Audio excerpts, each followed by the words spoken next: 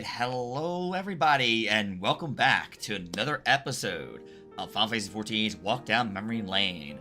Today's guest, we have Mocha. Hello. How we doing, Betty? I'm okay. I've had an interesting week, but other than that, I'm really chill. Oh, I'm really chill right now. good. I like that. Okay, all right. I understand that completely. With that, we're gonna go ahead and start here. Focus some introductory questions. The first thing I want to know is, how long have you been playing Final Fantasy XIV? Oh boy. If I had to put a date on it, I believe it was like July of 2013. I've been playing since the beta of A Realm Reborn. Okay. So I've been playing since a beta. I always say beta phase 2 when they were introducing the controller. So that kind of gave me. That kind of was like. That gives you guys an idea. This is how long I played. So. Yes, beta. it's I started on the PlayStation 3. Okay, so yes, that would be phase 3 at that point because they were doing testing for phase 3, I think there, and then they did the open beta right after. Okay. All right. So I'm gonna ask, what job did you start off of in Final Fantasy XIV? Well, I started as a Dragoon. Oh, well, Lancer. I started as a Lancer, and I was actually a Lalafell. And the idea was, I just thought it would be hilarious to be that small and use jump. And I didn't, I had no idea of how the systems work. I just, by historical knowledge of Final Fantasy, is Dragoon gets to jump, so that would be hilarious to see this flying tiny object. Okay, no, I get that. And it's just funny you say that. I can only, back in the day with Taru and Final Fantasy XI, seeing them jump, it's always funny. Okay. With that, the next thing, I'm gonna go ahead and go real quick. I actually started out as a male row. I was a big male row, and I was playing a gladiator into paladin because I wanted something. Oh, nice. Mm-hmm. I did forget to ask though, is 14 your first MMO? No. By all means, no. Okay. If I had to see my first MMO, it would probably be WoW. Okay. Because I started in Wrath. Ooh, okay. Yeah, I started in Wrath, and I knew Final Fantasy XI existed, but I didn't have the means to play it at the time. And so I just kind of ignored it because I mean, I was under the stigma that internet connection on the PlayStation 2 was ass. So I was just like, I'll have fun with my Final Fantasy 12 and just vibe. So I literally lived in 12 when it came to the PlayStation 2, but that digressing, yeah, it started off with WoW, and then I kind of jumped into I tried Perfect World for a bit. I tried some of those some of the random ones that came out of the woodwork that were just really, really toxically pay to win. And no. I just couldn't get into them for that aspect. And so yeah, I just kept going back to WoW, and then I heard that Final Fantasy XIV was coming out, but I didn't know that 14 existed before. I never knew that it had a 1.0. I just heard that A Realm Reborn was coming out, and I was like, oh my god, a Final Fantasy MMO? Let's go. And so I signed up for the beta and everything, and I jumped head first in there. And I think during that time, that was Draenor and Legion-esque. I don't remember. Draenor. I think it was Draenor. Yeah, it was Draenor, because I was juggling Draenor and 14 on the PlayStation 3. So yeah, so I'd have my laptop open while WoW, and I'd have 14 open on the PS3, and I would literally be playing both. Something I used to do for a bit, play both Final Fantasy 11 and 14 actually at the same exact time. Oh my god. Because yes, Final Fantasy XI was my very first MMO, and I started at 11 years old thanks to my dad. He managed to get me set up with the Ethernet cord. He got the PlayStation the hard drive, the HDD you needed to basically play the game. To get everything back in the day for it was probably about $200 because we got the keyboard and everything else. So yeah, it was expensive to get into. But worth it for me because it was like, again, this first one I've had in my heart. But I went back. I played WoW. I played Guild Wars 2. I've played. The list goes on. Yeah. Hi, I'm an MMO enthusiast. Nice to meet you, everybody. Yeah. That's also another MMO that I started around the same time. ESO. I started ESO. Yeah. I started ESO like in the middle of Heavensward, but yeah, and then like I kind of fell off for a bit just because of the way that the systems work, and then they came out with the one Tamriel edition, and I was like head first into that too. But yeah, multiple MMOs all at the same time. I've never been a fan of like X MMO is butts. I'm gonna play this MMO instead. I will happily juggle multiple MMOs if they're doing good at the same time. Okay. For me. Understandable. Okay. So the next thing I do want to ask about is what kind of content do you tend to focus on in 14? Would you say? I tend to be a bit of a all-rounder. However, lately, it's been a lot of fishing, field ops, and deep dungeon. That's kind of been my three things that I've been jumping around from primarily, other than like random dailies here and there. I was getting into ultimates for a while. I did have a group for UMAD. I've seen a couple groups implode. So I'm kind of like, I'm just kind of waiting for the right time to jump back into it mentally. And then I'll start pushing further through phase 3 of UMAD. Okay. So. Okay. But I love ultimates. I would love to do more ultimates, but. Okay. All right. With that, obviously you know me, I'm mostly been the raider. I do try to touch on the content here and there, but if people tend to see me stream, it's usually mostly raiding content or dailies. So I can help folks out, or mount farming. That was a big one too, to say, hey, if people need mounts, I got you. Oh, that's good. Yeah. So, mount farms are fun to lean into from time to time. Yeah. All right. Next up, though, we'll go ahead and we're gonna just briefly talk about 1.0. So 1.0 was released back in 2010, and this is basically, it was the disaster launch because at the end of the day they were trying to make a Final Fantasy XI 2.0.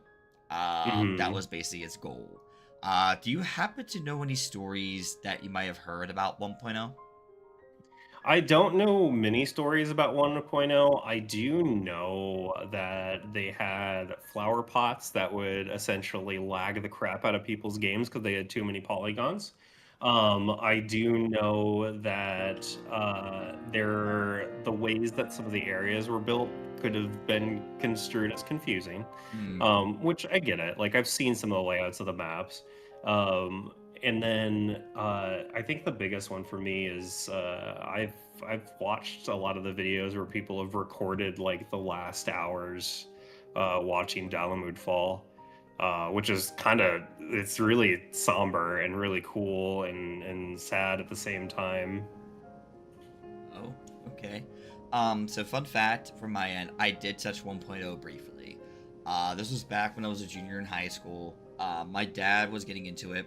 I was watching him play it, and he was like, he was struggling, and I was like, wait, why are you struggling with this?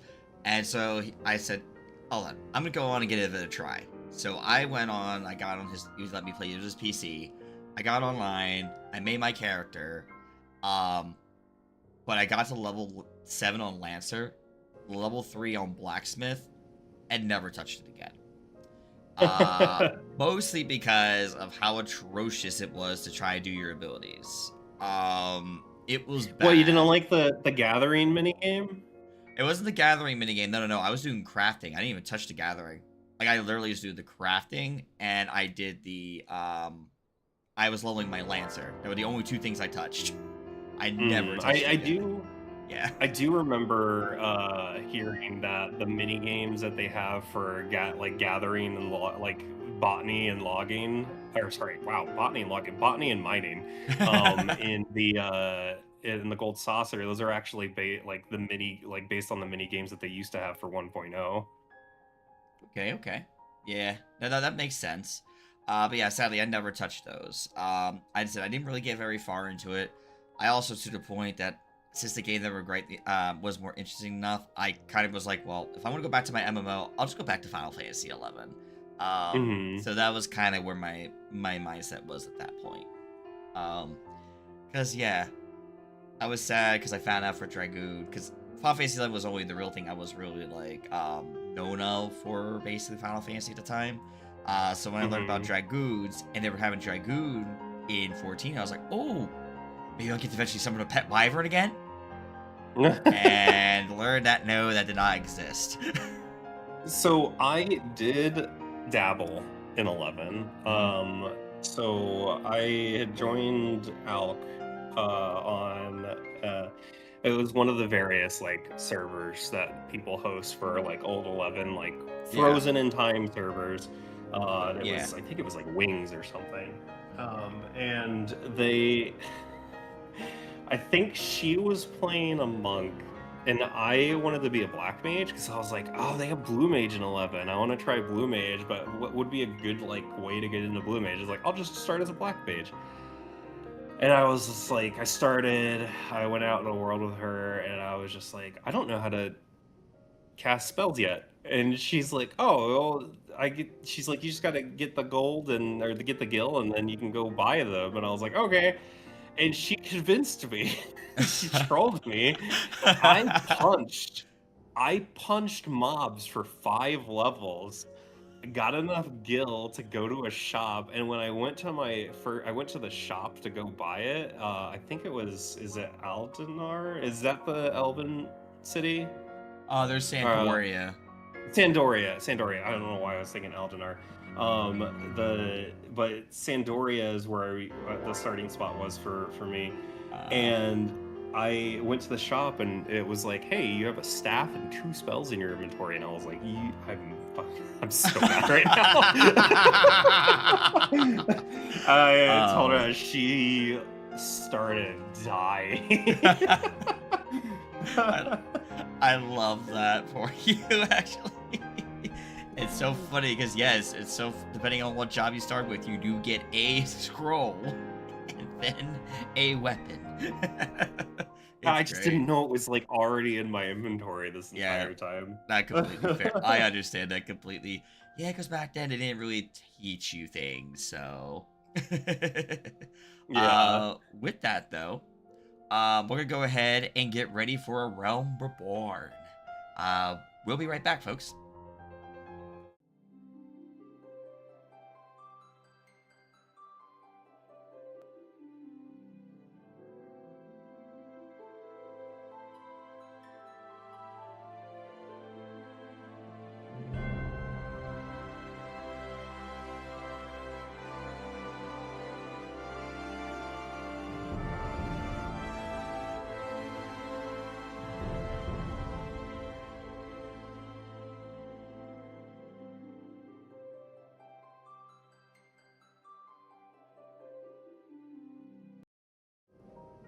Alrighty, folks, we are back, and now we're here to talk about A Realm Reborn.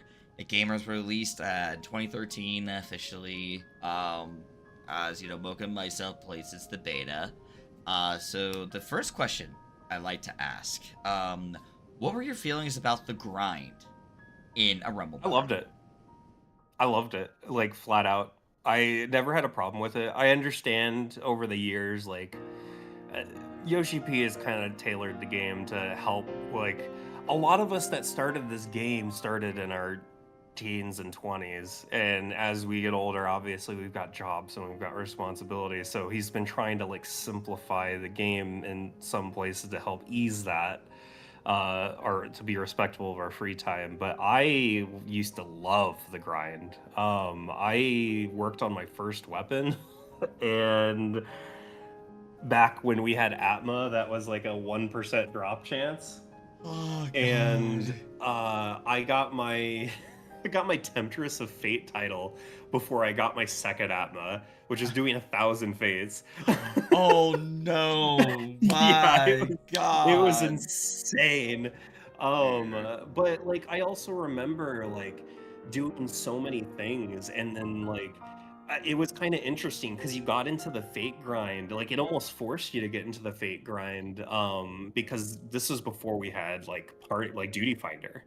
Mm-hmm. And so like I think it was like level 4. There's a gap between level 46 and level 49 in the MSQ at the Yes. time. Mm-hmm. And I was level 46. I think I was level 47. But I had like done like all my quests up to that point. Mm-hmm. And so I was like, well, what do I do? And so I literally sat in Mordona, and it was Mordona, and Nor that. Corthus. Oh, Corthus, okay. Yeah, yeah, Corthus and Mordona were like the farm spots, right?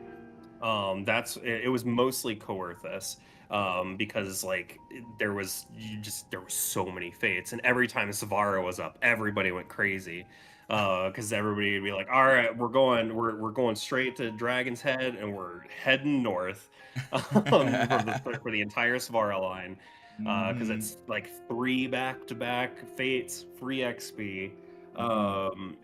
And I also remember like at the time, like there was other farms that people would do to like grind, and that was like we would abuse the crap out of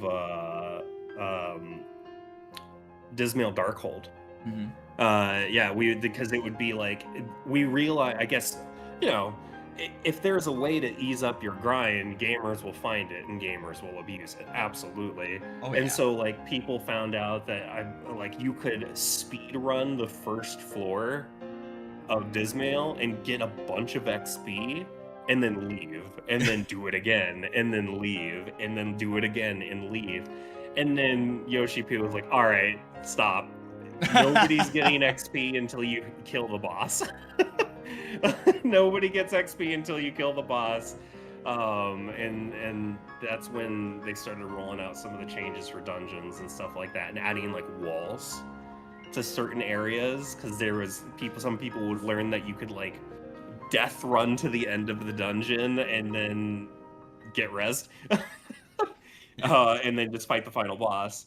And so they started putting that's where we started getting like little walls and doors that we had to open up before we could proceed. So yeah, it was good times, fun times. But I've never had a problem with the grind. It was always kind of a nice little thing to just keep my brain occupied. And there was also so much to do. It felt like. In my ADHD brain, it's like, ooh, a fate popped, I'm on my way. Ooh, a fate popped, I'm on my way. Yeah, so yeah, it's really cool. I remember the like trying to just grind each of my jobs up, and like starting off as Lancer, and I had to grind Marauder to level 15 to become a Dragoon. I remember Fracture was like one of my favorite skills, just because I would like just pretend that I would break somebody's knee as a dot. Yes. Good old Fracture. Yeah. Good old Fracture. My old warrior dot. Yes. Yes. You're speaking to the warrior and being Heaven's Ward. Yes. Yeah. So it was a lot. It was a lot of fun. I mainly played DPS. I never really got too much in tanking and healing.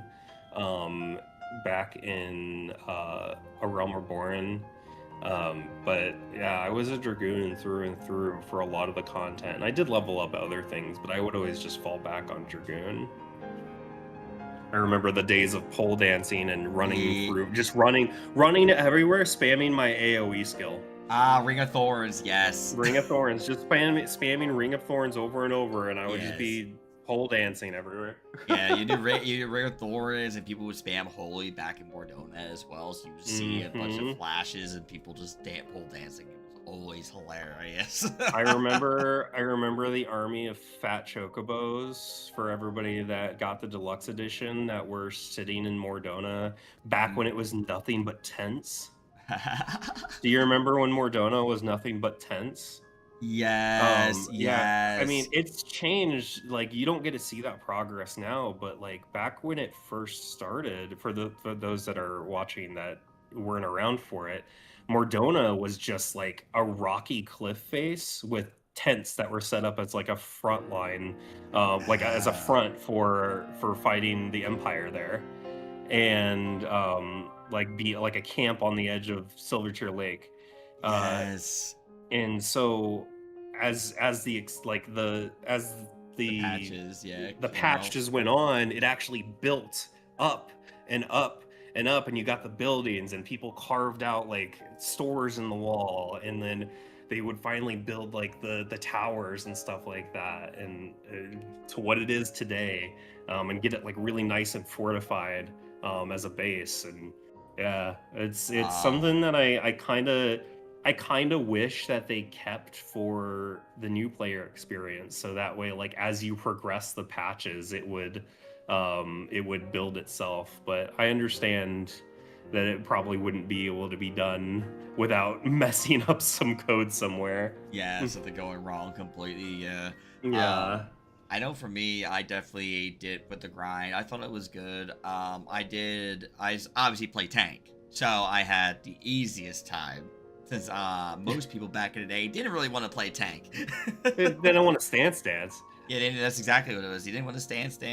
But even back then, the only stance you had, because Warrior didn't get the Deliverance until Heaven's Ward, they literally had Defiance and then turned off Defiance. That's all Warrior had.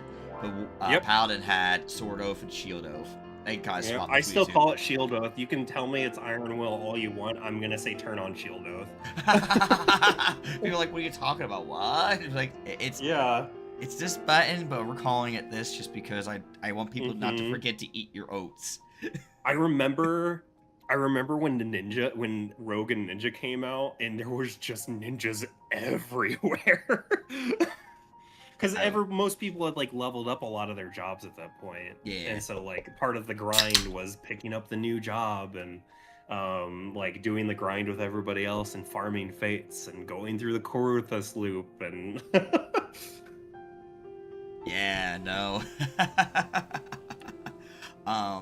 No, definitely for sure. Especially, those are memories. So I think for me, I remember Northern Thanaland being pretty common for myself.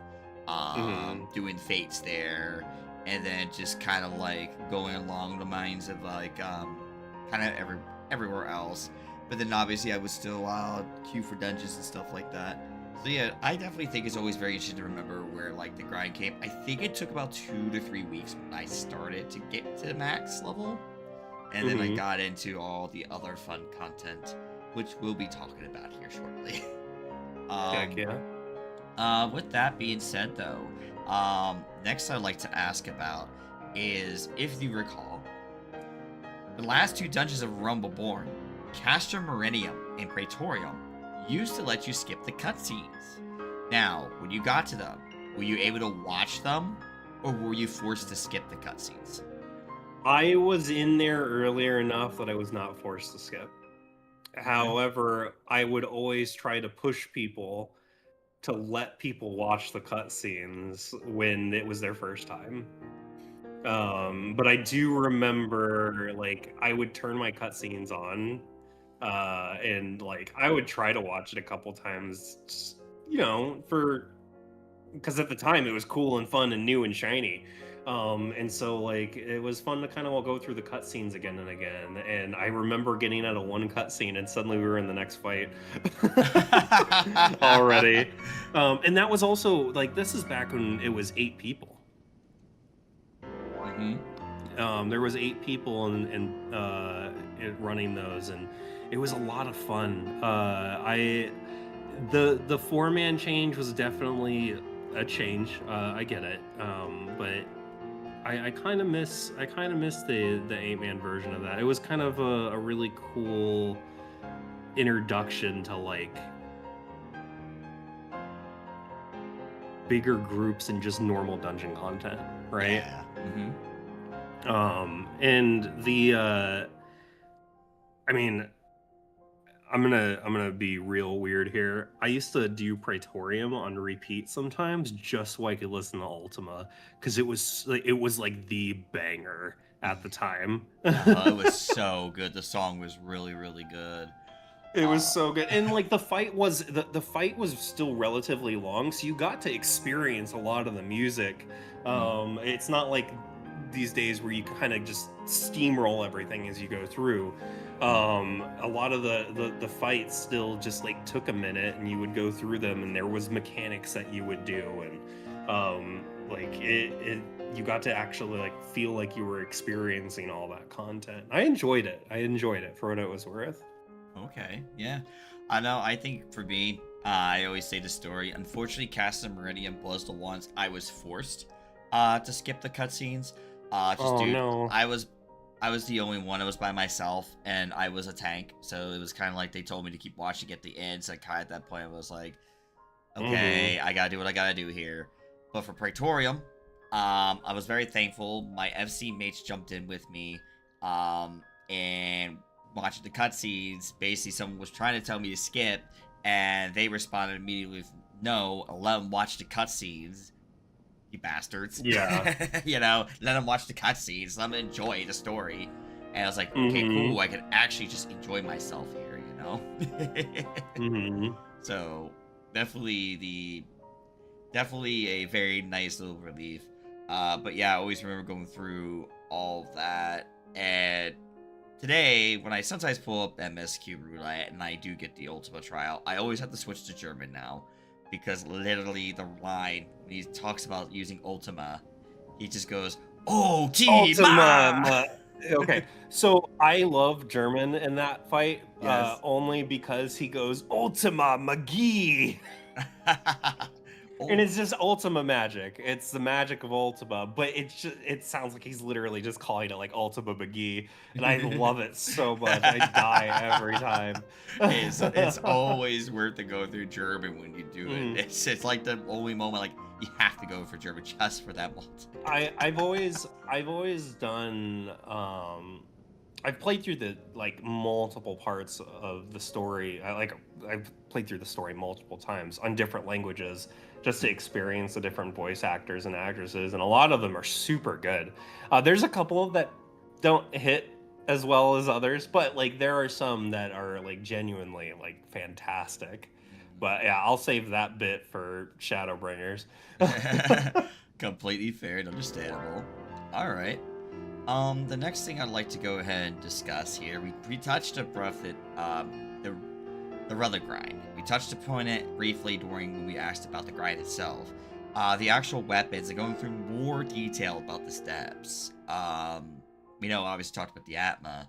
What were your feelings about any other steps somebody came up, like the light farming, the book completing, going as far as to get it back beforehand?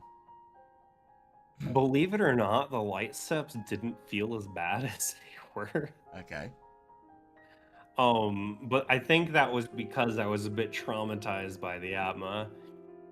It actually, the funny thing is I didn't really go back. I never really finished my Atma relic during ARR. Because my drop rate was so abysmal. Like I got 2. I did like 1,500 fates, and I was just like, you know what? I want to experience other parts of the game. I mean, and now that's kind of like affected me because like I've got progress on the do 10,000 fates title, but and I still like doing like progress on that. Not to say that I've like completely burned out of fates forever, but I did go back and end up doing the grind when they upped the rate a bit. But I do also remember like some of the like the book. The book wasn't as simplified as it is now. Like I remember when it was 100 enemies. Yep. And yeah, it was it was a lot. Um, the book grind was particularly well, that and materia. The materia scroll was kind of rough. Yep. Mm-hmm. Um, yeah, I never had an issue with the light grind because the content's always there, right? You're Yes. always guaranteed to get an amount. It was just percentages and stuff like that. And I don't remember if they do it anymore because I never saw it after I finished my first weapon.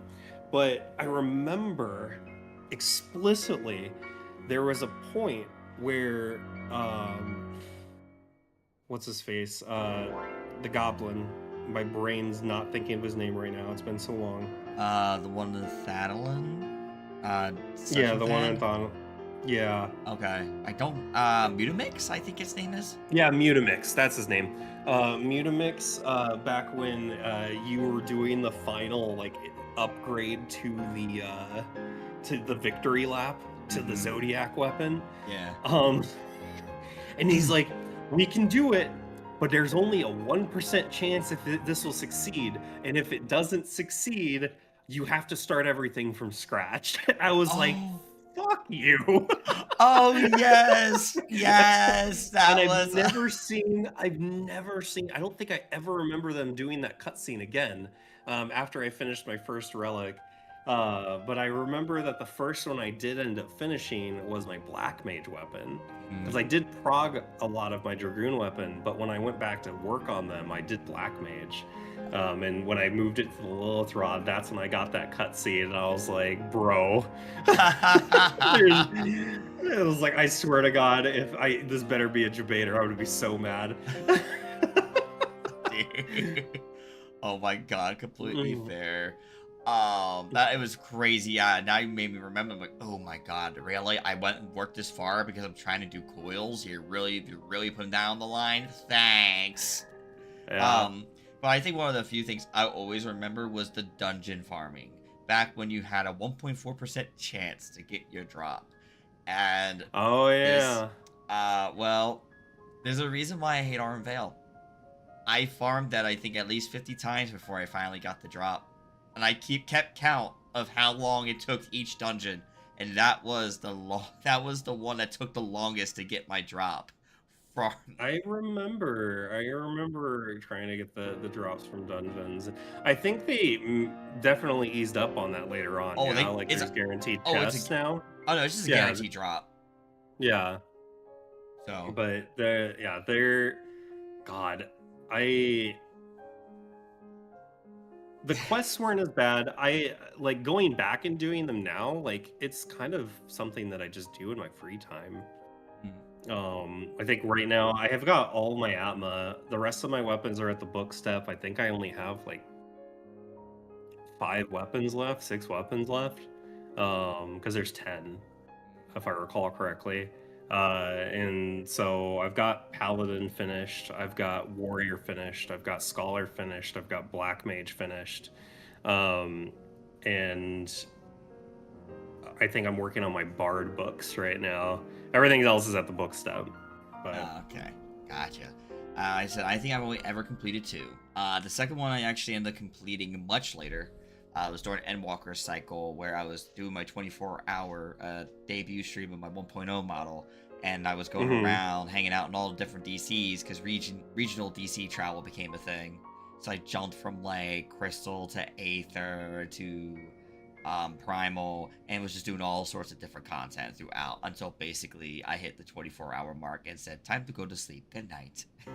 That's fair. So, yeah.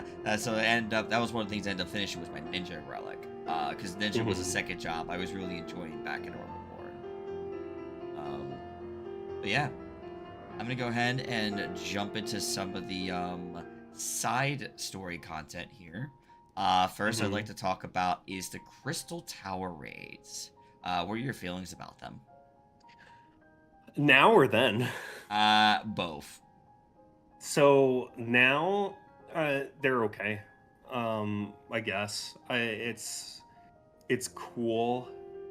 But I do miss the old days I miss being able. I do wish that like they would go in and they would tweak it to where everybody was I-90. I want them to make I want them to make the minimum eye level for even like when you're queuing through Alliance Roulette to be I-90. I want it to cap you at I-90 because there's so much mechanics that are so cool in all of those fights that you miss out. Like I remember I started the game back on Adamantoise, not where I am in Malboro right now. But this character, I was on Adamantoise, and I remember that the strategy for Bone Dragon is we would all split up and we'd all have people at the ends of the platforms while Bone Dragon was in the middle and dead, and all of us all the skeletons would spawn on each of the platforms and run towards the middle, and all of us like spread out would be fighting each of these individual skeletons as they ran towards the middle. And it was so cool. Yeah. I mean, and like there's Scylla. I mean, you don't even see her mechanic. You maybe get to see her do her flare. And for that's an easy counter to stand in the water. But like you take the electricity orbs to the three conduits, and you would be split up in your parties, and when she does her ultimate attack, you would all go to each of those three platforms to protect yourself with a barrier. And like there's just like these small mechanics that are all so cool. And I wish that more people saw them. At the very least to get the experience of it. And so, I mean, I loved old Crystal Tower farms. Like as time went on, like I kind of, it gets stale, especially when you just kind of, it's become kind of you put a movie on and then you're through it in less than 20 minutes, if that, because everything just melts. But I don't know. I will say I do like the experience that I got to have with them back when they were current. So yeah. I think the only two people that we get to see really do their mechanics are Amon and I wouldn't even say the final boss because everybody just stacks now. But yeah, you stack. But yeah. So, but yeah, Amon would probably be the only only boss that you really have to respect the mechanic, because it still kills you if you're not behind ice. Yeah, I think. Yeah, no, I could definitely agree with that.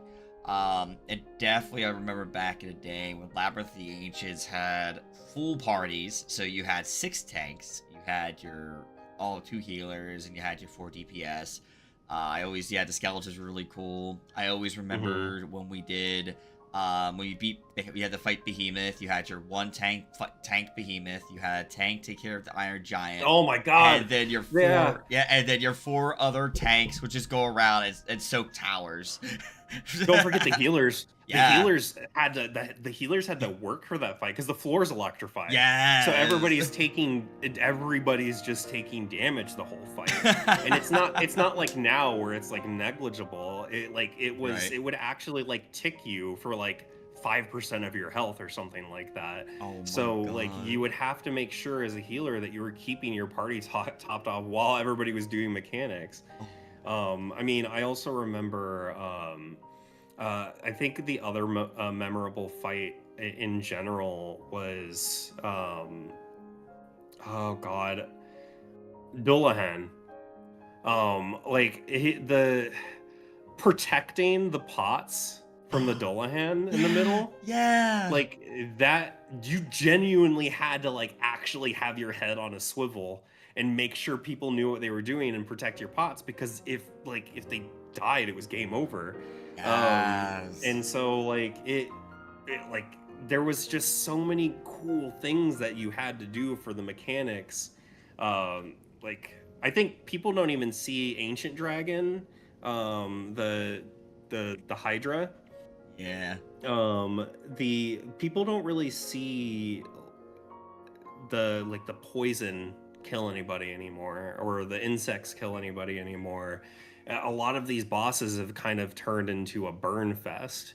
And I know it does have its exciting moments, like World of Darkness is probably the one that is the most exciting these days, because there are still mechanics that trip people up when they go in, and I have seen people wipe or get close to wiping at the menu, at the angry menu at the first boss of WAD, or the Cerberus. Oh, So yeah. yeah, there's still some really exciting moments that happen. I don't know.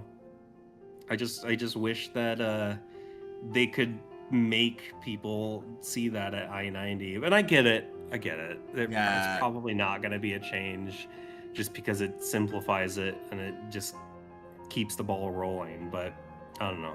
It's wishful thinking. I just want people to experience the content for what it is, rather than just think it's a snore fest because you burn everything. You know what I mean? Right. Because that's what I've seen the complaint about the most when people get Crystal Tower, is like, oh, we're here again. Very little XP. It's gonna be over in a minute. But like, I don't know. Yeah. I remember the in between, like Labyrinth, when during the first wing down the Bone Dragon, like even with the poison floors and stuff like that, that turned into hazardous territory. Like you had to make sure that you weren't in the feet in the poison, and everybody was fighting their individual things and not stacking them, and because you didn't want to take too many hits of something and just instant die. Right. Yeah. Dude. Yeah, it's just kind of like I said. Like, unfortunately, though, it's because they kind of made the raids also mandatory for the MSQ. Because of reasons. So it kind of is unfortunate that like the series kind of did get that that slice. I mean, it makes sense, and I know they did it mainly for Shadowbringers, but yeah, I'm with you. That was like, damn, you know. And if only they kind of just kept things, because I said it definitely was always enticing and really fun. Definitely when I first went through them. I do sometimes miss the old days when it comes to it, but I'm like, I'm just pretty much to a point now since the race been. I'm like, oh, okay, I'm just used to just blasting through them. Cool. Okay, keep going. Well, you also it also comes from a point, like, you look back on these, right, and you're like coming from today, right? It's like, I've been playing this game for 13 years. Yeah. Like, yeah, you just go back. I've been playing this game, like, I realize that, like, I look back on it and I realize it, and that's, like, crazy to think about, to, like, I've dedicated so much time in my life to this game, and it's nothing like a sunk cost fallacy or anything. It's not like it's keeping a hold on me because of that. It's because, like, I've genuinely fell in love with everything that has to do with what this game is to me as a person. So yeah, no, definitely. I mean, it's the beginning of it all, literally. Even though it's, I started. Yeah. Oh, go ahead. I was gonna say, so I started at 1.0 and I played briefly, and I came back later. One of the few things I didn't mention earlier is that when I came back into this, I wasn't sure before I even touched the beta. I was kind of like skeptical because of what happened with 1.0. But then I gave it a try. My ex really pushed it, gave me the try. So I gave it a try, and I was like, wow, this actually got potential. My thing I always remember, my A and my X buttons were inverted, and my B and Y buttons were inverted on the Xbox controller. So when I wanted to use my button, I noticed was hit A, it was hitting it like I was hitting X. Dude, that's the problem I'm having with the Switch 2 right now. Oh my god, that's crazy. Yeah, it's because A and B is basically swapped for X and circle, so and you can change it. You can change it, but it doesn't change the fact that when I feel the controller and I know I'm selecting something on my Switch, I'm hitting A, which is where circle is. Oh my god, that's crazy. Okay. So, yeah, I know, I get it. I get that struggle. Yeah, okay, all right. With that though, we'll go ahead and talk about the raid series, which is the Coils of Bahamut, which obviously it was just the Coils. There was a Savage, but it was just for the second tier, and mostly just to get titles. Did you ever touch the Coils on content? Yes. They were a fun little slice of hell. Yeah. Yeah, they were a fun little slice of hell. I mean, I remember still like the first recorded like clear for things like Twintania took so long, and that was because of the people had to find a way to exploit it. Like they found a dip in the floor to dodge the one of the attacks. So Yes. like it's I remember, I think the crazy enough, one of the other fights that was a big hurdle that I remember. Do you remember when they did the giveaway for the Captar earring for whoever, like what server was able to, like people that beat, I think it was Titan hard mode? Oh, okay, yeah. Yeah, yeah, it was Titan hard mode. And like people see that these days and they're like, Titan hard mode? What are you talking about? That's not hard at all. Like you just go in, he dies. Yeah, not when it was current. The net code was butts. I played on PlayStation 3. Imagine like you're like, oh, the landslides are going off. I'm gonna move this way, and it goes off, and then suddenly you're also flying, even though you weren't even in it. It's just as bad as as sometimes when you're getting like snapshot. Right? Yeah. But I remember it was such a big hurdle back in the day. That's actually, if I recall correctly, Titan hard mode is where Gil like run selling started. People were selling runs for 10,000 Gil, which was a lot of Gil at the time. Yeah. I mean, Gil's nothing to sneeze at right now. Like it's people are like, oh, you only have 1 million? Okay. Right. But yeah, like at the time, like 100,000 Gil was a bank, and so people would sell runs of Titan hard mode to try to carry people through, because like at the time that was a really rough fight with the item level we had and the tools we had. Okay. And I still remember my first clear of Titan hard mode. I was the last person alive. I was the last person alive, and he was about to table flip me because the tank just fell off, and he had less than, like, he was in the point percentile of health. And I remember killing him with a Dragonfire dive. That will stick with me forever because I had been trying to get through that fight for months. With randoms, and it was crazy being able to have my victory be just like I killed this as a DPS. Yeah. Oh my by myself. God. Dude, that sounds amazing. Any with a Dragonfire, that just sounds so epic. Oh my God. Well, also being a Dragoon back then, like the term lol drug was real, because like you would get hit by everything in the middle of jumping. Like that was like, it was kind of the meme for Dragoons to be on the floor pretty regularly, because you would, if you didn't time ever your jumps well, like you were just going to get clipped by a mechanic and possibly die. Also, back when we had stat allocation, we had to get our we would have to put some points in the vitality instead of accuracy, to not, die to a random magic raid wide, because we couldn't take magic damage worth crap. Yeah, your physical damage, you can take physical damage just okay, but yeah, magic damage, got a lot, have fun. Yeah, exactly. Because you spoke of Titan hard mode, which is really funny, because my story is that I remember, actually I was the main tank for that fight, because I was playing Paladin. I was a Paladin main all the way through, pretty much into Heaven's Ward 3.2. But it's funny you mentioned that, because I always remember like getting around and actually trying to clear that fight. That was actually back then when my dad and his friend played, who got me into Final Fantasy 11. They got into 14, and we all tried the content together. Like, actually, most of like the family got into content together.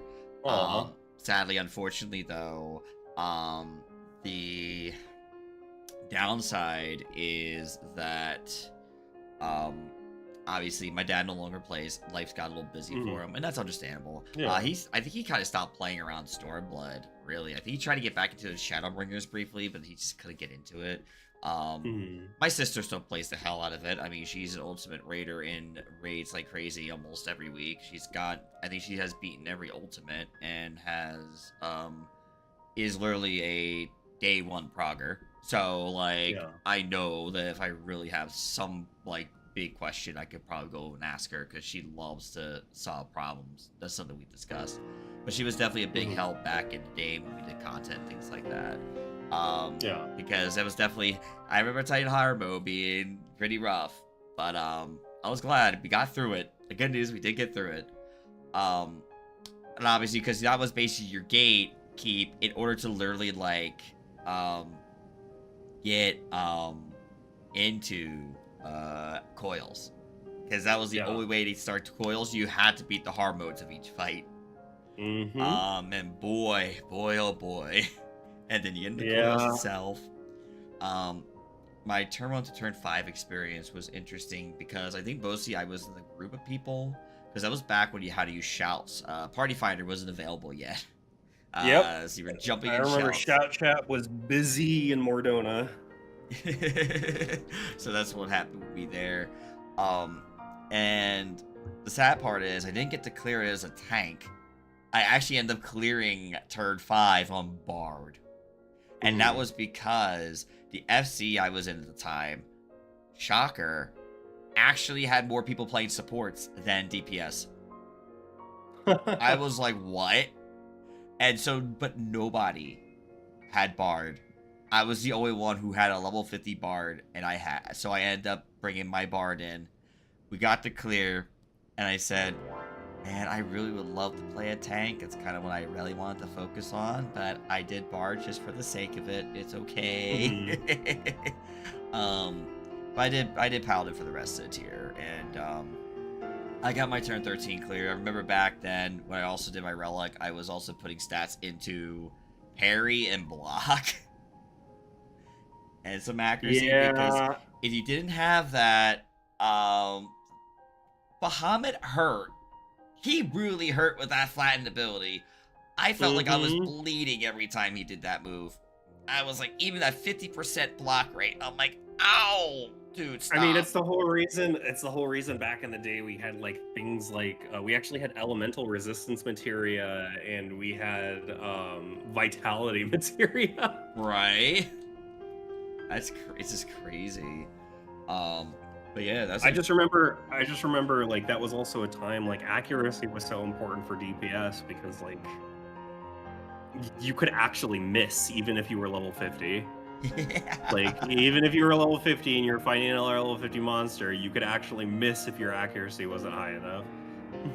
Yeah. Oh yeah, especially you had your front accuracy, rear accuracy, and flank accuracy. And you had to have it just right. And that obviously got removed in, I think, Stormblood. But yeah, accuracy. That brings back memories. Yeah, I remember the stat building system going through Heaven's Ward, and I remember. Yeah, we'll have to definitely talk about when we get there.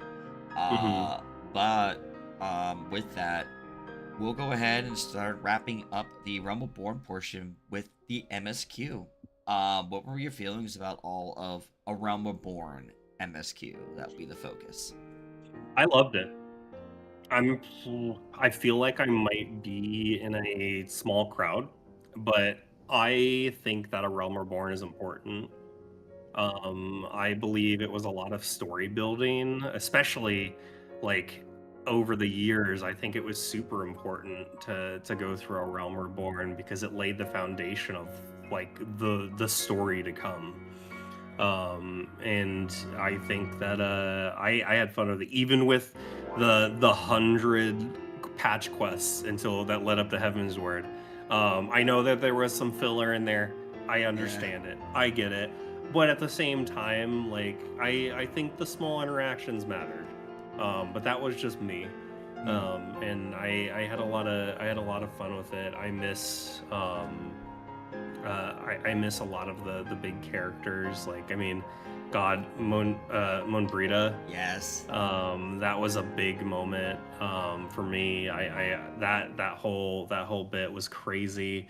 Like, I think another part that stood out to me was that we've actually gone back to several times, was going to Costa del Sol, right, and getting the wine and all that Yes. stuff. Like, that's always stuck out to me. And basically meeting the playboy of Lalafels.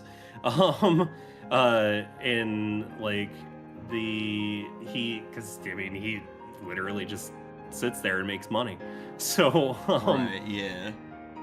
but there was just so much, and like there was also things that we got in A Realm Reborn that we haven't had since. The Final Fantasy 13 quests. Oh yes. There was Final Fantasy 13 that was big. Like that, you actually would farm the weapons and get Snow's gear and get Lightning's gear. And they never brought that back for whatever reason. They just slapped them on the Mog Station since then. And there was a couple things that we had that they did end up bringing back. But I think the one that stood out to me the most as far as collaborations was the 11 quests. Or not 11, the 11 quests, the 13 quests. Gotcha. Yeah. No, I get what you mean. Yeah. Yeah. It was so funny to me because I remember those quests, and at first, I do said like when I first played 13 when it came out. I kind of ended up not being exactly a huge fan of it. I did beat the game in 2 weeks. I remember coming out and hammering it, and just kind of like my feelings were met on it. But I will admit the fact we did get it in 14, I was like, huh, interesting. But we got this stuff, and I was like, oh, we got the really cool armor, we got different kind of weapons. Yeah, it's been a while since we've seen that event.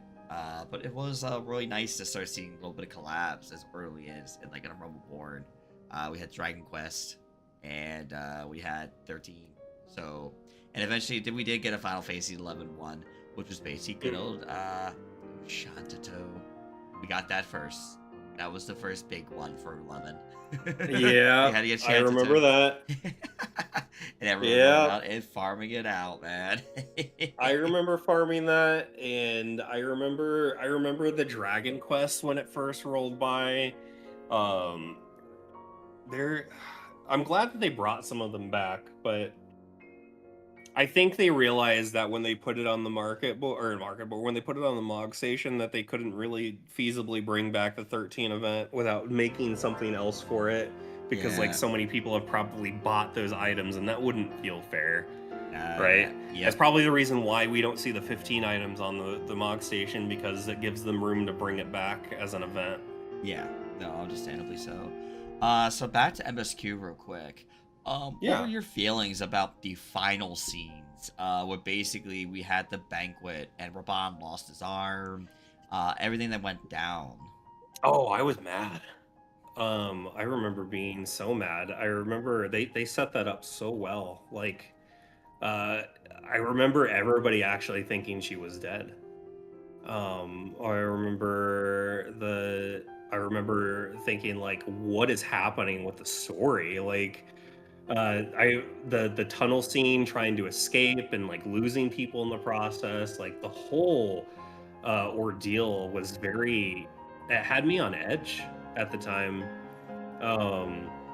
There was a lot that it kind of left you to think about as we went into Heaven's Ward. Okay. Yeah, I definitely agree. I definitely remember at one point, because I was Flames, that's my grand company, and I was like, wait, if we go back to Old Da, am I allowed to? Like, it was kind of a scary thought, because I was like, damn, I always like going to Old Da, and it just... Oh, I can see that. Yeah. Like, if you went back, and would you be wanted? Yeah, exactly. That was like kind of a scary moment. I thought they had a workaround for it, which was good. But it was definitely still like a damn. Like, imagine trying to go back to you can't go back to the place you considered your home because of Mm-hmm. what happened at that banquet. And fuck Yep. everything that happened that day. I mean, Yeah. Tedeleji definitely got what he deserved, but everything else was Mm-hmm. just still brutal. Um, with that being said, though, we're gonna get ready to get into Heaven's Ward. We'll be right One back. moment, if I may. Yes. If I may. Hmm? One thing before we move on, I want to point out one thing that I explicit remember that I remember because world bosses were actually world bosses back then. Hmm. We had Odin, Oh yes. and we had Bahamut, or not Bahamut, Behemoth. Behemoth, yeah. Yeah. The limitations of the PlayStation 3, you couldn't really see that many people in one area. So one of my crazy memories that I have was actually fighting Odin with like 300 people in one area, not really being able to see him very well because they keep phasing in and out of existence. And we missed the Zantetsuken check by like 0.5%. And I watched him kill 300 people in one hit. And there was just bodies everywhere. But yeah, I'll just leave you with that. That is probably one of the big moments that I remember from playing like Dude. PlayStation 3, A Realm Reborn. Yeah, that's completely fair. I played on a laptop during A Realm Reborn. So, Hmm. yeah, those were definitely times with that much many people trying to do those fates. So, I could totally understand and see that. All right. Now with that, we'll go ahead and get ready for Heaven's Ward. We'll be right back.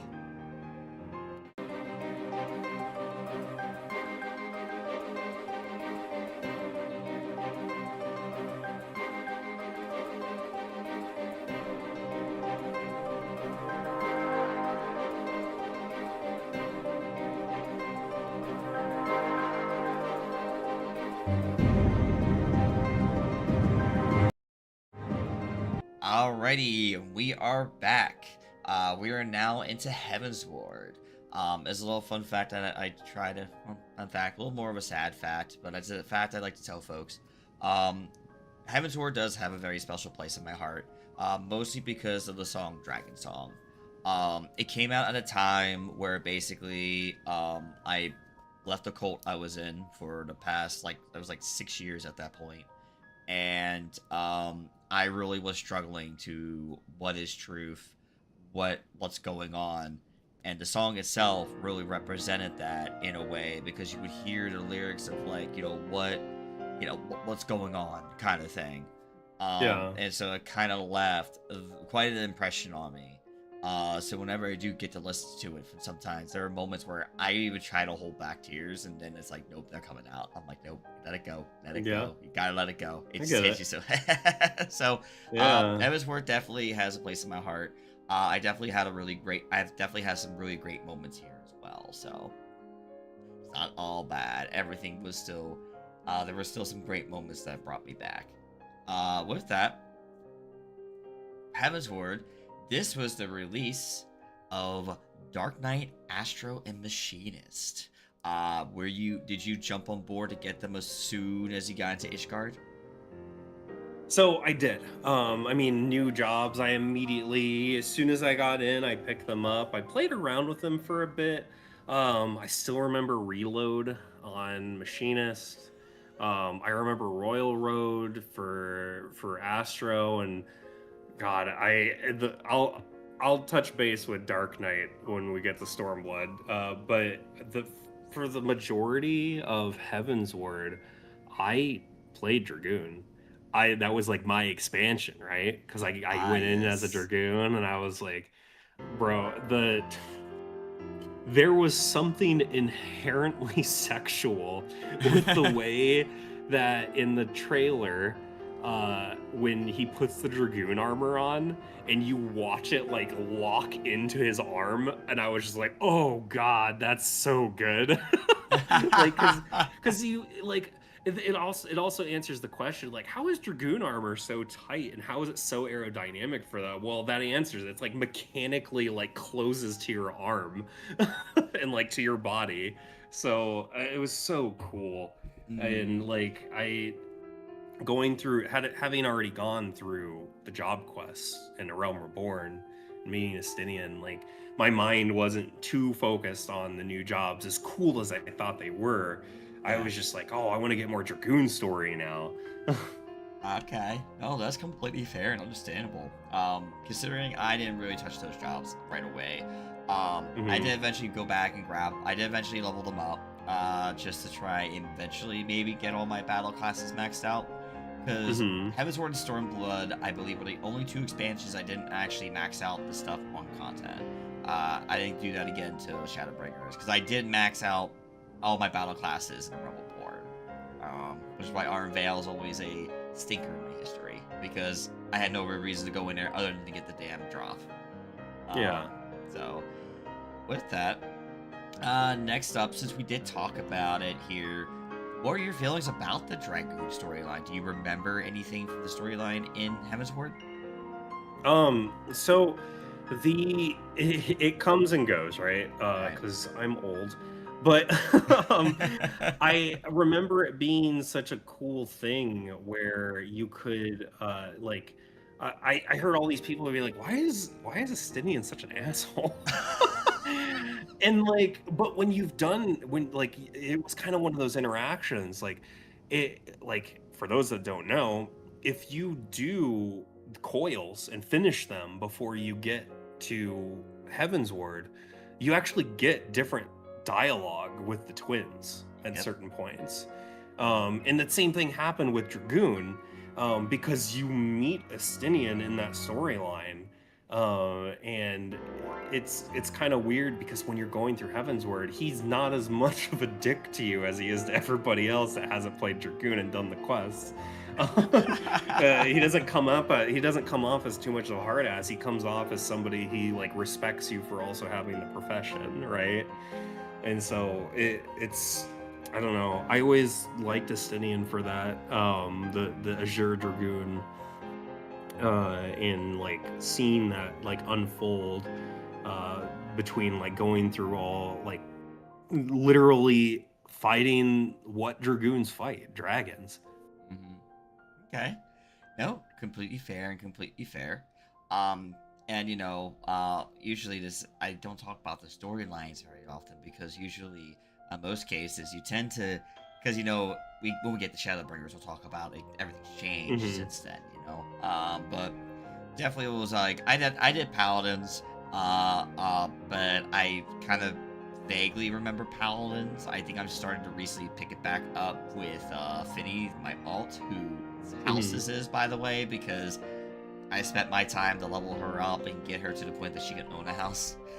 So, had to spend quite the time, since obviously if getting a house on Aether, yeah, good luck, have fun. And getting people to come to Aether, even if I had to use like me and Lark's house, yeah, good luck, have fun. I want easy access for people. Yeah. I mean, and yeah, so. I just love I don't know. I miss job quests. Yeah. I'm just gonna leave that there. Gotcha. I miss job quests. We'll definitely get there. The other question I want to mention here. This is actually when the Aura were released.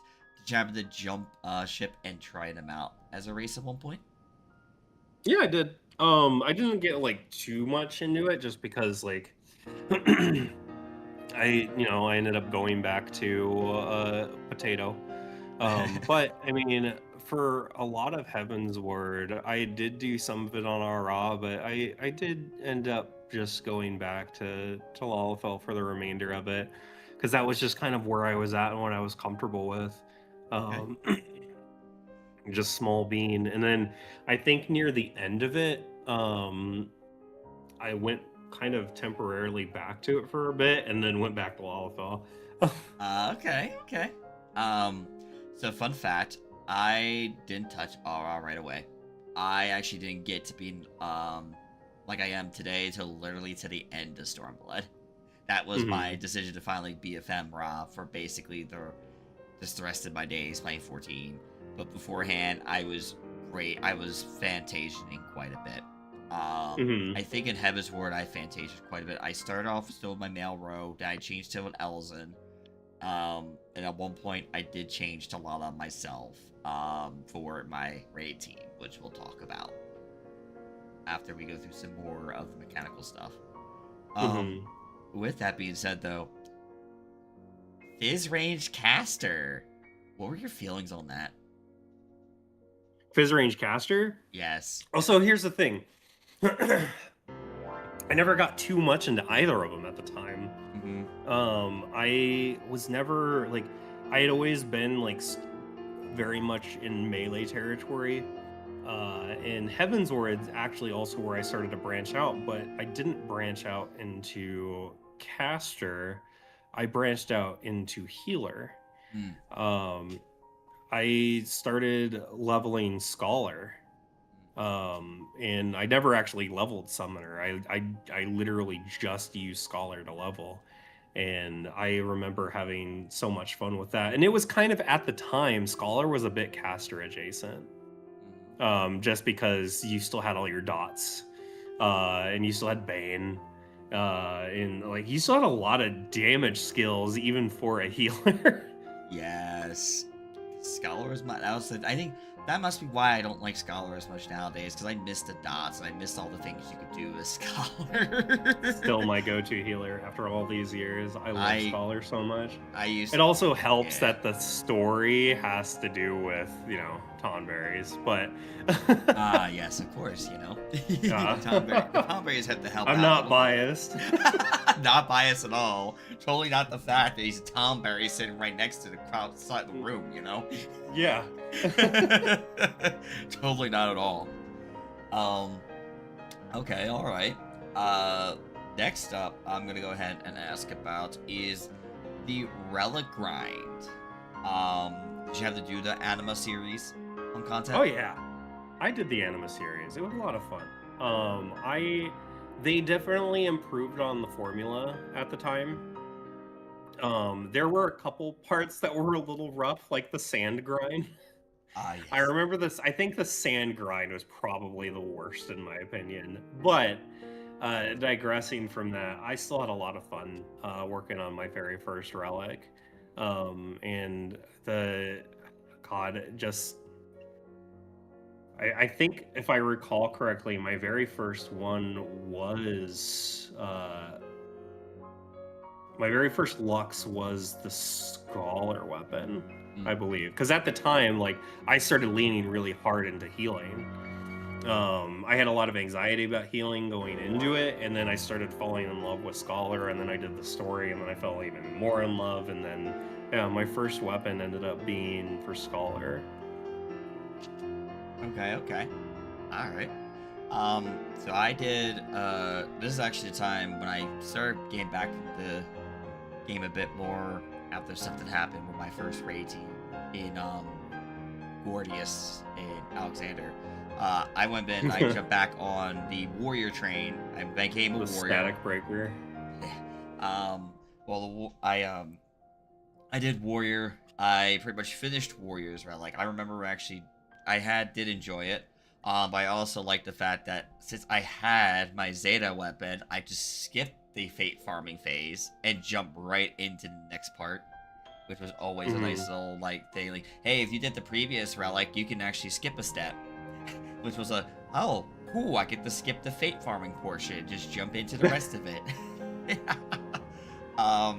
And so I finished the warrior one. I started the Scholar one because I did like playing Scholar in Heavensward. I really did enjoy it.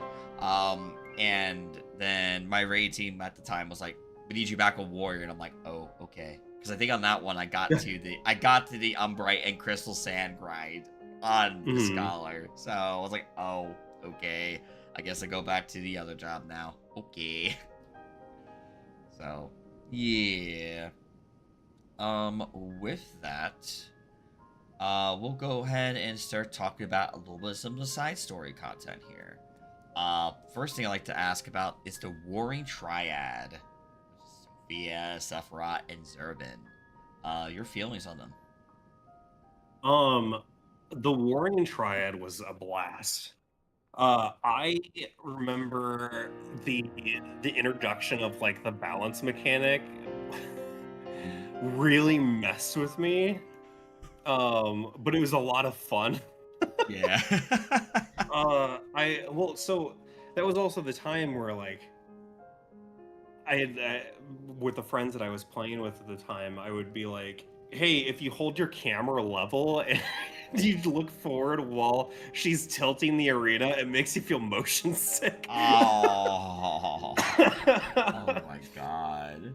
Oh god, it was so much fun though. Um, I remember Zervin wasn't too bad. Zervin had its share of memes, but Sephiroth.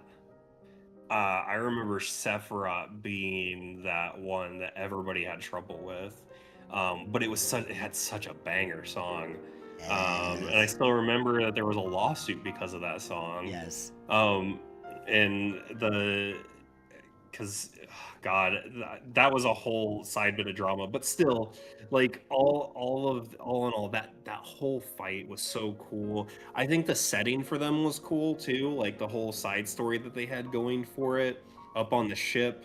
And like I remember at the time there were some theories that like, are we gonna get Kefka?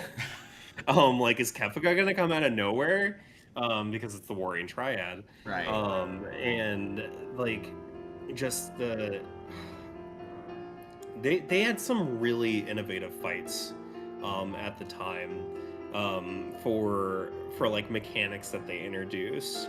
And I think it was I think Stormblood was such a strong point because there was so much new shit that we were seeing like in MMOs as far as like how mechanics operated. um i I remember when I was healing it, I remember progging it as Scholar, and I remember the insanity of trying to keep everybody topped off while I was trying to get through it with people. And this was for the extremes. This isn't even for the normal modes. Um, the extremes were insane. Um, a lot of content back in the day felt insane for the time because some of the content was just like, hey, we just learned a new thing that we can do. Now we've got to do this. And you know what? Oh, I'm off the platform.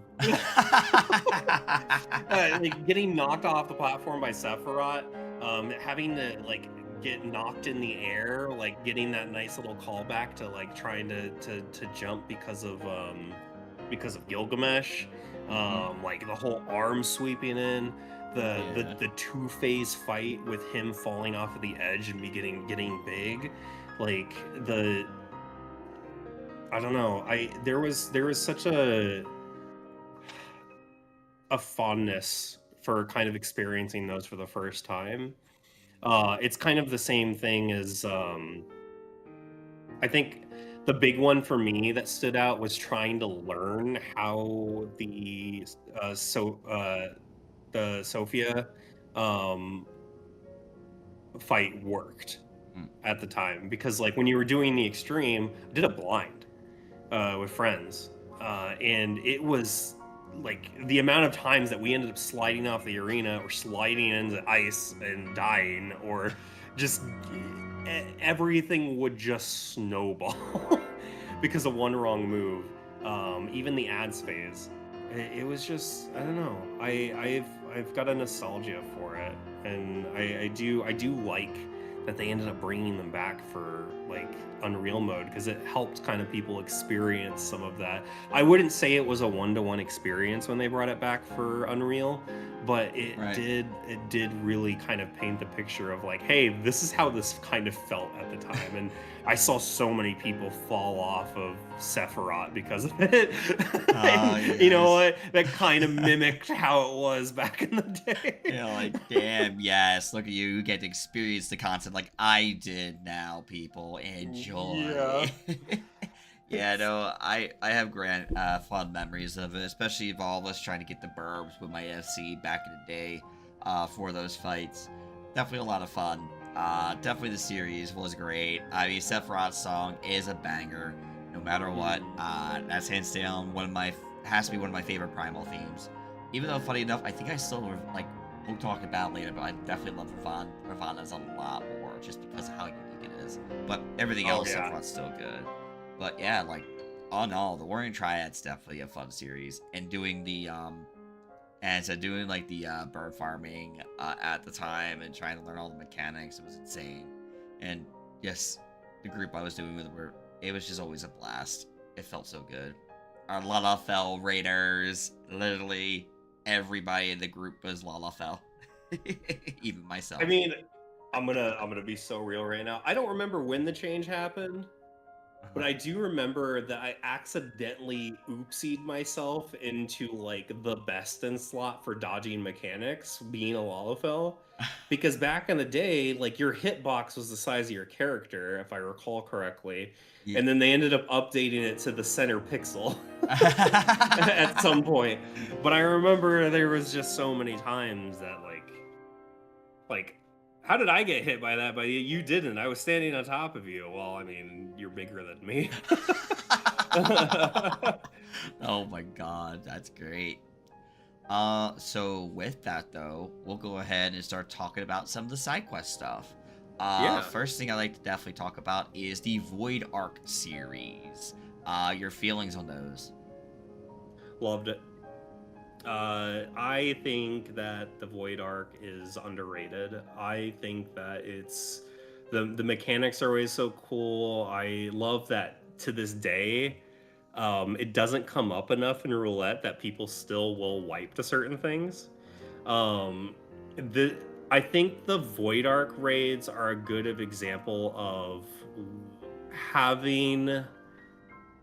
You know how I wish that Crystal Tower would have them set to I-90. Right. I kind of think that it's right at that sweet spot for Heaven's Words raids. You still experience enough of the fights to actually get a feel for how the fights were back in the day. I also remember that the Proto Ultima didn't exist back then. Yeah. It was a succubus. Yeah. And like God, we called it Wiping City for a reason. Oh my God. Yeah. Wiping City. And still to this day, like there are times where like, hey, it's like, hey, stand in this during Megadeth, please. Like because you're so ingrained in you don't stand in the bad, and then they did a flip-flop with the mechanic there where it's like, oh, you got to stand in the bad to be zombified, so that way you're not technically getting hit by Megadeth because you're technically undead. Right. And that, I mean, you know, it's kind of like those games where they punish you for being intuitive. Like the intuition is stay out of the bad, but staying out of the bad is what gets you killed. I also remember Ozma. Oh my God, Ozma destroyed people on content too. That was a really fun fight. Yes. My God, Ozma. Man, Black Hole, yeah. all that. Wiping City and Fun Scathe. Man, every time I get done Scathe for my Alliance raid roulette, I get really happy. Everything from the first fight, I almost turned into a game to see how many people die. Because there's going to be those moments. There has been moments where like everybody gets through pretty cleanly. You know, people learn over time. But then, like there's the moments where you get the first timers and like you get to witness their first experience to be fucking launched off the edge by the first boss, or get sucked into the middle and immediately die at the start of the fight. There's also like the final fight with Diabolos, where you get a witness. If I've seen a first time tank in there go in there before, and he's like, I want to be the main tank, and because you know like when it's your first time tanking something and you're excited and you want to be like, oh, I want to see how it is to main tank this. And like they don't realize that, you know, if you don't mitt the second half of Diabolos, you get punched through your chest because he crits you so many times. Because that was back in content you could get crit, right? Yes. So like everything just would hurt at the time, and like watching people run into the tank mechanics, like the tank portal in the middle for blocking that and just getting annihilated. Or it's fun. It's so fun watching people experience it for the first time. People to this day will still troll and turn like water and fire to the wrong thing. Yeah. I've seen it happen too many times. You could call fire all you want, call water all you want. There is going to be somebody that's going to see it change. They're going to run and change it real fast. Yep. But yeah, it's. I think that I also was just really attracted to the whole idea of like the Void Scent arc kind of thing. I always thought that was a really cool thing to lean into. And it was even cool, like when you go back to Heavensward and you go back to Sea of Clouds, and every now and then, a nice little Easter egg if you didn't know, like you can see the Void Arc just out there. Like it's just coasting in the clouds sometimes randomly. Yeah, just chilling in the clouds, it's just there. Mm-hmm. Yeah, it's just I don't know. There was so many cool like little touches that they started adding everywhere, and like I'm an avid Final Fantasy fan. I've played almost every single one, and so like it's so cool kind of going through all this content and being like, oh my god, this is this. Oh my god, this is from this. Oh my god, I remember this. Oh my god, this thing looks like the sprite now. It like they did a really good job just developing all of these nods to other aspects of Final Fantasy while still tying it into the story of Heavensward or Final Fantasy as a whole, 14 as a whole. Like the I remember being obsessed with the Sky Pirate quest. I thought it was so cool because I'm a big 12 fan. I was like, oh my god, Sky Pirates, let's go. Like for the beginning set of trying to get to the Void Arc, and I fell in love with that quest line because of it. And then meeting like Kate Sith and all that, like being able to have his minion, have Kate Sith as a minion, and then meeting him in game. Okay. Yeah, I definitely will say for my end, I definitely do remember Weeping City. Oh, sorry. Yeah, that's Weeping City. The whole Void Arc series was definitely a lot of fun. I think still one of the biggest things to me that sticks out is definitely the Diabolos fight in the Kamehameha that we're having with him, just to push it back at him. And then Diabolos, Kingdom Hearts is light. Yeah. And then he goes, I am so angry and mad. I now have a stone skin on me that you'll take, a big ass shield that'll take forever to take off. And he hit like a truck if you were tanking it. Yeah. Oh, yeah. And when you were talking about crits, I'm like, oh, you remind me of the crits and they hurt. They hurt. Yeah. Oh my god. I don't miss, honestly. Like, I got to the point now I no longer tank Alliance raids, but man, when I had to tank those back in the day, it hurt. It hurt. I still tank them. I prefer to heal them these days. But that's just me. I DPS or heal Alliance raids these days. I don't really tank anymore. But it's just like, that hurt. That was like, that hurt. That hurt. That hurt. And then Scataf right before Diabolos was really interesting because of how like she would just get to watch for the big balls coming dropping. They're gonna come chase after you, and then you had like the side swapping. There's always gonna be one person that drives it through the party. Yeah, it's gonna kill everybody. Mm-hmm. And then the quick seconds of seeing like the orange real fast when she teleports, because if you don't pay attention to the tail beforehand, you see it, and you're like, oh fuck, whoop, okay, got it hold. Yep, it's one of those things you had to really be careful. So like, and that was really cool about most of the bosses in the Void Arc series. Was definitely the tells were not exactly right away. You could tell, so you had to kind of like find the little hints of like, oh, that mechanic's coming up. Okay, let's go do this. Because that's how it was. The spider boss was really fun. I think that's one of the fights that you kind of skip nowadays, unfortunately, because you can kill her while she's still up top. But I thought it was really cool to have her mechanics be going off, and like you get like you everybody gets sucked at top, and then you have to have some people go downstairs to try to break some of the pillars to break the anchors. Yeah. So that way everybody would fall back down. And then there was also the mechanic with like the webs, so that way you could get stuck in place and not get sucked in, for her AoE. Oh god, it was so cool. I have just a fond experience, fond memories with the Heaven's Word A raids when they're current, with a lot of the A raids when they're current. Yeah. Okay. All right. With that next, I'm gonna go ahead and we're gonna talk about the 8-man series, Alexander raids. This is also the point they introduced normal raids and then the savage version of them. Because obviously the Rebel board, we only got the just the raids, and they were literally that was literally the savage difficulty. That was our rating at the time. And that's why Gordius the Static Breaker. Oh yeah, Alexander raids. Yep. So, what are your feelings about Alexander? I think that was such a fucking cool story. Sorry, I don't know if I'm supposed to be cussing. It's fine. This, but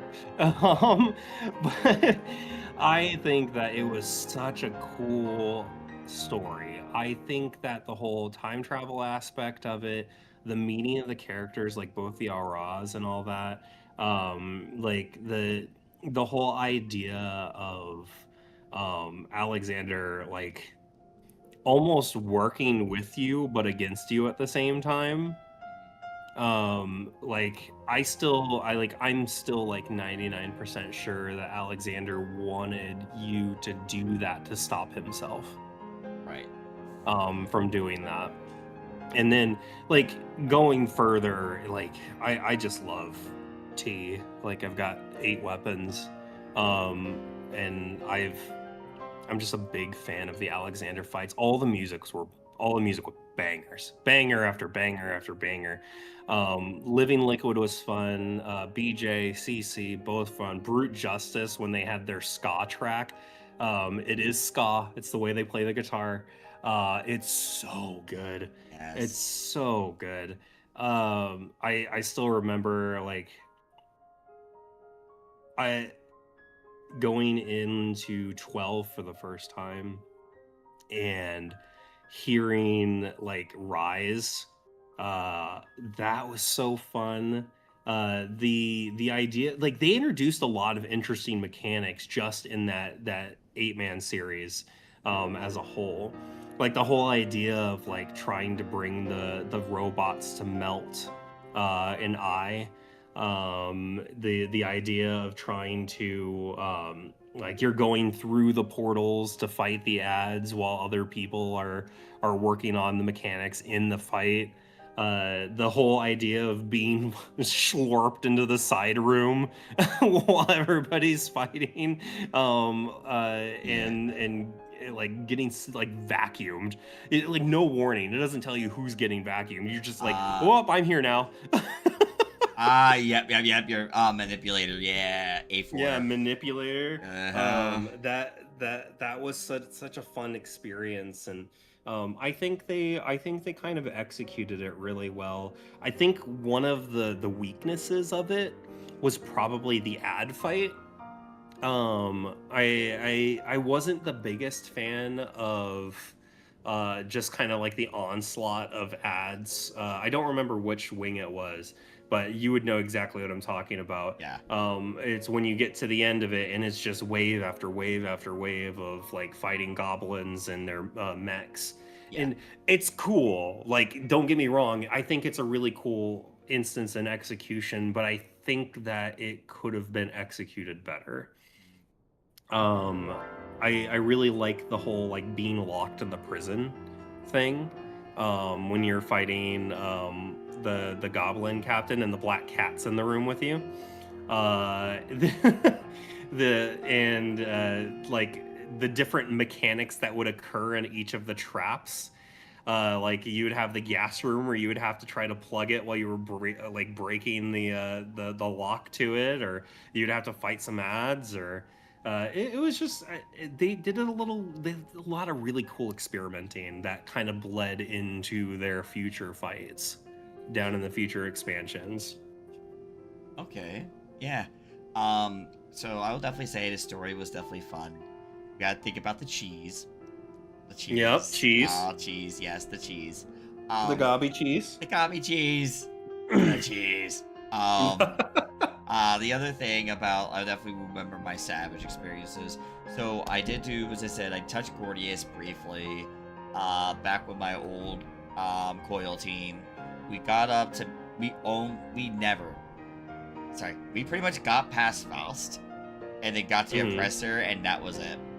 We didn't go beyond that. Okay. That was I it. never really got to Savage Raid when it was current then. Yeah. I just knew the stories. I heard the Yeah. complaints. I knew the stories. I heard the Yeah, tales of Gordius. victory. Yeah, Gordius being. Yeah, I was like, I'm glad I kind of skipped that, but I did go back to it later. For when Midas came out, and that's when I joined my new raid team. So the fun fact about joining my new raid team for Alexander was that I was put on the trial with this FC, with the group I was, with a group of friends. They put me on the trial to try to see if I'd be a good fit and whatnot, and how I could pick up mechanics. So I told them, they asked, have you done Thornton Extreme? I said, no, I haven't even stepped foot in it at all. So yeah, that was my test. Thornton Extreme. Back on, in around 3.2 time. So obviously Thornton was 3.1. And we, unfortunately, the tank couldn't make it that night. So we had to go in Party Finder. And we had another warrior come and join our group. This warrior apparently was a big streamer. I had no idea at the time. I kind of heard some names, but like the only people I was really aware of with regards to the content creation space in Heavensward was Miztech and Mr. Happy, because I used to use their guides pretty often for coils that helped me be able to learn and pick up the fights and whatnot. And so when my FC, when we were talking in TeamSpeak, because that's what we used at the time, TeamSpeak, we ended up TeamSpeak. Yes. We ended up, they were like talking about, oh, this guy's, he's streaming he's streaming and da-da-da. I was like, okay. So I pull up his stream, I put it to the side, and then we want to go ahead and start focusing on the fight. We do manage to clear the fight, but I do remember at one point kind of popping in the stream and looking at it, and he goes, what are you doing? And I'm thinking to myself, oh my god, I am so sorry. I literally just got thrown at this. But obviously I didn't out myself or anything, because I kind of kept quiet. I was like, I'm not gonna say anything. I don't want to put myself out there like that. So I kind of just kept quiet and just put myself to the side. And after that, though, found out he was a really big warrior player, and but I did find someone else to help me play warrior instead, and they were very nice and kind about it, and got me to play a pretty damn good warrior for basically the rest of the Savage tiers. Sadly, though, my Midas with our team, this is the team of Lalafels, by the way. We had amazing. Yeah, so we were a full-fledged team of Lalafels. Here and there, we would get like someone change back to a normal race, but 90% of the time, we were Lalafel. And we got to A6S. We got to almost the end. We literally got to Vortexer, which was like the final boss in A6S. Yeah. And the group fell apart. And so we waited to try again next tier. Then as the tier, in the beginning, I started out healing. I tried out healing a tier for the first time, so I went Scholar. My last experience of trying to heal was actually in a Realm Born doing T9 on Scholar, and basically going, I don't really trust my healing for this. I don't know why we did this, but I don't trust my healing for this. But when we did A9S, A10S, I went and took a little bit of time to learn Scholar so I could figure out how to do like certain abilities and when. And we did beat the first two fights on Savage. We beat 9 and 10. And then... Nice. But then eventually, I guess we had to swap team members out. And so I had to go back to playing Warrior. Because I was Warrior for them and Midas. So I became the Warrior for the last portion of Creator. We did get up to 12. But same problem. Crew fell apart again. And I'm like, As it does. Yep, Yeah. and but I had friends that were like, "Hey, you should come join us to do like the stuff in Party Finder," and I was like, I think I'm good. I think I'll just chill after all that, because I was trying to hype myself up for the storm for the Storm of Bloods, but because I was really hoping Blue Mage to be a tank. But we'll get into that.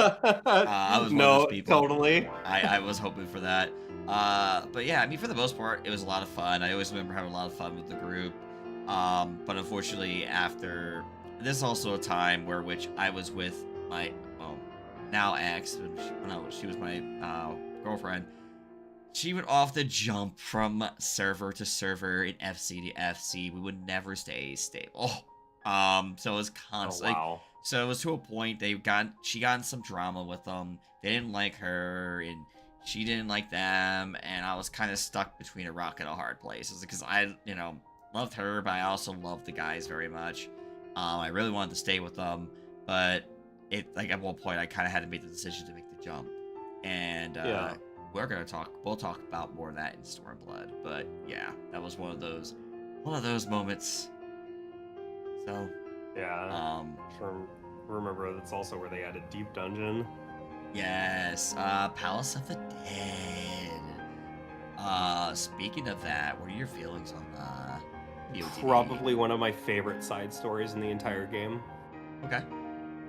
I love the way that it's beautifully tragic. I am a sucker for quests where not everything is a happy ending. Yeah.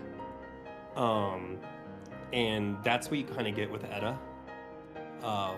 When you witness her in A Realm Reborn, like with her dungeon team, and she's healing, and she's in love, and she's young, and she accidentally lets the love of her life down, and it becomes an obsession, and it becomes horrifying. It essentially turns into something like a horror. And we added was it Tamtara Hard? Yes. Yeah, the Deep Croft, and they had her whole taking over everything, and then you find her in Palace too, and the whole closing story to that, it's very sobering and somber, and it's not necessarily a good ending. It's kind of a tragic everybody died kind of thing. Yeah. But it's a really, really good story. And I still to this day, I literally have an alt that is Edda, that I sometimes will just kind of sit outside of the Palace with, and go run Palace with her on Conjure or White Mage. And I am actually pushing the MSQ with her slowly. But I also remember at the time, you could actually see the ghost of Edda. In random places. One of the more prolific places was in Gridania, near the entrance, where you'll just see Edda, and then she'll walk into a wall. And so it's kind of, it's really cool. It's really, really cool.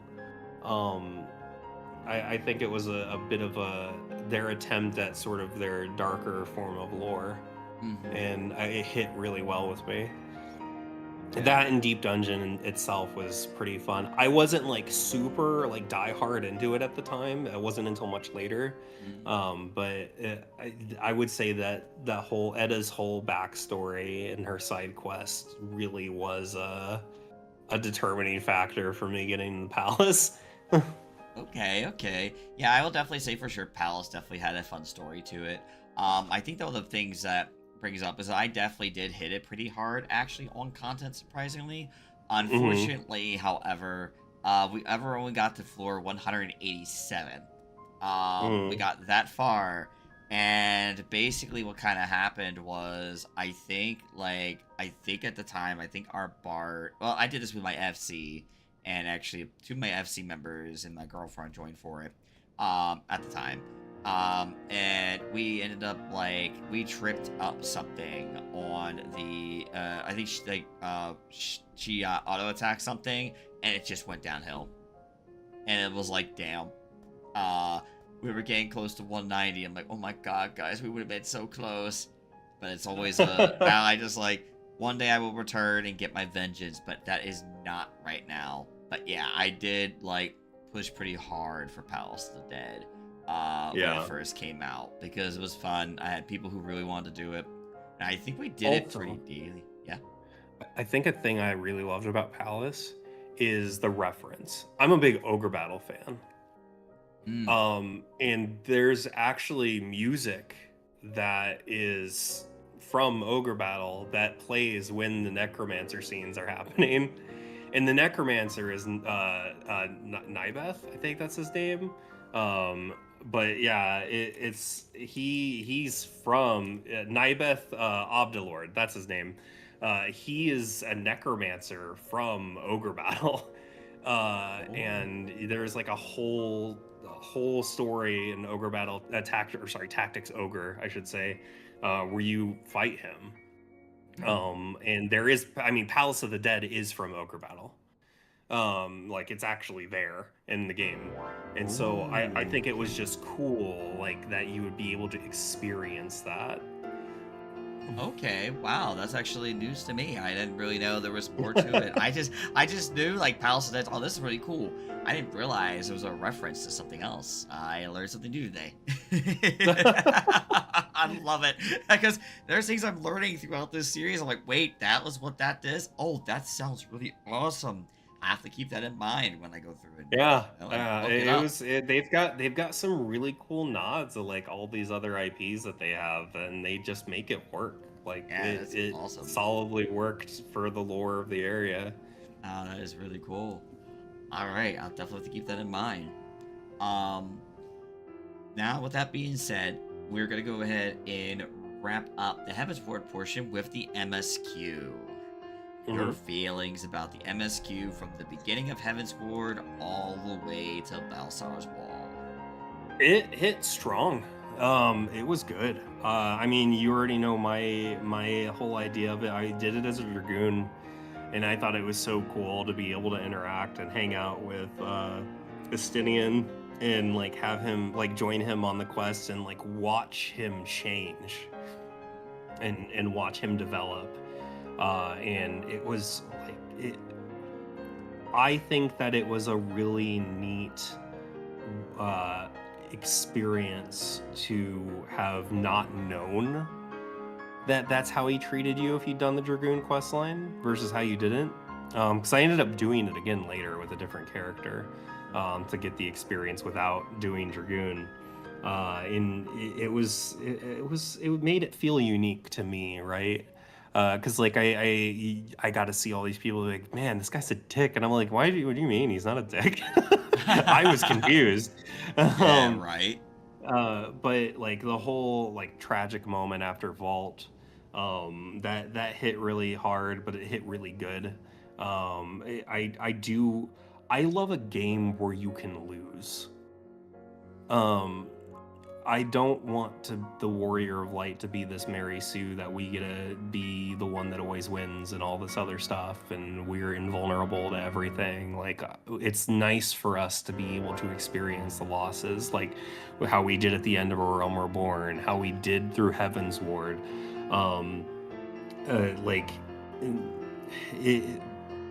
I think also like the patch quests. It was really cool meeting the Warriors of Darkness, which for me felt super cool because I'm a Final Fantasy nerd. I got to see that and I was like, oh my god, they're bringing the Warriors of Darkness in, because like to me, like I already knew what was happening. Like they have Warriors of Darkness to balance the light because we're the Warriors of Light to balance the darkness, like because that's in a previous game.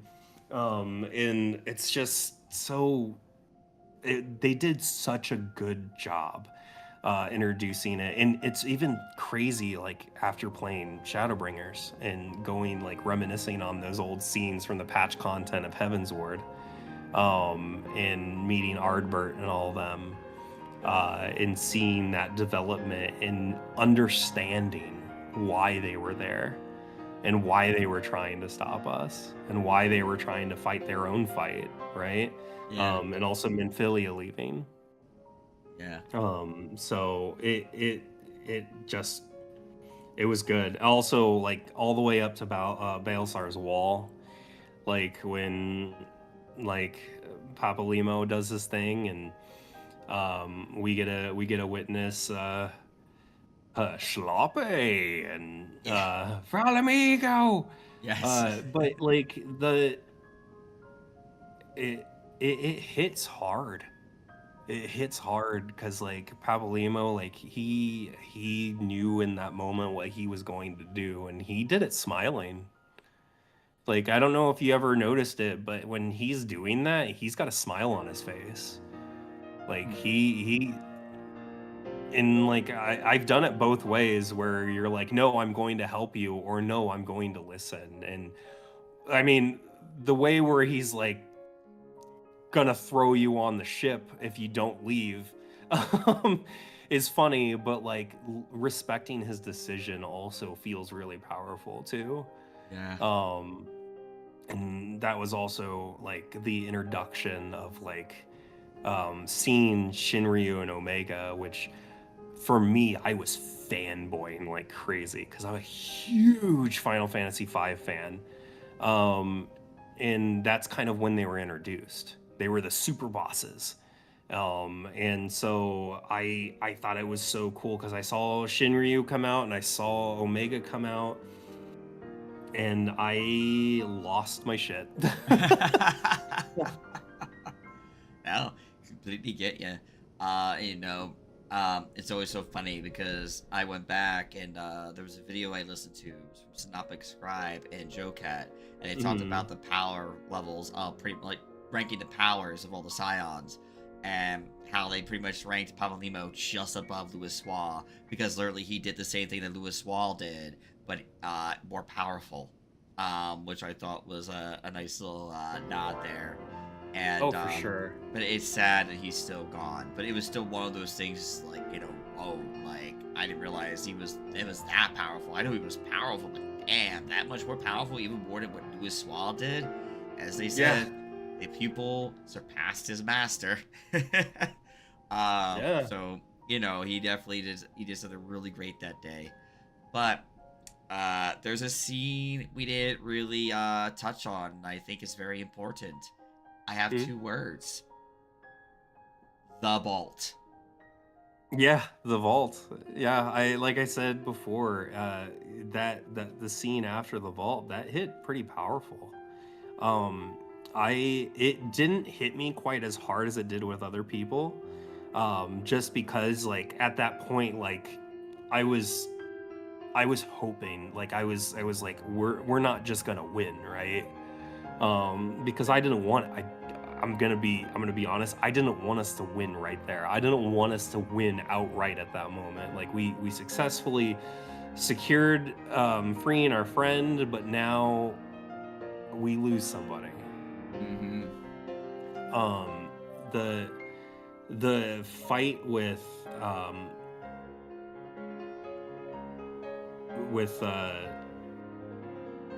Thornton. Thornton, yeah. Yeah, and witnessing him, like after we beat him, and he's just like morbidly terrified of us. Yes. Like that was crazy. Like he like the whole like what are you kind of thing. And it's actually really interesting because like lore wise, you've got the Asians doing all this stuff behind the scenes, right? Yeah.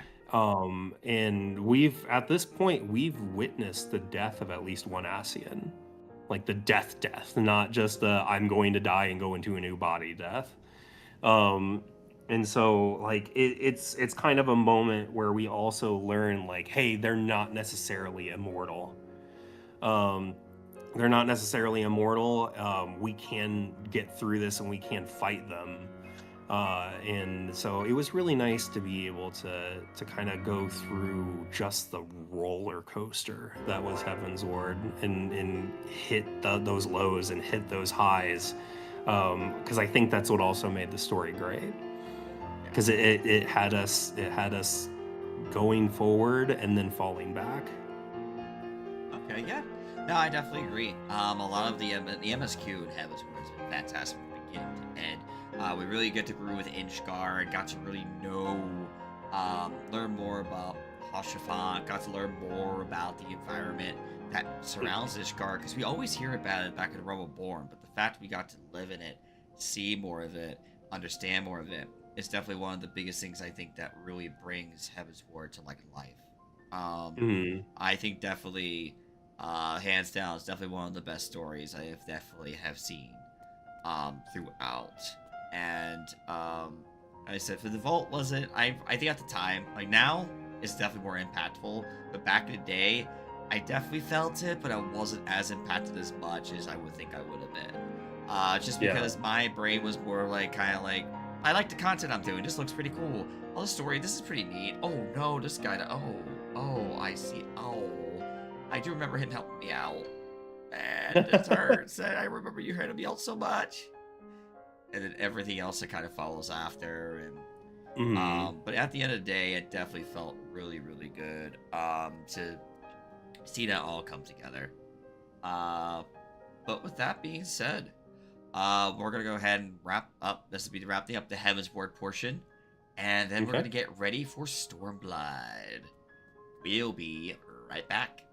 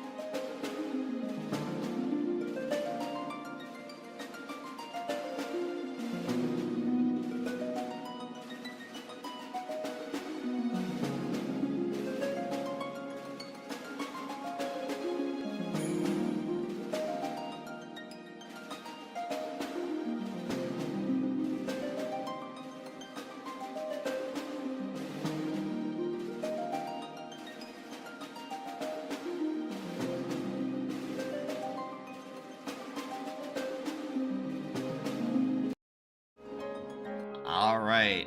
Hello, ladies and gentlemen. We are back. We are now into Stormblood. Actually, Stormblood's about the time I kind of did less and less in the game. I was mostly focused on MSQ. I did the normal raids when they kind of came out. This was kind of my break time around this time. So a lot of my content at this point I just wasn't really as interested. I think at this point I also was mostly focusing on, like, I think at the time this was like Legion came out in WoW, and I was playing a lot more Final Fantasy XI. So kind of those were kind of more my focus at that point. However, with that being said, though, I always revisit it, and I start appreciating Stormblood more than when I first did it. So, with that, we'll go ahead and get started. This is the time that Red Mage and Samurai came out.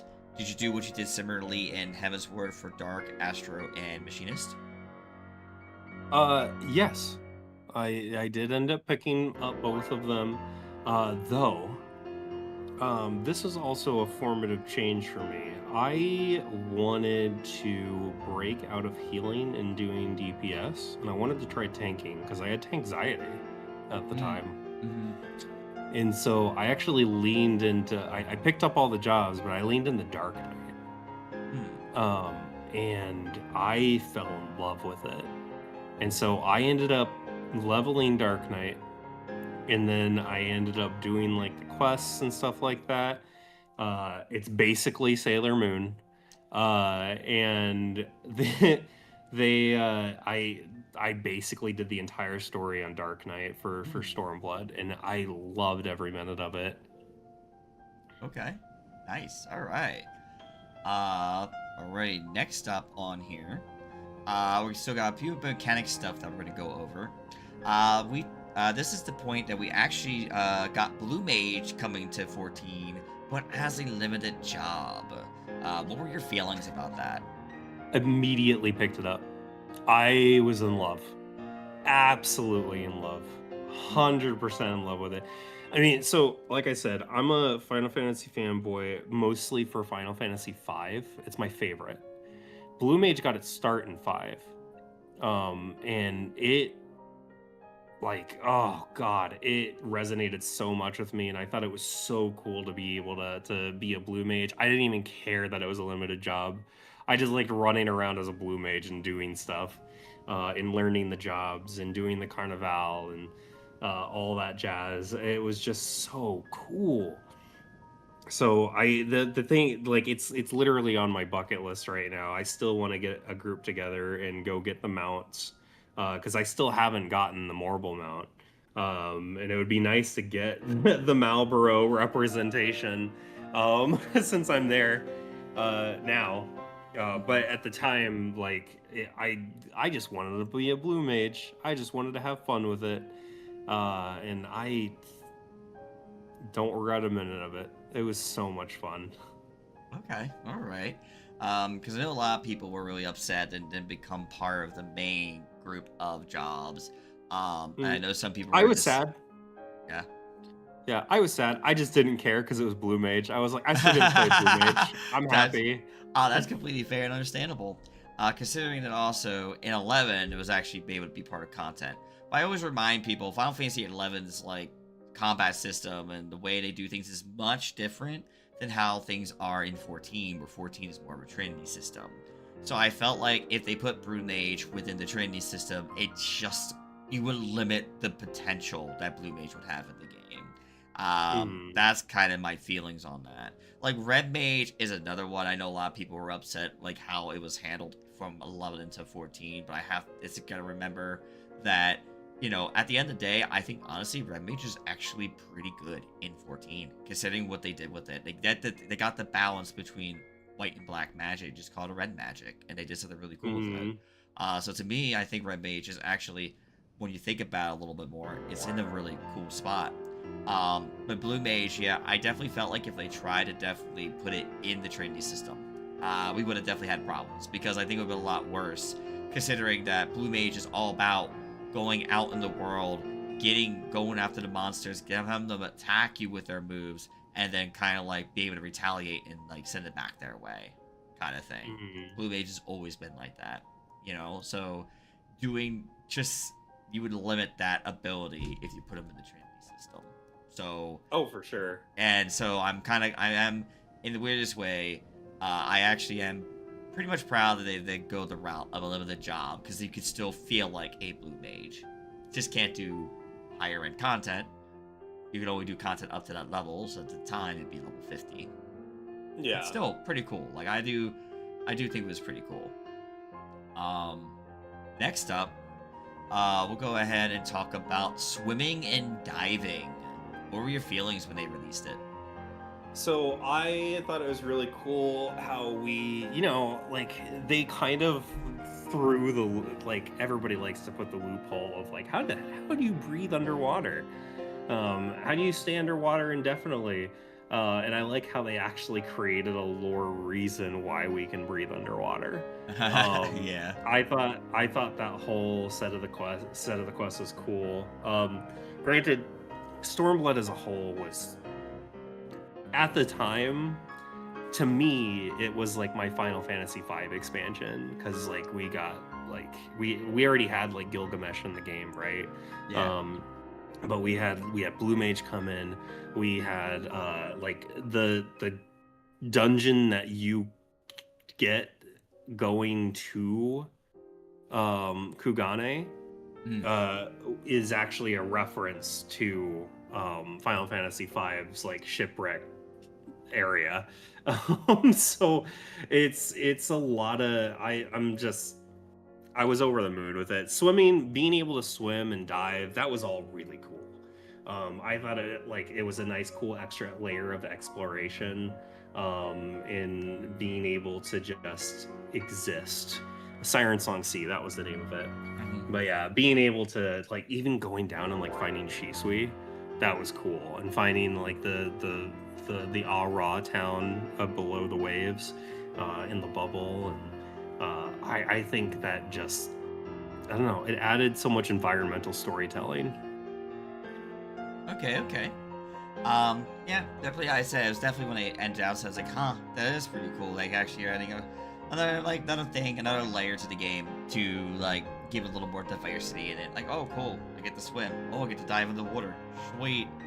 Oh, I get to spearfish. Yes, I was gonna talk about that spearfishing. Yes, I didn't touch spearfishing until much later. But what were your feelings on that? I thought it was cool. I definitely think the mini game is better that they added. But I do wish they'd upgrade our spearfishing gig. I think having the different heads for gigs was really cool at the time. But I do appreciate how it ended up turning out. But at the time, I wasn't like that actually, like, I wasn't too hardcore into fishing at that moment. I just kind of leveled it at the time. It wasn't like my ultimate joy at the time. That wasn't until a later expansion. But I definitely, I just had fun with the experience as it was. Okay. All right. Next up, the Relic Grind, Eureka. What were your feelings on that? So good. I actually didn't do BA until much later, like later expansions. But when I started Eureka, it was a lot of fun. I thought it was really nice to have a relic that was contained to a zone, because that kind of gave us the opportunity to experience everything to do with that zone while working on our relics. And it didn't feel like too much of a grind. I will say that Eureka's community, I think, is probably one of my favorites in 14 as far as like communities go, and it's mostly because it's based off a community that, like, hey, we're all working together to pop these notorious monsters, but when the notorious monster pops, we generally will try to give everybody some time to get there. and work together to break it down, and then we'll move on to the next MN or NM, or if multiple spawn, we'll get our resources for our relics slowly but surely, because we're all in it together, right? Mhm. And I think it's that made the relic grind really fun. Like even much later, in later expansions, when I did end up doing BA and had so much fun with it. BA was a blast. I ran with Cafe, which is the Crystal Peeps that lead the BA runs, and it was a lot of fun. And I ended up running it enough to where I ended up turning my Scholar book, because I ran it on Scholar. Mhm. I started doing Scholar regularly in Eureka. I turned it into my Physios weapon, so it's got Eureka stats on it. Um, and then I don't know. Everybody's got feelings about Pagos. Mhm. The snowy zone, I get it. It comes from a terrain thing. I think it's mostly the terrain that makes it feel like it's kind of an uphill battle. But I don't really have like a sour spot for any of the zones. Okay. I really enjoyed Pagos. I really enjoyed Pyros. I think that Hiatus is kind of like that place where it's so chill, right? Mhm. It's a really chill spot to just farm bunnies and exist and kill NMs, because it's just one big solid square or solid rectangle, whatever. Um, the and like if a BA run happens to need support, you can support them from the outside.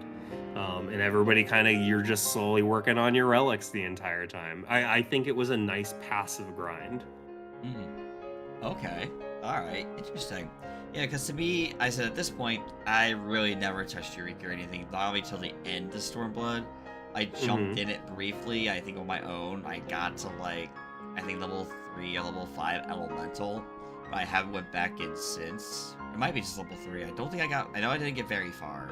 I was like, oh, we'll Which try is it. funny coming from you, because Yeah, if I I recall know. correctly, Eureka was basically kind of like as close as you can get to 11 and 14 now. So yeah, so fun fact: the only problem with the like that was something I actually was a little bothered with, surprised, and the only reason I was bothered with it is because I was like, well, it doesn't really work in like today's like world and how things are.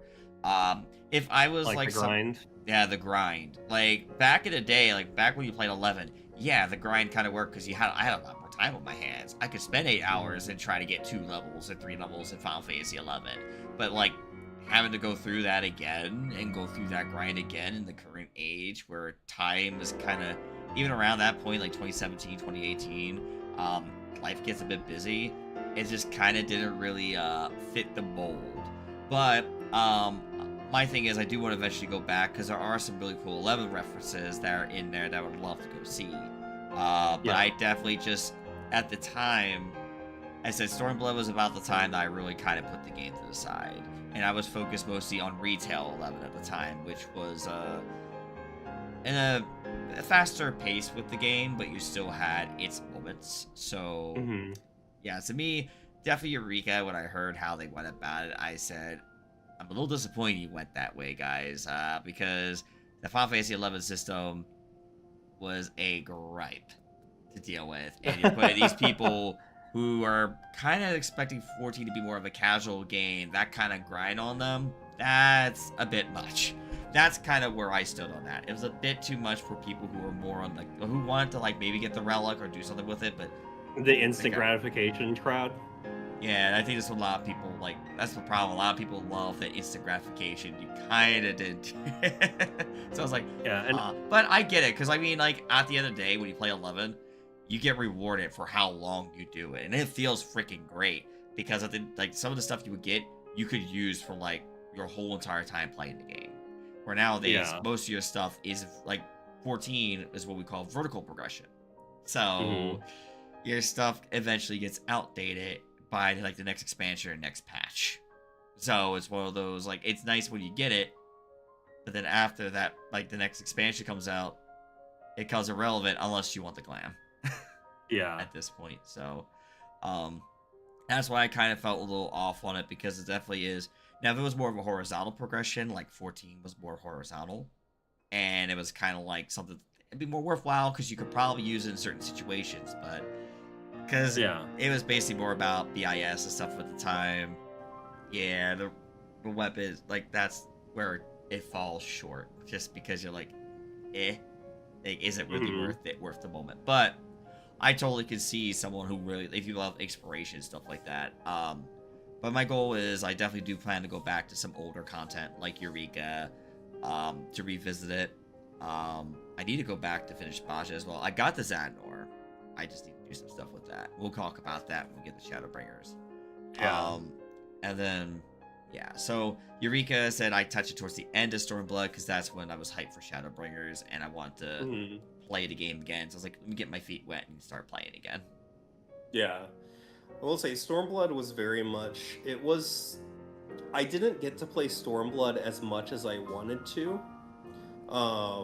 As much as I played A Realm Reborn, A Heaven's Ward, and that was mainly because like I had some stuff going on in my own life that just made it too busy. But I did try to experience everything that I could. Okay. All right. With that, next, this is kind of a question I feel I really like to ask people about, and especially their opinion. Stormblood is about the time they basically introduced the story skip and the level boosts, so people could jump into new content much more quickly. What were Mhm. your feelings about them adding it to this point in the game? Because obviously we noticed it happened in other MMOs and such like that. Stormblood is only the second expansion, well, third expansion. We'll say third expansion into its life cycle. What were your feelings Mm. on that? I hot take. I think with the full understanding that some people just want to skip the story to play with friends in the end game, I think that it does Final Fantasy XIV a disservice as a very story forward game to skip that much of the setup. Because you got to remember, Stormblood, we're technically halfway through the arc, right? So it's very much, there's so much setup that is just kind of lost on people. And I get it. I get it. Like, people are short on time. People want to play with friends. People want to do the end game. People wanted to do Omega as soon as it came out with friends. And like, you have some people coming over from games like WoW that just like to raid and they just wanted to dive right into it. Understandable. I get it. I just think personally, you're missing out on a lot. And so but everybody's gonna have what is their joy for the game, and if somebody else's joy is getting immediately into the raids and just waiting for each raid to drop and gearing for it, then who am I to judge, right? Yeah. So like, it's the same thing. Like, I I have somebody special to me that doesn't really get all that excited about fishing, but like, she's not gonna absolutely judge me because every time new fish come out, I'm like, I need these fish. Right. um so like, it's not everybody's got what scratches their itch for 14. Mhm. Okay. And Um. so, and yeah, I like, I'm indifferent to it. I understand the decision behind it, but I have opinions on it. No, that's fair. Because I pretty much will say, for me, one of the things I'll definitely say is, definitely as a new player, they definitely should avoid doing it because you do miss out on so much content and so much story that you may miss things when you go through it. Though I understand the instant, like, let me get here so I can then do some of the content so I can get to be with my friends. But the problem is you limit yourself, not understanding story, or perhaps even not understanding mechanics of the game, because you're only not going to do Mhm. story skip, you're going to level boost as well because you want to get to that level. Um, so 1 second. My apparently throat is being things. It's okay. There we go. Okay, got some water. Um, so I always will tell people, is if you do like level an alt, or you're trying to level alt for rating. Honestly, I understand that, totally get it, because you're to that point, For sure. you know the game, you understand it, you're gonna level boost and story skip. I totally get that. Yeah. But if you're playing the game for the first time, it's like a big no-no. And I'm always saying this as someone who had level skipped in Guild Wars 2, and that was a big mistake, because I literally got a warrior to 80, I boosted to 80, and I had no idea what was going on. But I did revisit Guild Wars 2 and played it as a guardian from 1 to 80, and now I have a better understanding of the game. But definitely was a mistake. I had the boost for like sitting on there, and I used it to boost one character just to do wilds, just so I can lock spears, and then I went back and did everything with spears on a new character. Hell yeah, there you go. So, that's something I kind of always bring up when we talk about the topic, because I feel like it's a very important one, since this is about the time they come out. Yeah. All right, now we go ahead and talk about some more side story stuff. First I want to talk about is the Monster Hunter World collab with Rathalos. That was a lot of fun. Okay. I'm a Monster Hunter fan. I was playing Wilds at the time. I got to fight Behemoth. That was a lot of fun. Or Wilds, Worlds. Yeah. And I like Behemoth was a lot of fun. I do like the mechanics that they added in that.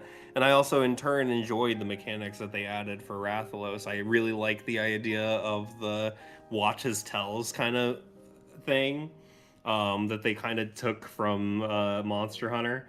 It made the fight feel more like on your toes, intuitive. Like he's gonna just be thrashing around. Nobody's got aggro. Everybody's gonna be just trying to do their damage. And it was good. It was good. I liked it. But I also understood that like not a lot of people understood that you really needed to heal yourself with the potions. So yeah, and so like I get it. I understand that there's some people that were pretty frustrated with the fight in general.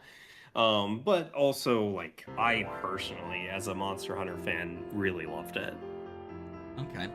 Yeah, I will say I got to touch it later on. I definitely loved the whole idea between with the Monster Hunter World collab, because I also did Behemoth in World as well.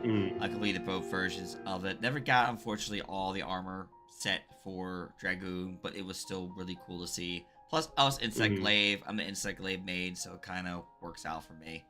But I definitely would say the World collab. The one for Rathalos. Definitely a very interesting fight, and definitely how they went and handled it was very interesting. To definitely make you feel like you were playing Monster Hunter. So I could definitely, get that feeling and feeling of, oh my god, look, I'm actually playing I'm playing Monster Hunter in my 14. What's going on here? Yeah. what kind of madness is this? All right. It was great. Even the side quests of the characters were really funny too. So good. The story in it is so good. Next up, the Four Lords. Yaku, Suzaku, Seiryu, Genbu. Your feelings about that story? I want them to make an ultimate for that so bad. It's so good. It was a really good story. I mean, again, Final Fantasy V fan, big fan of Genbu.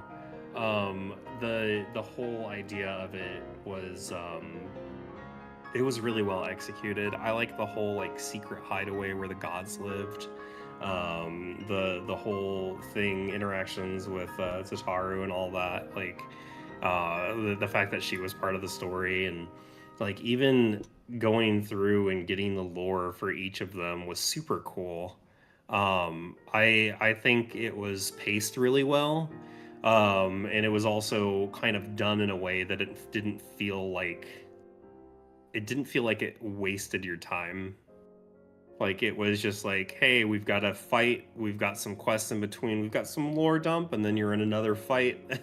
You've got your dungeon, you've got Hell's Keer. And then you've got, oh god, like even I think my favorite part of it was like if the extremes. Um, I have fond memories of Suzaku specifically because the whole like Dance Revolution mechanic and also just like fighting on the coin is really cool. Like in the second phase, like the whole idea of like the phoenixes, the rebirth, trying not to get them to res on the big feathers. I remember I just remember having so much fun trying to get through those when they were current. Um, and also their weapons were super cool. Okay, all right. Yeah, I definitely say when I went back to eventually go back and visit later on, obviously I said it was towards the end of the cycle. I definitely remember enjoying definitely going through the story. I didn't really touch the extremes, just Shadowbringers. But I do remember doing the story, and they were fun. It was definitely a cute, fun story to go through. And learning basically what the four lores were, which was very recent in one of my first episodes. Like, dang, I didn't even know that was an actual storyline that was existed in the Asian mythology. I was like, what? Oh, that was okay. That's where these stories come from. I feel dumb, and I was like, I felt dumb, but then I was like, you know what? It's okay. There was probably could have been worse in the world. So at the end of the day, it's definitely one of those things. Like, wow, that was like a really cool thing to learn.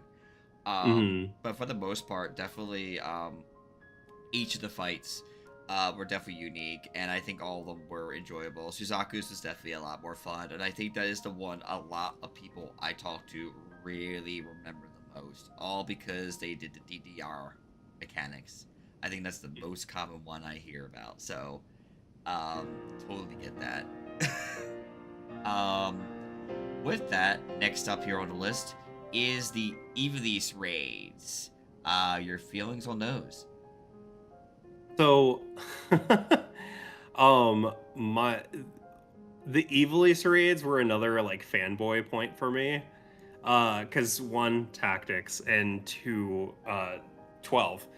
So there was a lot to pull from there, because I mean they both take place in like Ivalice, and so it was such a cool experience kind of seeing some of these characters that you've seen just like made out of pixels come to life, right?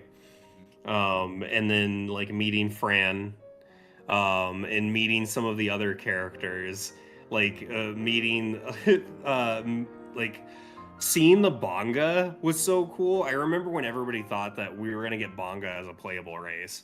There were so many people that were like, "Bro, if they add Bonga as a playable race, we're so set."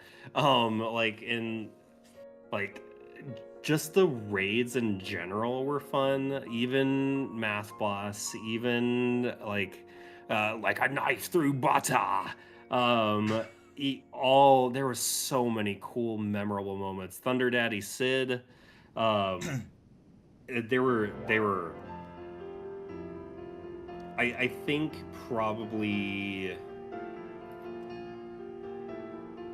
I would say, and it's just a really hard thing to say, right?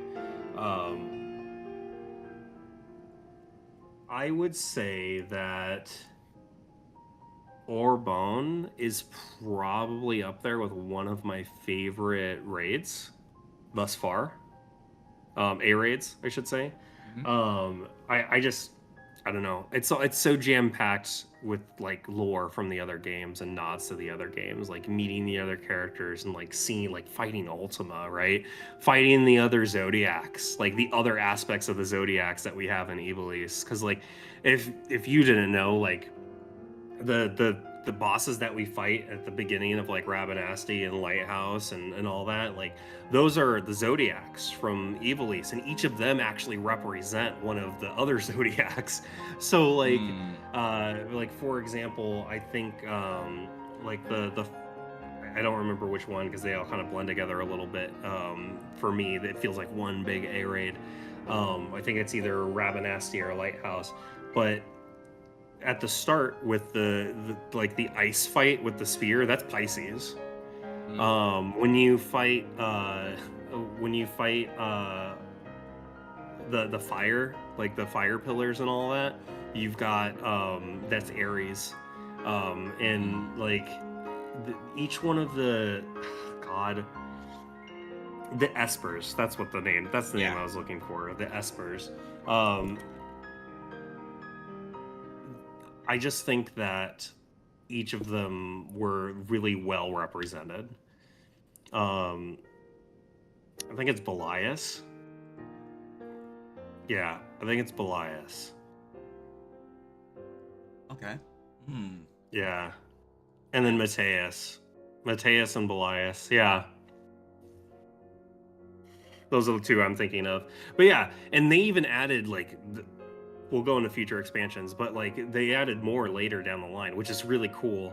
But it was really fun, like all of that leading up to Ultima High Seraph, and even her references later on down the line. It was kind of a cool setup for future stuff too.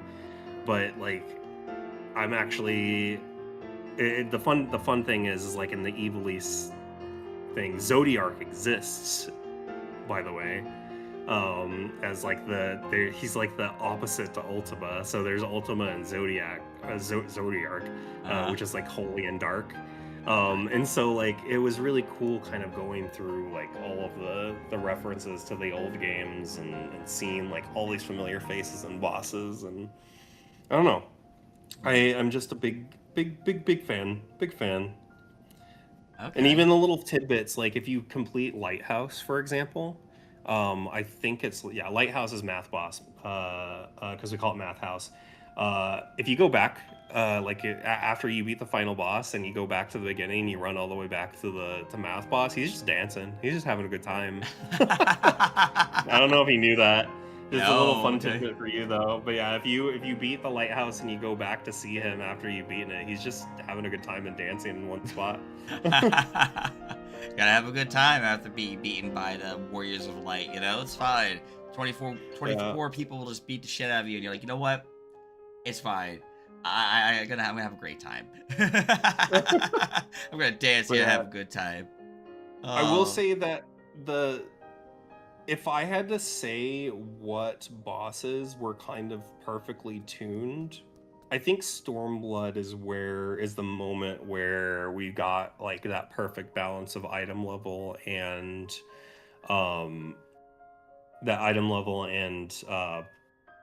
A-raid mechanic scene, because there's a lot of mechanics that you get to witness even now for each of those fights. I think now, like that we're in Dawn Trail, it's kind of drawn back a little bit because we've kind of power crept it some more. But I would say, like, back one expansion, it was perfect. I gotcha. Okay, completely fair, and I understand that. Okay. I'll just roughly go through mine. I thought they were definitely fun, a little fun.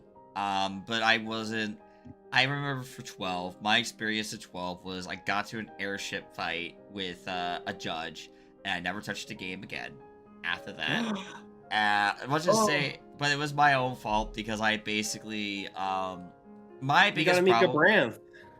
So, fun fact with this is that most of some of the Final Fantasies when I first played through them, I had the trouble of not remembering, hey, you may want to level more than you should, so I always was underpowered, and it was just my own fault. So that was a little bit more of a me thing, and I'm going to go into that much later with the when we talk about Evercold, because that was my biggest problem, was just I would underlevel things, and then I learned really quick that I really need to learn how to just take the time and level. Even though I played 11, here I am just playing all these other games and go, you know, maybe I should level it more. But I always try to like reinforce things. But yeah, but everything, it was fun. Tactics, I think I touched briefly. I've seen like cutscenes and like gameplay, but I've never personally played that. If I did, it was very brief. So to me, everything was kind of like, oh, this seems like a nice little cute storyline. Okay.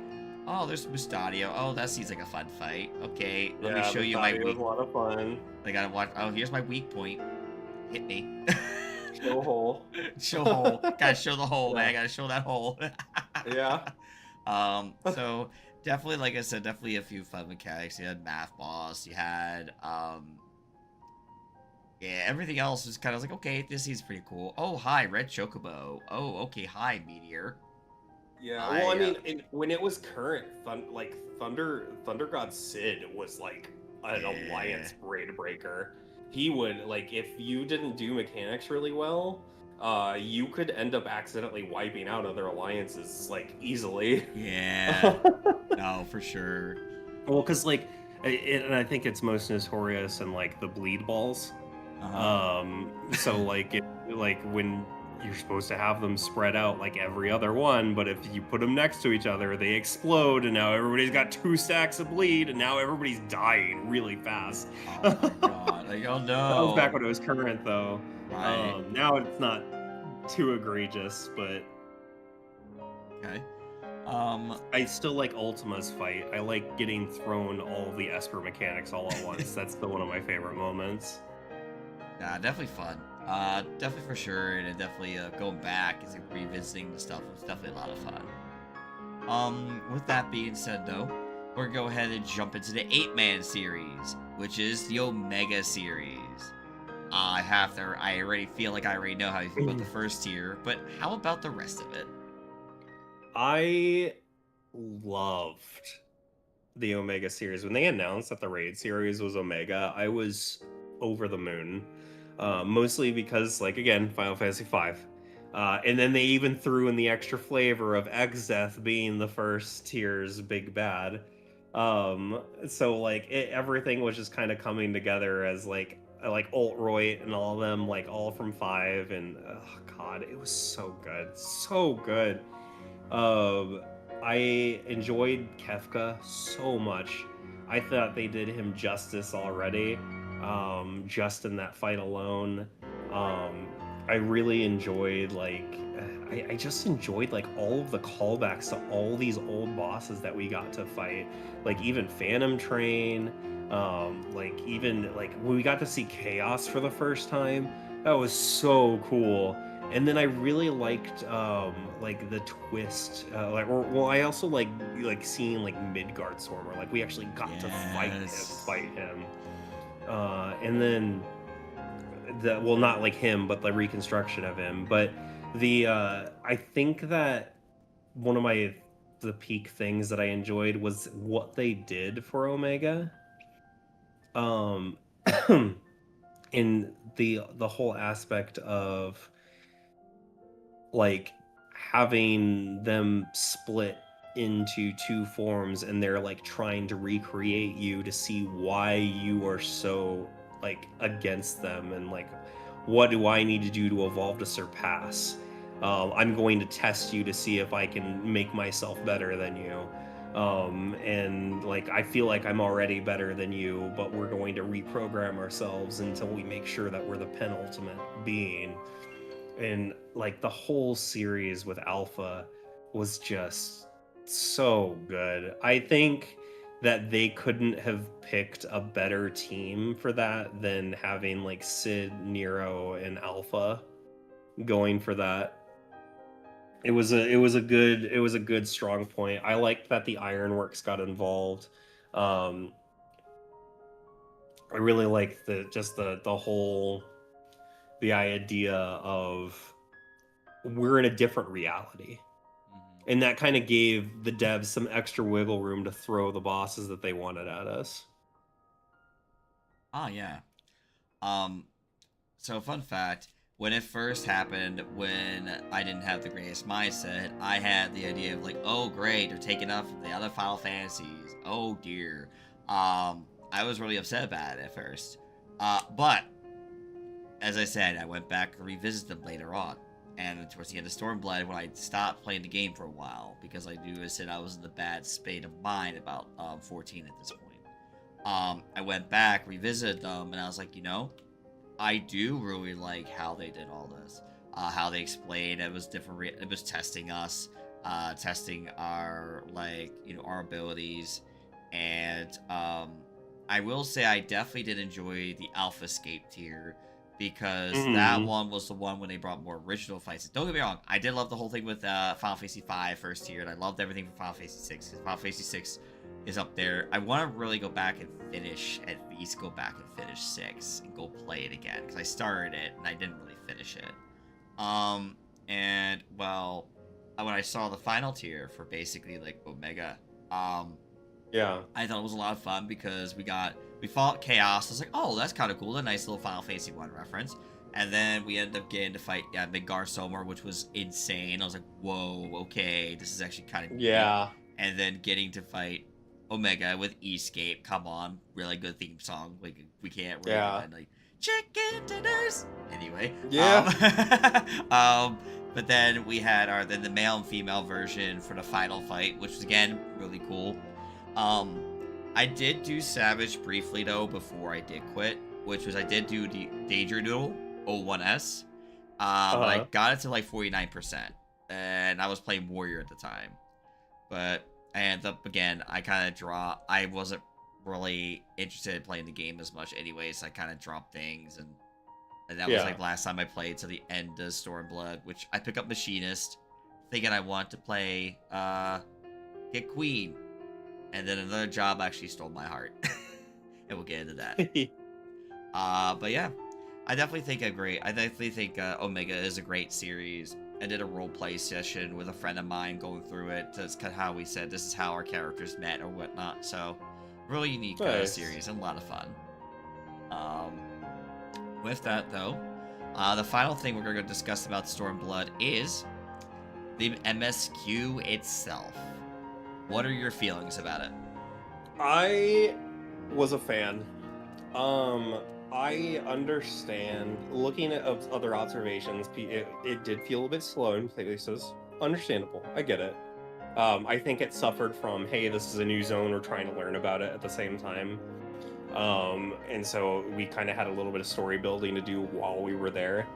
But I don't mean zone, I mean like region, because I know Heaven's Word was able to do it quickly because it was all still at Corythus, but for the most part. But I think like having to learn about the tribes and learn about like the different like the underwater like Aura, the rains, and then like I said, the Zala of the tribes, and being able to kind of experience like the liberation on both sides of the world happening, between trying to free the people of Alamigo, and also trying to make sure that like the just everybody wasn't being oppressed by the Empire and Othard.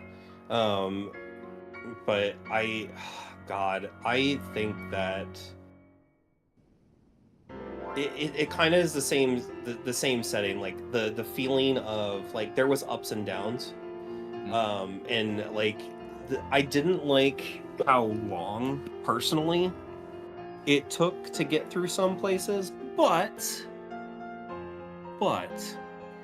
I do think that what brought it home for me was the highs leading the revolution, like breaking down the doors to Alamigo and fighting Xenos, like going through and like even some of the side stuff, like going through Shisui and like getting the lore from there, and just learning about places. It was very much an exploration expansion for me. I really enjoyed excuse me. Oh my gosh, sorry. I'm getting too excited. You're good, man. No, please continue. I really enjoyed kind of going through like I said, Alamigo, Kugane Castle. Like when you go back and like unlocking like the side dungeons, and like trying to get like the extra lore from both the MSQ and just the side story, that everything that kind of wrapped up Kugane, and Doma into this neat little bun, that it just chef's kiss. I really enjoyed. I think for me, the dungeon music was fantastic. The setting was fantastic. The fact that they added more prominent jump puzzles was crazy good. Um, Let me slide back a little bit because I'm getting a little sidetracked. The even the lead up into Shadowbringers was really cool. Like everybody starting to kind of fall one by one. Like in having like, wait a minute, Xenos is back. Like, wait, why is his grave empty? What's happening here? Like and seeing like Fordola, meeting Fordola was super cool. I think that personally Fordola is such an underrated character. I feel like maybe she didn't get the justice that she deserved in Stormblood's story.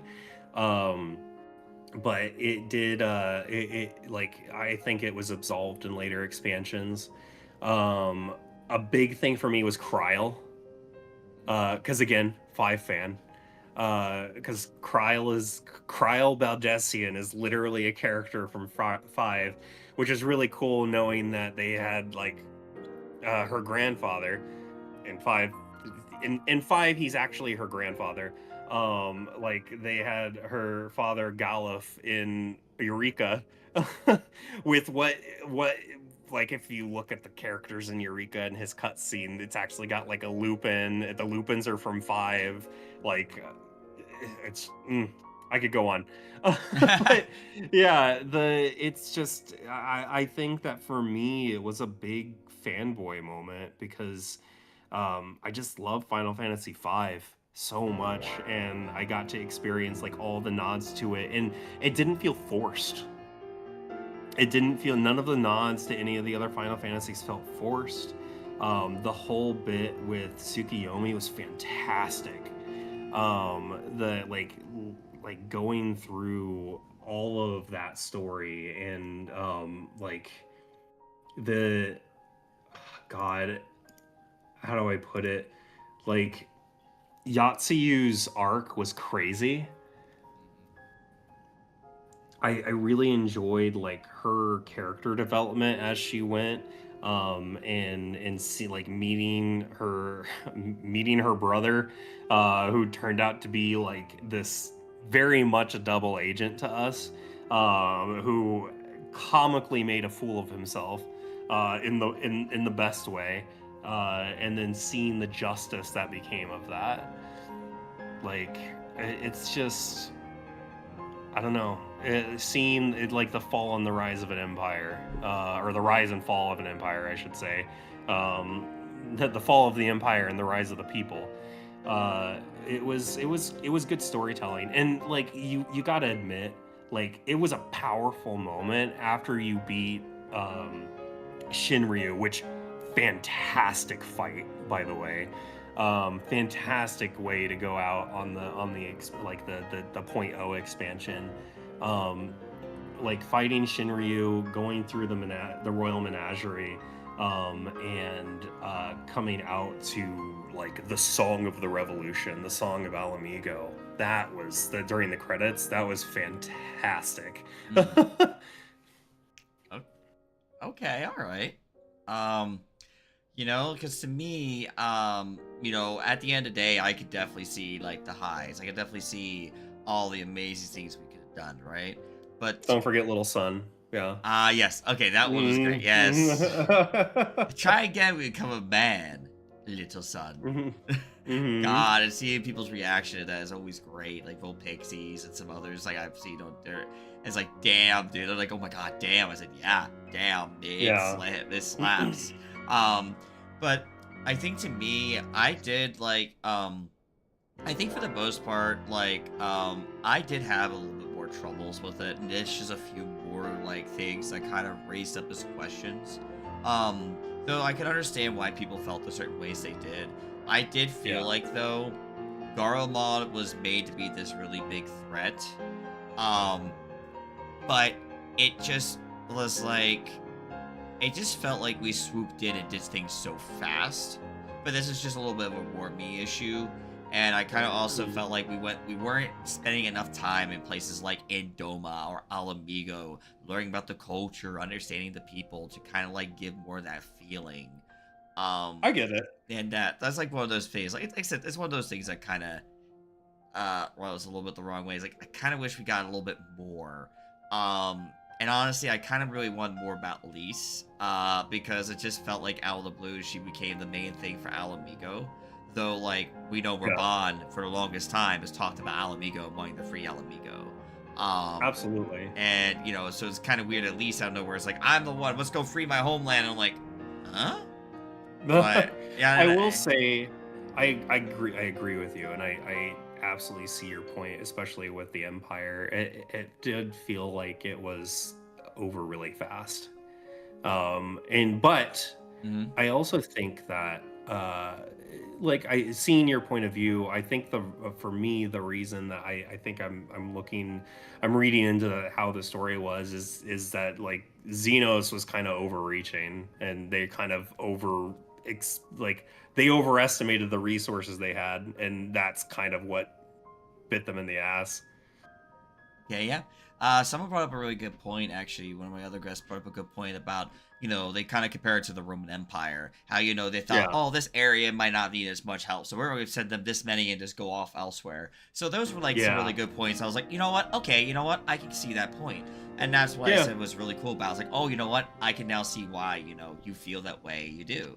Hmm. And that is one of the coolest things you learn. You just kind of go back and say, you know what? You got good points. These are good points because it is important. It's like a discussion because people are going to have agreements and disagreements, but it's important to be able to communicate that. Like, oh, I see your point, but here's my point to Talisi says. Like, oh, okay, that's a good point, but let me counter you, you know? Yeah. And that's like the coolest thing. It's just learning about each other and absorbing the information because it could change your perspective on things. So you're not stuck on it Hmm. forever.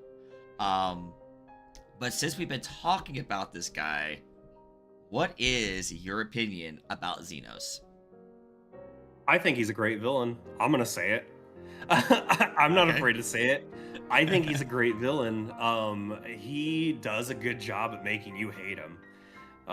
He's exactly what he's supposed to be. A guy who he's bored with what he wants, or he's bored with what he has. He craves the hunt. He craves to fight.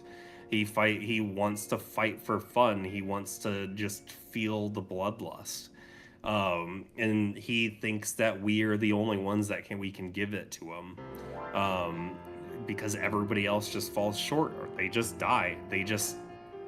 They're not enough, but we are, because we've bested him time and again, and he sees that as a rivalry, Hmm. but in a good way for him. Right. And he's willing to destroy the world to make our showdown happen. Yeah. He's absolutely willing to throw anything and everything under his heel if it means that he can get one more fight with us, because he's chasing the dragon, so to speak. Hmm. It's a drug. It's a drug to him. And I think it's kind of the same concept as, I know not a lot of people are going to agree with me on this, but I think it's the same concept as Kefka. Hmm. Um, because Kefka's kind of in the same boat. Kefka's kind of evil because he, they did add to his lore in Dissidia, but he is more of a Magitech experiment. He's like one of the original Magitech Knights, and the experiment went wrong, and it drove him mad. And Yeah. now all he wants to do is destroy, destroy, destroy, and it kind of escalates. It starts off with small things, burning villages, stuff like that, but it's not enough, so he wants more, and so he seeks more and destroys more, and eventually it comes to, like, what if I blow up the earth, right? What if I just destroy everything? Will that make everything better for me? It's kind of that same concept with Xenos. Um, he's it starts off with, like, I'm raiding villages, and then I run into you, and now I've got my eye on you, and now I will do anything to escalate to make sure that you come and fight me. And I think that's where that part of that villainy that makes him so good is. I think that I think that tragic villains are kind of overused. Not saying that Emmett is a bad villain. I just think that it's nice to have somebody that's evil just for the sake of being evil every now and again. Got it. Okay. Hmm. Would you consider him a foil to us, to the Warrior of Light? What do you Uh, mean? so kind of like someone brought. I was talking to someone about this. They kind of say they kind of see Xenos as a foil to us, the Warrior of Light. How if like what happens if we went down a different path? What could we have become? Like with I how can much see power? that. So Yeah, I yeah, can see that. yeah, I can see a world where we, like, as warriors of light, we're kind of like, we have all this power, why not use it to make everything for me and just try to claim it for myself okay, all right, and fight bigger and bigger and bigger, no yeah. matter how egregious it was that I was destroying everything else in my path to fight it. No, completely fair, and that's what I said. It's a very unique character. Xenos definitely has grown Mhm. on me over time. Never liked him at first, but like he grew on me over time because when you start learning more like what he is, what he does, they do a really good job of making you hate him. Yeah. So Yeah, with I mean, it's yeah, the same thing with kind of like, for lack of better, like, ways to showcase this, but Game of Thrones, right? Like yes, Joffrey, yeah, like they do a great job of making you fucking hate him. They basically yes, do the same thing with Dio, right? I mean, he's beloved, right, in JoJo, but they right. do the whole kick the dog trope with him. Like from the start, he kicks the dog, you know he's the bad guy. You know he's not. It's kind of that same concept with Xenos, where he's I kick the people, I'm the bad Yeah. guy. Yes. Yeah. Okay. Hmm. All right. I mean, I thought they definitely some good points there. With that being said, we're gonna get ready for Shadowbringers. We'll be back.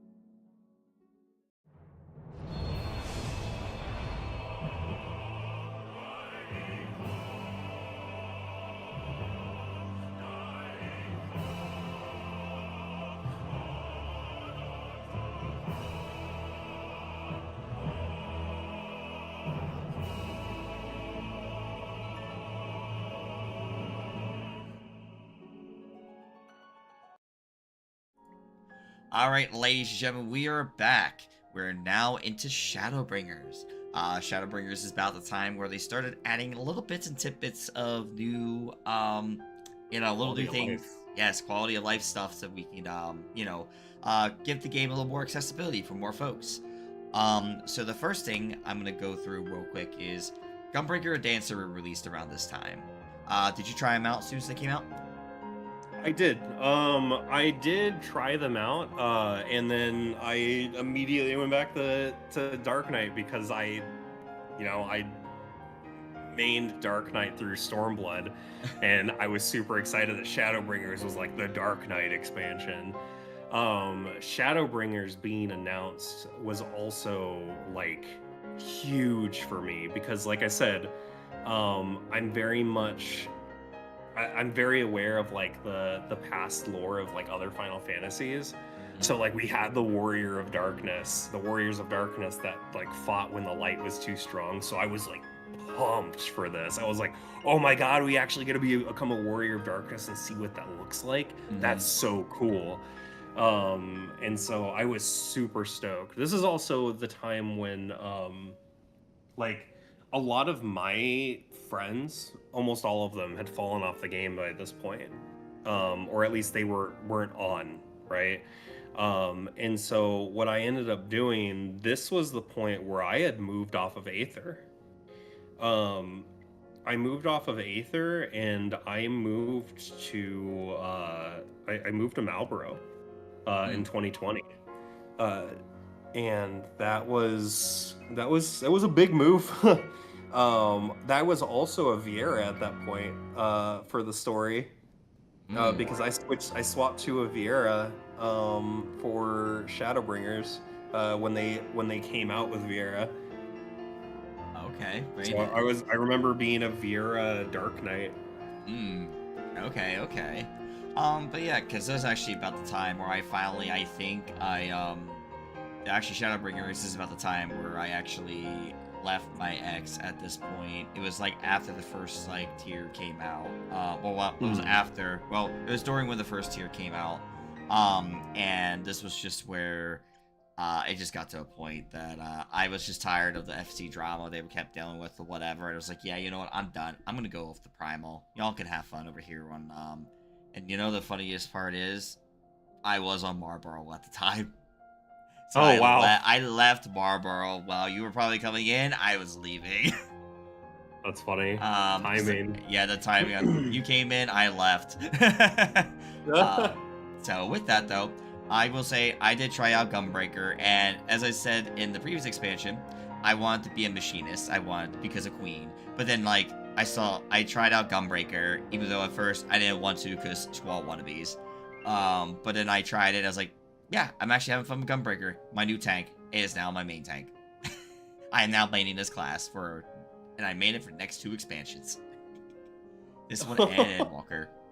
And nice. Dawn Trail, I swap, but that we'll get to. With that being said, though, this is the point where they removed TP from the game and basically set the mana points up to 10k. What were your feelings on that? Bro, as a tank, I felt so good. I could sprint down hallways and not have to worry about not being able to use any of my skills. But also, I was kind of sad because this was also the time that like we lost a lot of there was a lot of jobs that got changed. A lot. Like I remember old Blood Price. I remember Blood Price. I'm trying to remember like really old skills. Dark Side was a big one. Dark Art Spam. I remember doing like I love dark arts. I know it's kind of ridiculous, but I really liked weaving dark arts into my shit. And I just remember like a lot of old like Soul Survivor and stuff like that. They moved some of this stuff to PvP, but I don't know, and who knows? Maybe we'll see this when they do the rework, right? For the evolve jobs. Who knows? We might see the callback to a lot of our old kits. But I don't know. I miss old Dark Knight. I miss how much it was very much it felt more like attuned with like the old, like you're technically hurting yourself to do more damage kind of thing. But yeah, I was a big fan of the TP change. I just kind of was sad with everything else we lost. Gotcha. Okay, no, complete. But that was because I was used to playing jobs that were using TP, right? Melee Right. and tanks. Gotcha. Okay. Yeah, I was the same boat. It was very interesting. I was glad they kind of did remove it. It was sad that they made Warrior much easier to play, and that was something I was kind of sad about. But I was like, okay, I Yeah. get it. That's why I went to Gunbreaker, because Gunbreaker was just a little more complex at the time for me. I liked it, so I stuck Yeah. with it. But now, with that being said, we'll go ahead and just jump right into some of the side story content stuff here. So the first thing I want to ask you about is the Near Alliance raids. What are your feelings about those? So again, huge fan. I'm really big on Nier. I was very stoked for when Nier came out. For the Alliance raids, mostly because I know that Yoko Taro is a shithead in the best way. I say that with love. And it was really fun seeing like some of the interviews too. Like for those that didn't know, Yoko Taro actually was like, he asked Yoshi P. He's like, when they were designing mechanics for the raids, he's like, can we have like a mechanic where if like one person messes up, it wipes the raid? And he's like, no, we can't do that.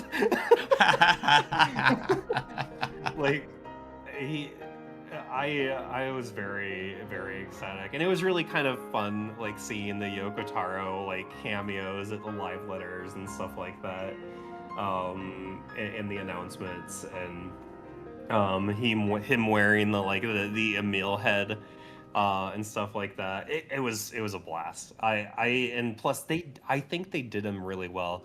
I think the other cool thing is that Yoko Taro basically states like everything that's in the Nier universe that's in all the games are all canon. So like by all technicality, the Nier raids are canon. For his universe. So it's really cool. Like as somebody that has played Nier Automata in like the original Nier, like way back when. I mean the father version, not the brother version. The I thought it was some really cool nods to a lot of the stuff. Like seeing the copied factory was really cool. Having the puppets bunker, like without spoiling it, like the puppets bunker is like a canon event. So like it was really cool to actually see that happen in 14 too. And then there's like the whole issue with the tower, like going into the tower, and like the whole hacking mini game was really cool, because the hacking mini game is already a thing that you do in Nier Automata, and so being able to experience that as part of like some of the fight, or as part of like I think it's Red Girl, part of Red Girl's fight, where you get teleported in and then you have to go through and do the hacking mini game, and then you get teleported out. It's so good. And you gotta also see like some of the old bosses, like the final fight in Tower is actually a reference to Drakengard. And like also, like, it goes without saying, the music is gorgeous. And I think that Soken did a beautiful job working with Yoko Taro's team in like bringing that to life in a way that works for Final Fantasy 14, and like also just using the songs, right? Using some of the songs, not even changing them, and even making the medleys that where he fused them with Final Fantasy 14 like motifs. It was so good. I'm a big fan, big fan. But yeah, I loved the little story, and even the after story. Like, I don't know if you remember this, but there's like a side story that you would do weekly for a few weeks, where you got your mail, and then after you got your last bit of mail, you'd actually get a title when you completed the story. It was great, very Yoko Taro coded story, very Nier coded story. They did good. Just everything out of left field, hitting hard, emotional, wonderful. Okay. Yeah, I did definitely say I'll definitely agree. The New Year's series, I was saying the New Year raids, the mechanics and all that themselves were a lot of fun. I do know people that weren't exactly fans of the story. I thought it was fine. Again, I went through, it was cool, it was nice to see little things. It was so much, I think the reason maybe not as pinpoint with the story is because someone asked me the other day, do you remember which sibling you sacrificed? And I'm like, no, I don't remember that. And so my brain... I remember Anog. Yeah. So my brain was like, I don't remember that for some reason. So like, I guess at the end of the day, like I still definitely remember the mechanics because I remember one of my FC leads, or we call her FC Mama. Basically we all went together into tower together for first time, and I went as Dark Knight tank because we were having trouble doing this all DPS, and so I went tank to make it easier. And apparently at one point I went super monkey mode, I think when we were doing Hansel and Gretel, and the clip was there as she had her, like, you know, it was a really great panic that unfortunately didn't make it into her paid video, but it was still always so funny to remember hearing that, like, oh my god, I can't believe I did that. But yeah, all in all, definitely Nier series is fun. I love that. Yeah. Next up is the Eden raids. Your feeling on those? Huge fan, huge 8 fan. They did great. I do like the references to the other games that they did. I even like the revamps. Like we got to see the revamped the revamped primals, right? Yes. And also like the updates, the upgrades to their music. All of it was beautifully done. I will say that I think Shadowbringers is when I started seriously getting into raiding, Savage raiding, and at this point, I went after I'd finished the story, I went back to Lalafell for a while, then I went to Ephemeral for a while. And then I ended up kind of sticking with Catgirl after that. But I was a Dark Knight for the beginning of the raids, and then I started falling in love with Warrior. And this is before, like, the Warrior still had it didn't have as much of his healing kit as it did in Endwalker. So like it was still kind of like a tank, but it was still pretty good for what it was. And so I started falling in love with Warrior, and then I started maining Warrior through the raid series, through Savage and stuff like that. And I ended up having like my static with like Alk and Z and Pimpy and Nilla. It was so much fun. And I still remember we got our clear, or at least a few of us, we got our clear like right before Endwalker came out. We got a little late, but I mean we still got it, right? Yeah. Wanted to get it before Endwalker, and the whole, I love the journey with the Gabies. It was great. It was great. Not to mention, we were talking about languages before. So I don't know, have you done 12S in German? No. So when you do the transition where Gaia changes into the Oracle of Darkness, there is a scene where she starts screaming. Well, in English, she just goes, ah! Right. In German, it sounds like somebody stabbed her in the booth. Because she lets out the most blood-curdling scream. And it's wild. So every time I do that fight, like every time I help people do like like re-clears, like let's do a quick clear because I want like a really cool weapon, or I want the mount or something like that. I always switch it to German for that, just to hear it, because whoever was the German actors for that fucking killed it in that transition. Yeah, it is wild. Okay, no, I'll have to definitely probably go. I can probably go watch it in the end and look at it again. That sounds. But it was the Shadowbringers was also kind of where I kind of cemented and found like my family, my found family in 14.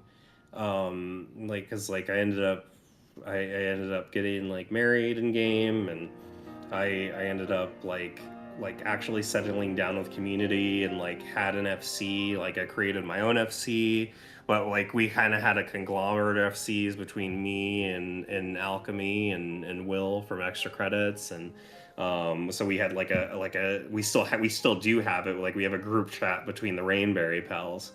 And like it was very formative for my community, because Shadowbringers is also where I started streaming. Like I had already beaten the story at that point, but that's also where I started streaming the game. Yep, that's where I met Pumpkin doing my Saint of the Firmament grind. I met so many fun people. Like, by the way, I want you to know that I got into crafting in Shadowbringers. And I fell in love with the firmament crafting so hard that when they did the ranking, I didn't have a job at the time. So I did 10 hours a day of streaming crafting for 10 days. But I was actually in reality crafting for 18 hours a day for 10 days just to make sure that I would be in the top spot for armor on Marlboro. And I was. Oh my And so that's how I got my Saint of the Firmament for title. But I did that so much that I burned myself out from crafting until like near the patches of Endwalker. Oh my god! Wow, I got completely turned off from crafting after that. But Shadowbringers is also where I started getting into fishing. Okay. Definitely, I'll say for sure. What's interesting you say that is that. This is actually, this is the point where I said I finally left my ex, and, well, actually, after the first tier came out, the second tier came out, I moved to Primal. I tried to find myself to settle in there. I settled on Primal for probably about a year, or so, probably around, up to basically maybe towards the end of Shadowbringers, and then I made the decision to basically finally just move over to, Cactar, on Aether. And now I basically will say that is when I finally said, okay, I'm not moving anymore. This is where I'm staying. And that's thankful because my wife is on that server. So nice. She's there. We got married on the server. This is where my home is, and it's been my home for at least the past 4 years. And nice. I have finally said no more moving for me. We joined her group of friends. They have a little small FC. It's a very small FC.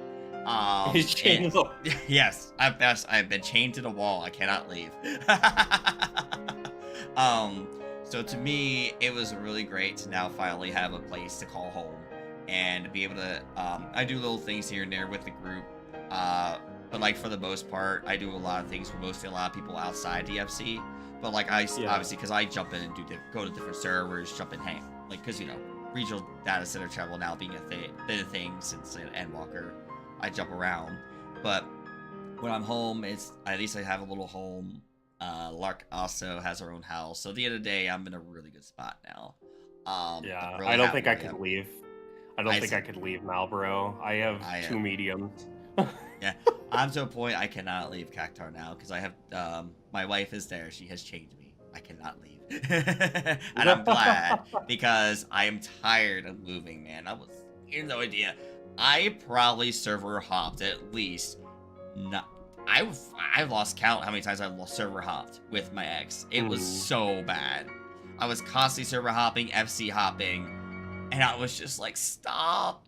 I just want a home, dude. Stop getting in the drama. Stop getting the groups that split apart. Stop. I feel that. I was so tired of it. So, regards to Savage, though, I actually did. Unfortunately, I didn't clear the first 2 tiers on content, but I did clear the final tier on content. Funny enough, I cleared it on an alt, not even my main, because at that point, the last tier, I was in 2 groups. My own raid group, which was a little bit of inspiration from an old a raid group that now is a little controversial. And then we had and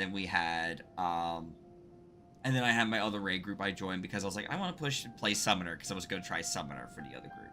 So I was playing Gunbreaker for my main group, and I was playing Summoner for my second group. And, well, unfortunately, I had to leave my first group because it was getting to a point that, like, my schedule at work was changing, and I wouldn't be able to fill for them anymore.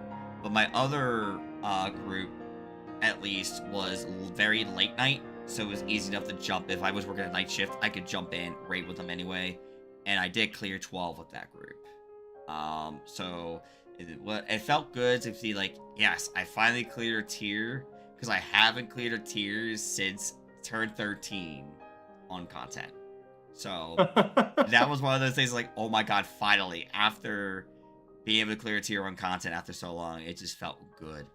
And I've been able to clear at least 1 tier since then for each expansion. So I can say, yippee!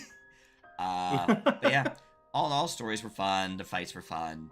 Nothing else to really say on that, but other than, yeah, I mean, Eden was a very fun series.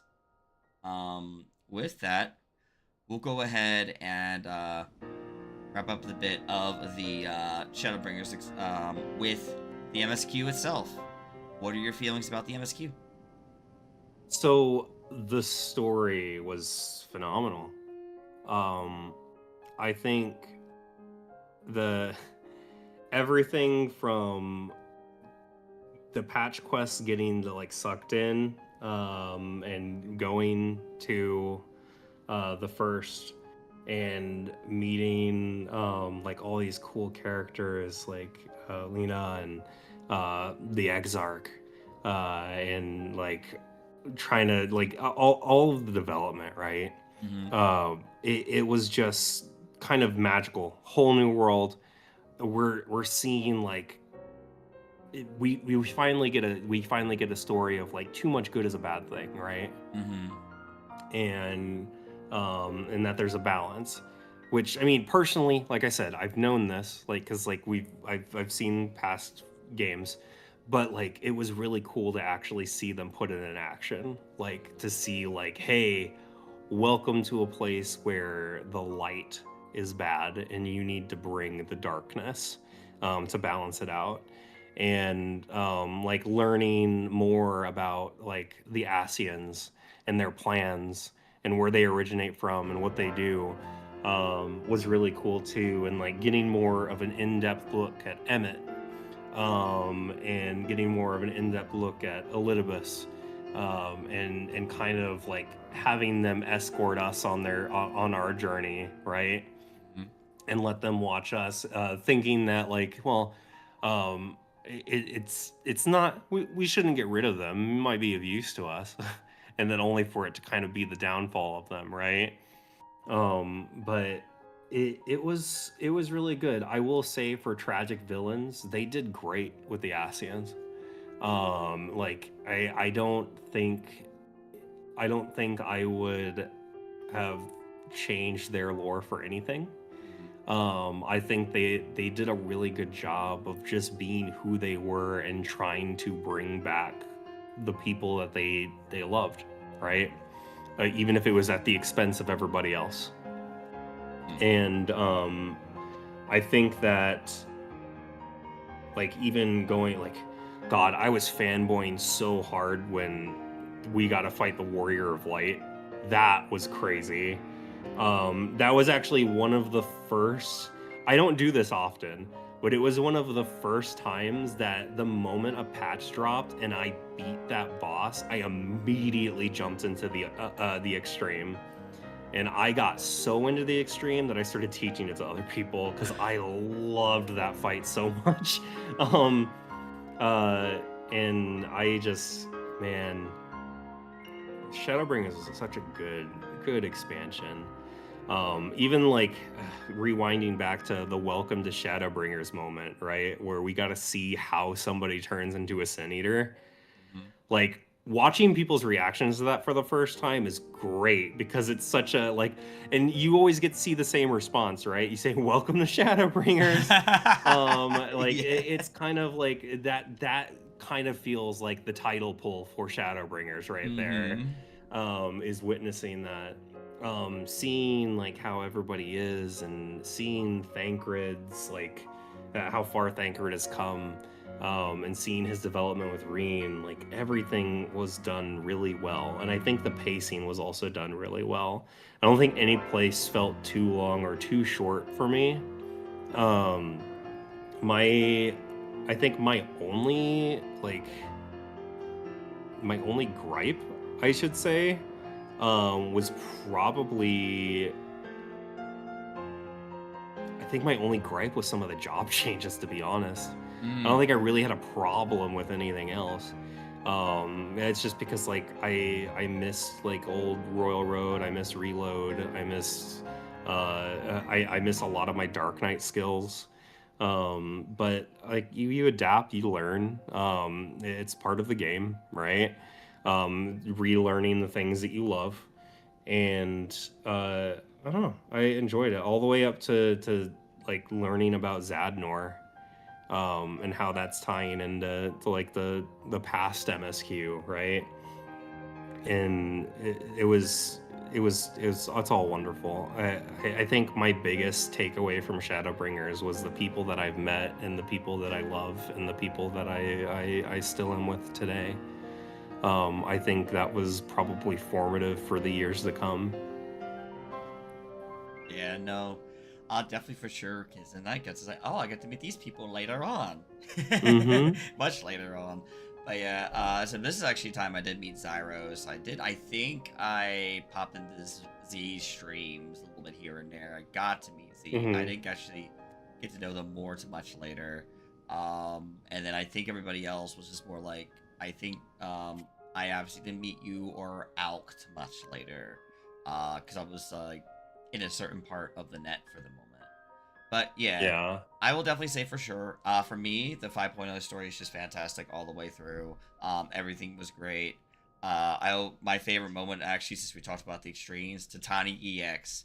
I joined it Party Finder. That was They were good. needing, um, yeah, and I jumped into Party Finder to help a group, and it got to a point that we got to, I think it was like 10% or 15% left on Tatani EX, and I was on Paladin. Everybody white. Everyone's gone. I'm the only one alive. So I'm basically trying to solo this boss for the last like 10, like either 10 or 15%. And I managed to do it. And I went, well then. I just gave you guys a clear. Congrats. I think at that point though too, I think I don't know if I had them out or I was trying to get them out. But I think I just jumped and helped the party, and I later on got them Mm. out much later. No, or it might have been I was farming with a group of people for them out. But it's just so funny to remember. I jumped in there, I got them there clear. They said, "You really know this fight already?" It's like, yeah, I just came in to help. That's what I really did. I was here to help. That's what I mostly did. Was here to help get you all there clear. It's still like vivid to this day. I'm like, wow, I'm better than I think I am sometimes. Um, but everything else was really cool. I think the other thing I do like is the scene after the Warrior of Light. After we fight him, we get to the point where we do find out obviously that the Exarch is Graha, and that scene when you think that that's that you're never gonna see him again, and of course we did. Mm. Of course we did. He's back on the source with us now. But it definitely was a moment with oh That damn. was a good emotional moment. Yeah, I it mean, was. the whole scene with Lena, I mean, okay, it's actually really funny because like I would I'd rather I'll also just say acquaintances with. I won't say that I'm like friends with, but like the Lena is actually voiced by like somebody that I know that voices Mary Maria from Silent Hill, Okay. from Silent Hill 2 remake. And Sal, she actually, I asked her about Lena because I told her, I was like, Lena's such a good character, and like you did such a great job. And she's like, it's actually really funny. Like I just happened to be in the area at the time that they needed like an Icelandic accent. And I auditioned and I just got it, and that was her breakout role for. She's like, that's one of my first voice acting roles was Lena in Shadowbringers, and like it's such a good job. Like the emotion, like with her in the Exarch, it was perfect. Oh, that is so cool. I love that for her. I love that. Yeah. That's amazing. Learn new things every day about. That's their first voice acting job. Damn, they did a really good job. Yeah, it's one of them. Yeah, she said that was one of them, and I was like, wow. Shadowbringers has so many characters that you just kind of fell in love with, right? Yes. And like I just, man, if I could just like scoop out my brain and like reset it, and not forget about like my community or like the people that I know, the people that I love, the people that I've been with, and just scoop out the parts of the brain memory that had to do with the story, just so I could experience for the first time, I would absolutely do it again. Because it was perfect. Yeah, definitely hands down, really, really good. Mm-hmm. All right. With that being said, we're gonna go ahead and wrap up the Shadowbringers portion. I know there's so much more we could discuss. We'll go ahead and get ready for Endwalker. So we'll be right back, folks.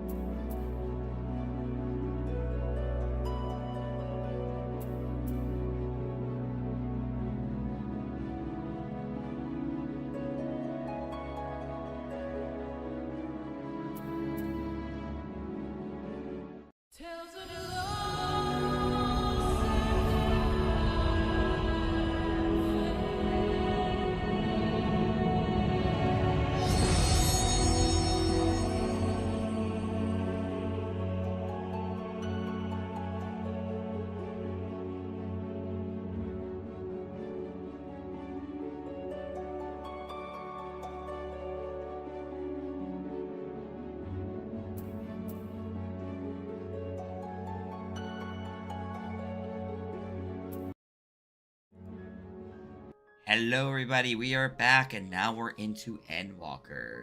Endwalker is basically where we get the wrap up of the Zodiark Hydaelyn storyline, and perhaps a start up to a new storyline, or a little nice side story that we get before we get to the next expansion afterwards. So with that, we'll go ahead and get started with the usual. We'll ask some mechanics questions, and then we'll talk about some story, and then talk about the MSQ. First, I do want to talk about this is the time that Reaper and Sage came out. Did you have the same feelings about everything else? Same thing. Did you go unlock them and play them? So, funny story. I thought Reaper was gonna be so cool. I still think it is. But my experience was I took the day off, or I made sure I had the day off, for the launch of Endwalker, and I immediately picked up Reaper and I went straight into Palace of the Dead. I decided that I was going to try to throw my hand in for like the race to see who could beat it first on the new jobs. I still haven't gotten Necromancer, by the way. But okay. I will say that first push to this day is still my PB. I remember I went through and I got all the way to 186 solo, and I ended up dying. But it was such an experience, and I love Reaper so much for it. I that I basically started like pigeonholing myself for like, hey, if I'm gonna prog Palace of the Dead, I'm going to go ahead and do Reaper. And to this day, floor Yeah. one, floor 180, I still haven't died. Fingers crossed, knocking on wood, everything. To Behemoth. I've come close. There was even a time where I forgot to lust, which is one of the pomanders that you use to kind of put vuln stacks on Yeah. the boss. And I forgot to lust, and I managed to carry myself with crits to heal myself, and I got one extra turd and died. Or I killed the boss right before I died to the last meteor that would have killed me. But I was shaking. I'm not gonna lie. The Reaper was such a fun thing to jump into. But I remember that the first time I beat floor 180, I was hyperventilating. I felt. Have you ever had an adrenaline rush so big that like the blood surges from your extremities to your chest to make up for it? I had that happen to me. Oh my god. I felt like my feet and my hands were tingly. I felt like I need to breathe. I need to breathe for a moment.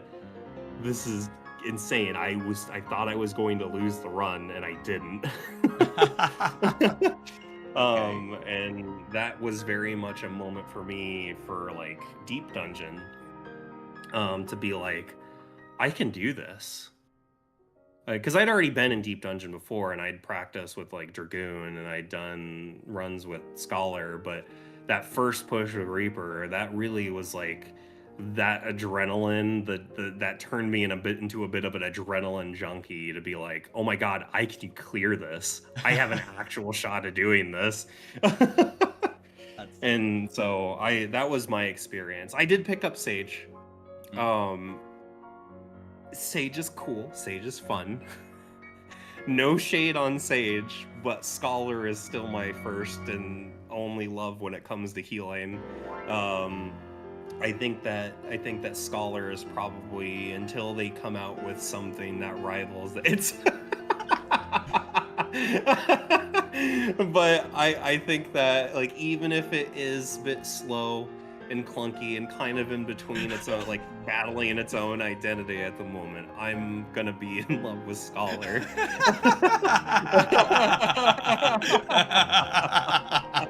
That's That was perfect timing. That was great. Yeah, so I did touch Reaper when I got it, but I mostly did the like normal leveling, then I did it through Trust. And then but like I said, I didn't really focus too much on like the 2 new jobs when they came out. I mostly did focus back on Gunbreaker because I still love the hell of Gunbreaker, so I still kept playing that till basically till Dawn Trail. But I did pick up Sage because I got to the point where they added Shield Healer and Region Healer. I now had to make a choice of a few, such as so I had a tank, I had my melee, I had my caster, I had my range, I had my pure healer, and then I had my shield. And for some reason, Sage just kind of really run more attention to me at this point. Because every time I picked up Scholar, for some odd reason, I'd just be like, I feel so lost on Scholar now. And it's just because I was so used to Heaven's Ward Scholar, where literally I could go, I actually had to command my pet, place the pet somewhere, and you could kind of had like, you had to control. I get it. Yeah, so like I guess what it is. You also like, had really Shadow Flare and all yes, the dots. like And you can be like, hey, yeah, we walled the wall. I'm gonna put all my dots on one enemy. I'm gonna use Bane. yes, it was so good. I think it's what it is. I just really miss I miss old Scholar. So I think it's just hard for me to play the new one. But when Sage came out and I started seeing, oh, I could do the same thing. I can go hit this button, then spread my dot around all the I'm like, yes, Mhm. I will play this now. This is mine now, my shield healer. And so, like, that's why, as you can tell, I've on my screen, well, I now as an idle camera for few folks watching, that yes, I will be playing Sage for the Forever Cold, at least rating wise. Nice. I'm still playing Viper for MSQ, but in rating scene, I'm try out healing. Gonna branch out a bit more. So should be interesting. Just a recommendation. I don't know if you've done this before, but I've noticed if you drizzle in a few dailies here and there, as long as you do the story with 2 jobs, you will have 2 jobs to the max level by the time you finish. You know, it's funny. That's actually my plan. Okay, perfect. So I'm doing MSQ on Viper and doing Roulette's actually on Sage. So nice. I'm gonna be doing Bastion. Yeah, I got it. Well, I would be like, you know what? Yes, I get good healer Qs now. I mean, what? Oh my god. My healer Qs are being even better. But with that, we'll talk about that more later. Next here on the list, we'll go ahead. I'm gonna throw a little silly question here. Mm-hmm. What were your feelings the moment they removed belts? I thought it was kind of nice, to be fair. This comes from somebody that at this point had been playing the game for 8 years. So I had a lot of space that belts were taking up. So it's kind of like I wanted to... It was nice to narrow things down. It was real nice to narrow things down. I do like the meme where Speed Belt became the speed ring from Eureka. The whole debacle was so funny to me. I think that out of everything, that was the best thing. And then all the memes that came out of it, like, this is the reason why we lost our belts, or they removed the belts so they can put them all on this boss and stuff like that. It was so good. But like it was never something that like bothered me. It was kind of nice to have one less thing to try to biss, right? Right. Because it kind of helped narrow the grind a bit. Just a bit, right? It's one less accessory. It's one less accessory to try to get. Yeah, one less left side. And plus, you didn't really see the belts anyway, so you know, they were just kind of sitting there. They were supposed to be programmed in. Right. To be honest, I do remember them saying that belts were supposed to originally be seen, but they just never made it a thing. Okay. Well, at that point, if you're not gonna make it a thing after so long, you might as well just remove it, right? Yeah. Just make the extra inventory space. All Yeah. right. That next I do want to ask about Island Sanctuary. Did you have to try that out? I loved it. I did complete it. I still need to go back and work on, excuse me, I need to work on my like 30,000 harvests achievement. But yeah, I'm actually wearing the shorts from it right now. But I went out of my way to farm for the glam and get like the special creatures, and like it was kind of like I was already big into fishing at the time. So the creature farming was kind of like the new version of like fishing, like waiting for the proper weather, the proper time to wait for them to spawn to make sure you could try to get a chance to get it. It was really nice. Plus, it was kind of nice because at the time I was doing ultimate. I started getting in the ultimate, and I started getting in. I was in Savage, of course. And it was nice to have a place to kind of work on some stuff peacefully and kind of work on like my little farm and kind of decorate here and there. It was exactly as they intended. It was a nice little getaway. Okay, all right, that's fair. Mine's still level 8. I got it. I enjoyed it for a while. Got it to level 8, but I haven't went in again since. I think I did it briefly because it was like, oh, there's a little thing I can get. There's a thing I can get. Okay, let me go grab it real quick. Oh, I haven't touched it since. Okay. I mean, if glam's your thing, I recommend it. It's got some pretty nice clams. Yeah, I think that's the like reason I went in there. It was a certain glam. I did get that. But with that being said, next up, Fall Guys came to Gold Saucer for a bit. Blunderville. That's right.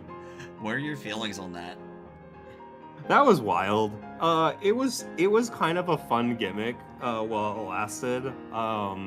And then I remember hearing the stories of people like min-maxing it and finding like really silly ways to do things to kind of get things cleared and how to get number one. And I like even like all the way going to like, because they also, I believe this is also when they introduced like solid like data center travel, I believe, right? Yes, you can now fishy data center Yeah. travel. Mm-hmm. Yeah, and so people were like, "All right, let's go to the new data center Dynamis because nobody's doing it. It gives you better chances to get the number one spot." So like, oh gosh, it was fun though. I still like when it comes back. I should do it just to kind of get more stuff worked on. But I gotcha. yeah, I did it. We did it quite. Actually, me and my static at the time when it did come out, we did do it a bit because we've always found it fun and a little bit funny. We always like to compete against each other, so it was really funny. Just like a little fun thing we did. And though one of our static members did end up getting first at one point, did post a picture about it, and I'm like, damn, I'm jealous. How fucking dare you? I haven't gotten first yet at all. I've gotten close, but I have never gotten it. I was like, I guess it's just not my day. I guess I haven't. I'm not pushing fast enough here. It's fine. I have seen some people like they made it their like life's work. I had some friends that streamed that like if they weren't in Ultimate, like they were in just doing it on repeat to try to get like Queen or King Bean. It was crazy how much it consumed some people. Oh my god. All right.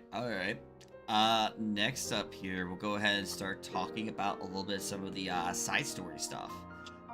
First, I'm going to actually ask about is the variant dungeons. What are your feelings on those? I love them. I think they are so cool. I think that they open up a really good avenue of storytelling on the side, especially for people that like lore, like me. I think it's really cool to have people like that are escorting us that are like that don't really get that much screen time in the story, right?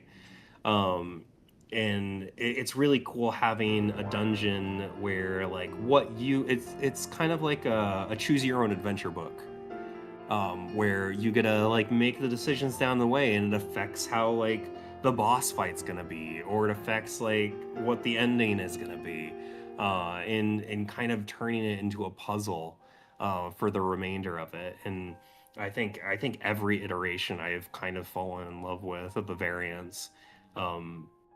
I do want to go back so bad and do Criterion. It looks so much fun, and plus I want to get the mounts and the rewards and the titles from that, of course.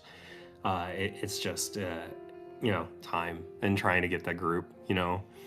But I think that they did a fantastic job with variant dungeons, and I do hope they continue to do them. Like maybe we'll be able to do ones with like one for Coerthus with Amaric, or because I have a friend that is dying. You probably could guess who they are. Yeah. Dying to try to get that one. But like we could have like other adventures in like Limsa maybe, or even Gridania, right? So it would be really cool. It would be really cool. Okay, yeah. I definitely say it's definitely a lot of fun. It's actually content that tends to be me and Lark tend to do on the side, at least with regards to variants themselves, so that we know we can pick up and do together, because literally it kind of levels each other out in the same playing field. So it's really nice, especially Murch's Tale does a really good job with that. Yeah, it's a great duo dungeon. Oh yeah, these are great duo dungeons in general. Just to do it, go find the stuff together, and then just kind of like able to piece everything. It's like one of the nicest things that when we both get online and we want to play 14. It's one of the first things like, oh, is there a variant dungeon out? There is? Yeah, we'll go do that. Okay, we'll go do that together. Yeah. So, and that's one of the best things I love. But like definitely itself, I said all of them are very unique, a lot of fun. Getting all the nodes and basically all of them give reward for mount, which is really awesome. And how you had to get some of them were always very interesting, and how you get certain endings, and everything kind of changes with the losses. So like honestly, I still need to finish the rest of the endings for the new one and get the rest of the gear. Oh, okay, that's fair. I can understand why people maybe are not as interested probably finishing the newer one, because the actual reward at the end. But I think the story's worth it to definitely finish though. I will say, at least if you want the story end, you definitely want to finish it for the story. Oh yeah. But yeah, awesome. Next up is we'll go ahead and start talking about the Myth of the Realms Alliance raids. Your opinion on them? I think they were wonderful. I think that it was really neat of the team to finally kind of put to use one of our decisions that we made when we created our characters and our lore. It really made our kind of decision for who we chose as a deity to be more like of a formative choice that reflected what happened when we were there. Because like ever since the start, my character has been with Nafika. And so it was really, really cool, especially finding out the second leg that I got to actually fight and see Nafika. And like it was everything that I wanted her to be, because she was very much. The funny thing is that I think the original reason I chose Nafika is because she was very much like a Morrigan kind of character, goddess of the harvest kind of thing, and like the Reaper, kind of like that. It's so many things all in one bundle. And so that's why I chose Nafika originally, and they kind of conglomerated everything that I loved about that into that fight. Now, I will say, and I'm going to be honest about this, I do feel, and I know that there's people that are on the same page as me, I do feel that some of the gods kind of got shortchanged for what they are, and how they are like portrayed in the fights. But I really was glad that we also got to have our own minor interaction. Like they said different things to us if we followed them. If you were doing like the cutscenes.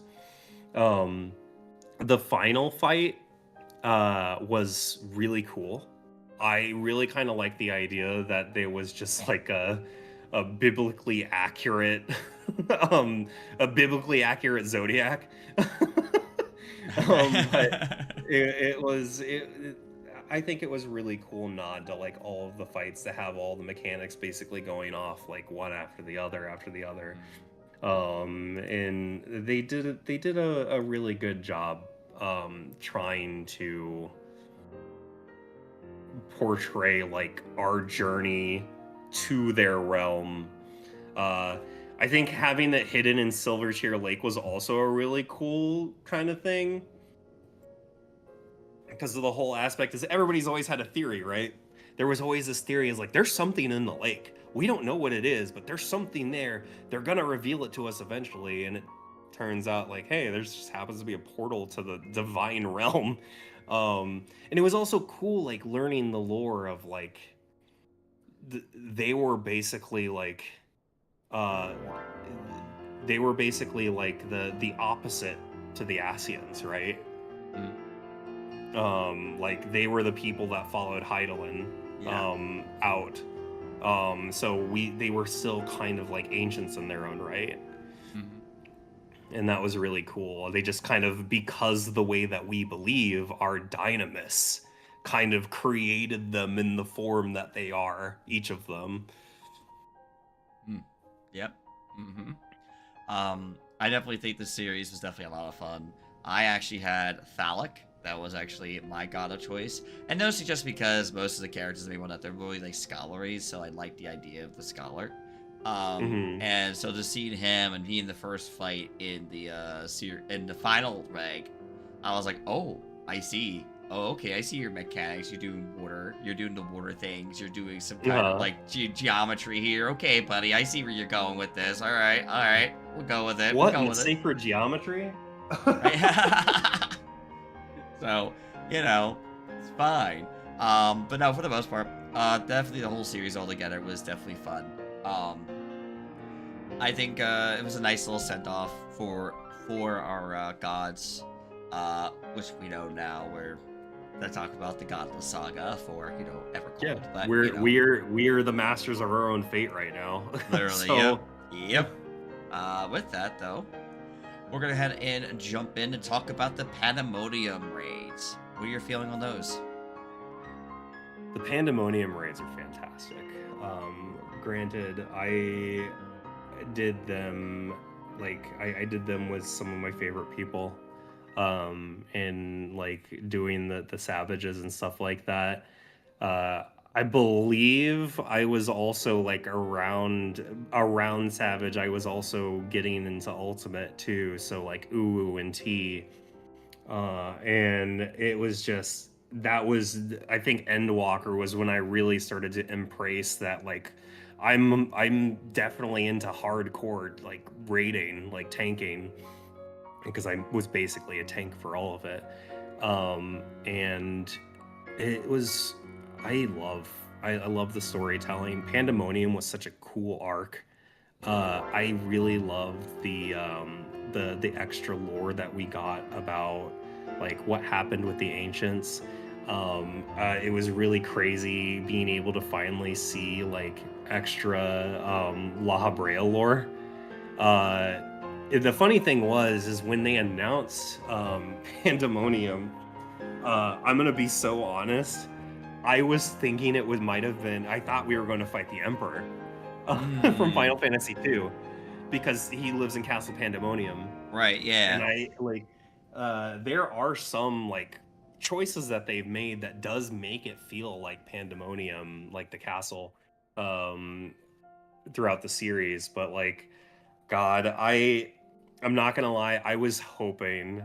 I think this was my own personal thing that I let myself down on, is that I was really, really hoping that we would get some kind of soaken rendition of Castle Pandemonium from 2, because if you have not heard it, it's an absolute banger.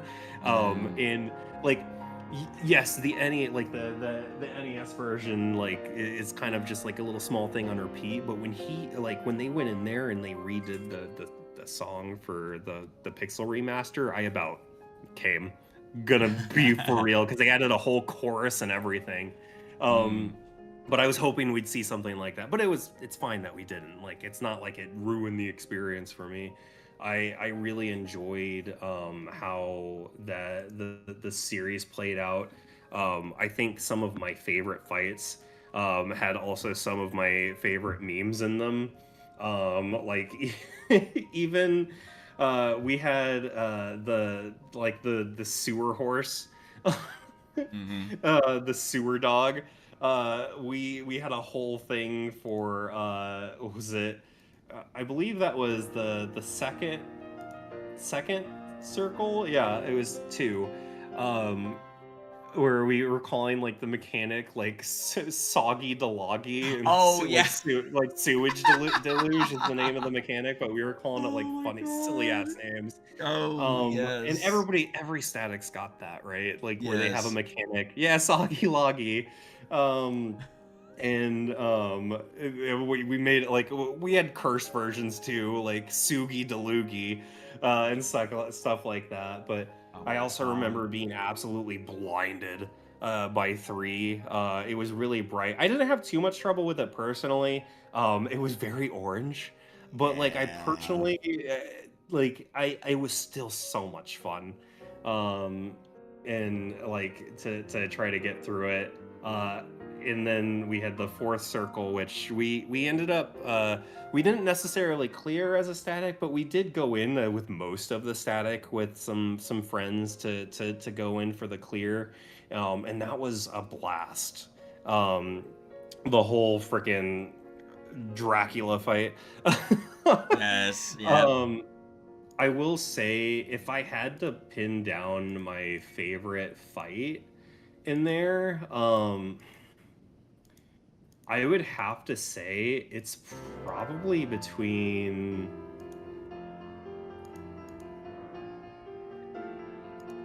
Decisions are hard. Yeah, it's tough. There's a lot of really good fights. But I would have to say 8. 8 was a lot of fun. 8 was a lot of fun. It had a nice banger. Whitestone Black is such a good song. And also going to the Vegas Fan Fest, like hearing them play it live was so cool. Hearing the Primals play it live. And I think as controversial as this might sound, I really enjoyed Pandemonium, like 10. 10, yeah, The okay.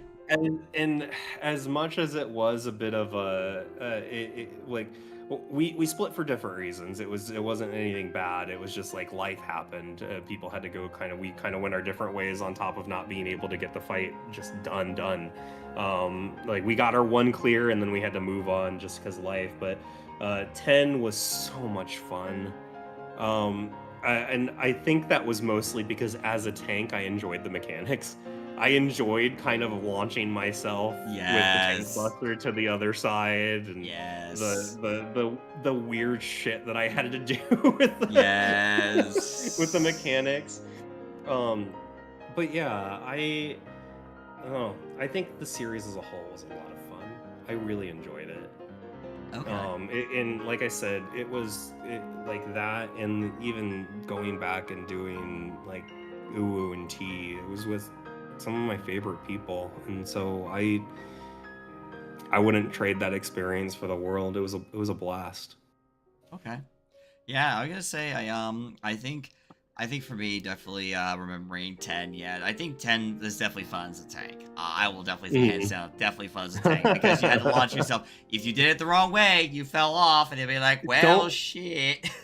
don't get me wrong, everything still fucking hurt, but it was a lot of Oh, fun. oh, that shit did hurt. Oh yeah, definitely.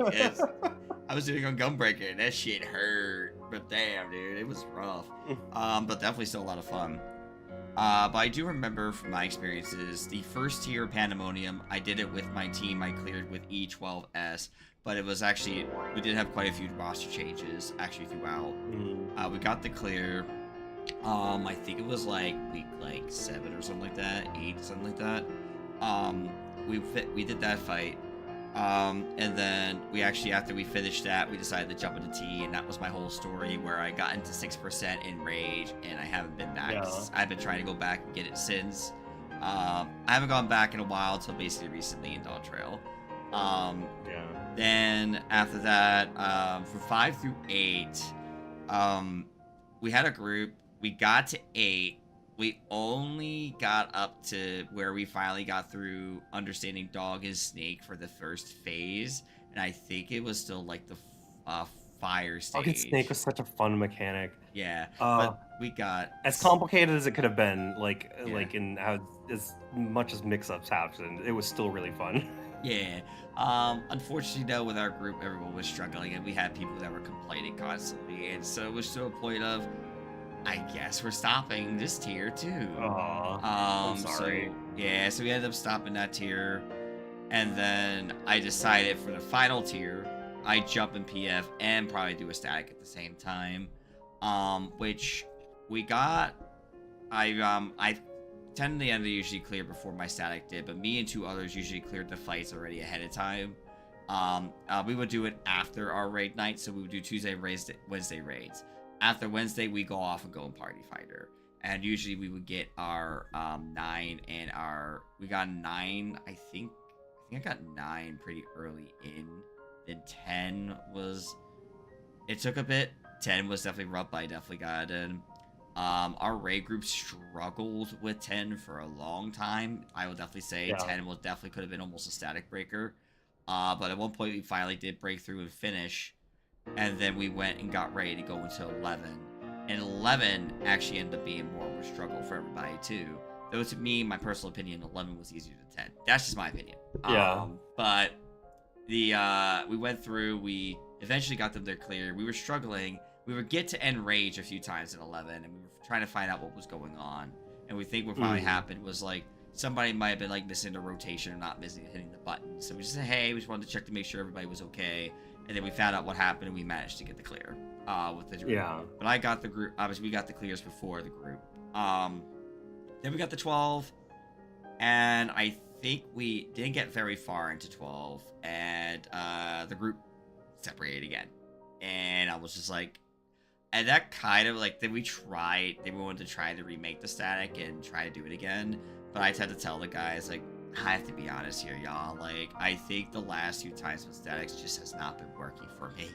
It seems like Aw. every time that I've joined a static, it's just like separated or had problems and constantly was just going through. And clearing Yeah. content was just a struggle every so often. So I just Uh-huh. said next expansion, I think I'm gonna just be a party finder warrior.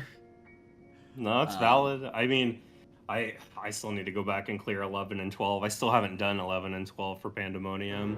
yeah, I Um, did. Yeah, 12 I got a bit into, but I just need to go back and actually clear it at some point. So that's been my kind of experience. I mean, I know at one point I would like I thought about joining a static for Evercold, but that was a like, am I sure I want to or not? I'm kind of like I said, I'm kind of floating in the air about things, so kind yeah. of like not sure, but I feel like mostly it's probably gonna end up being the PF Warrior type thing again. Mm. Um, but with that being said, though, to go ahead and kind of wrap up Endwalker here, we'll talk about the MSQ itself. What are your feelings about it? I it was good. I think that there was a couple moments that felt a bit slow. There were, I think my only real complaint that I had about the story was um how long my I would say how long my time in Labyrinthos was for some of the quests. Just because like before this is before you get flight, it did felt like there was some small parts, not all of them, small parts where it did drag a bit there, Mm-hmm. but everything else felt reasonably paced for me.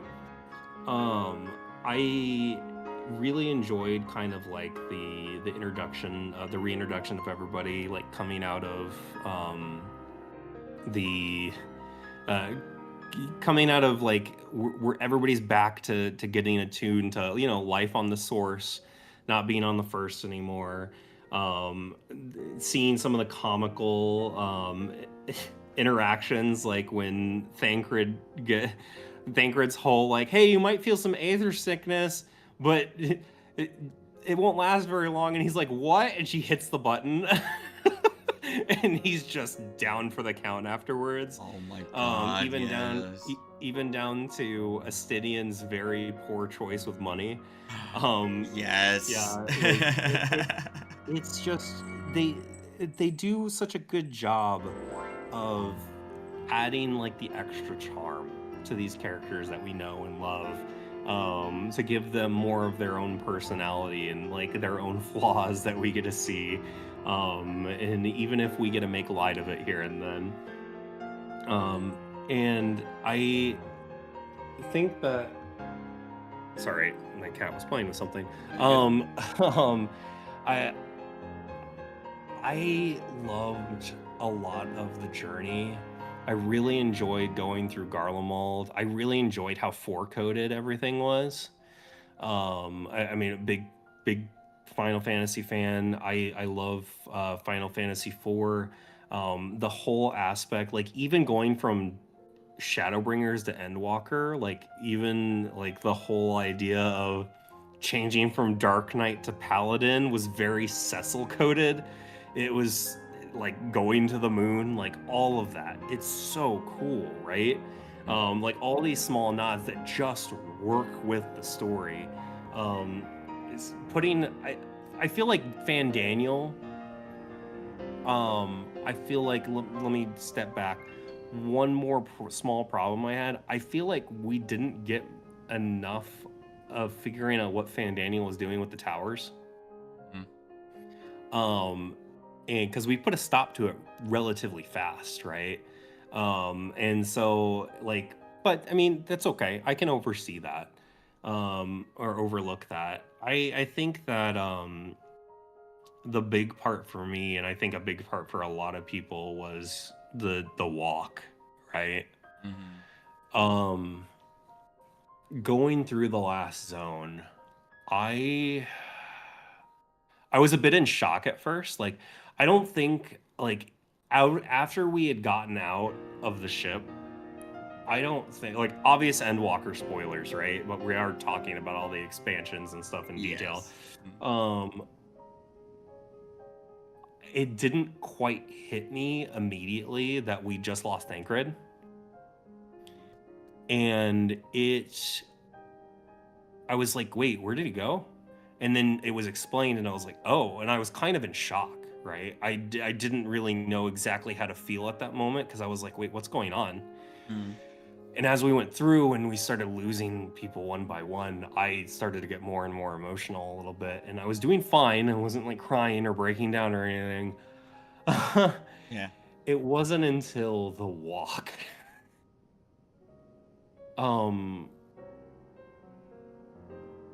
Because when I started hearing the voices, this was, and I'm sure you can relate because you've been playing as long as I have.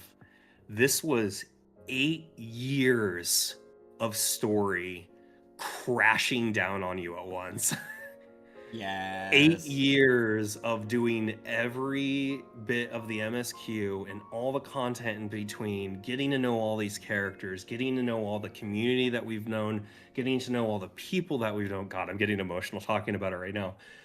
And I'm doing the walk, and I'm hearing all these familiar voices, and I'm going through, and God, it's like blow after blow after blow. And then finally you get to the end, and we get that relief because our buddy Emmett comes through with Hithlo, and like our favorite power bottom and brat top, or however you want to spin it. They both work either way.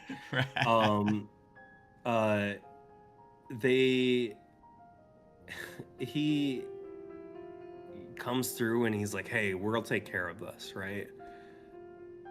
They don't need to be doing what they're doing anymore. Bring them back.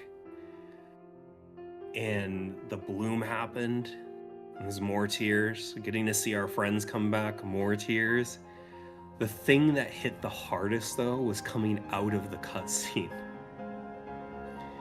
and seeing the people that I started this game in 2020, or not starting in 2020. I started this game in 2013 with people that I thought I'd be playing with today, and they all died off after a couple of years. Not like died off, but just stopped playing. And then I got a fresh start in 2020.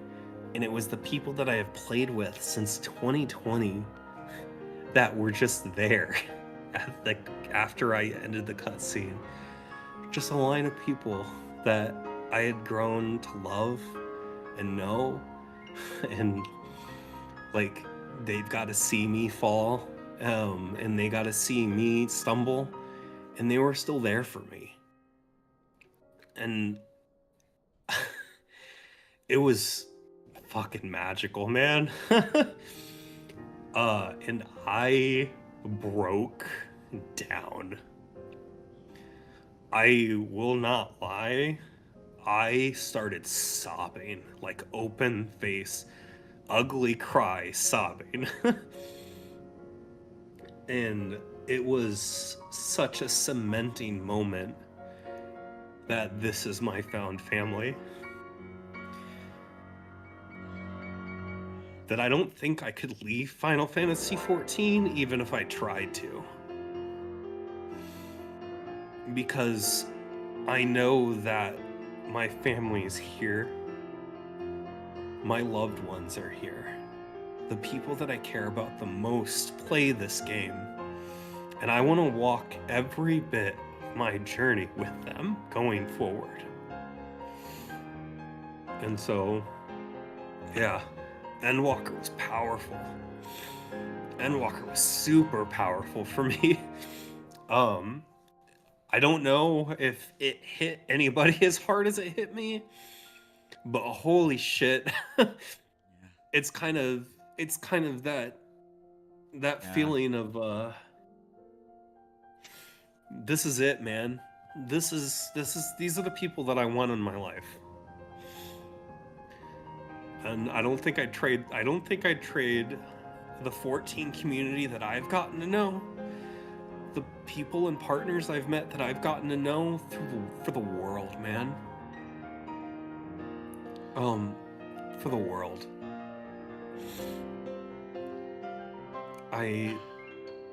It's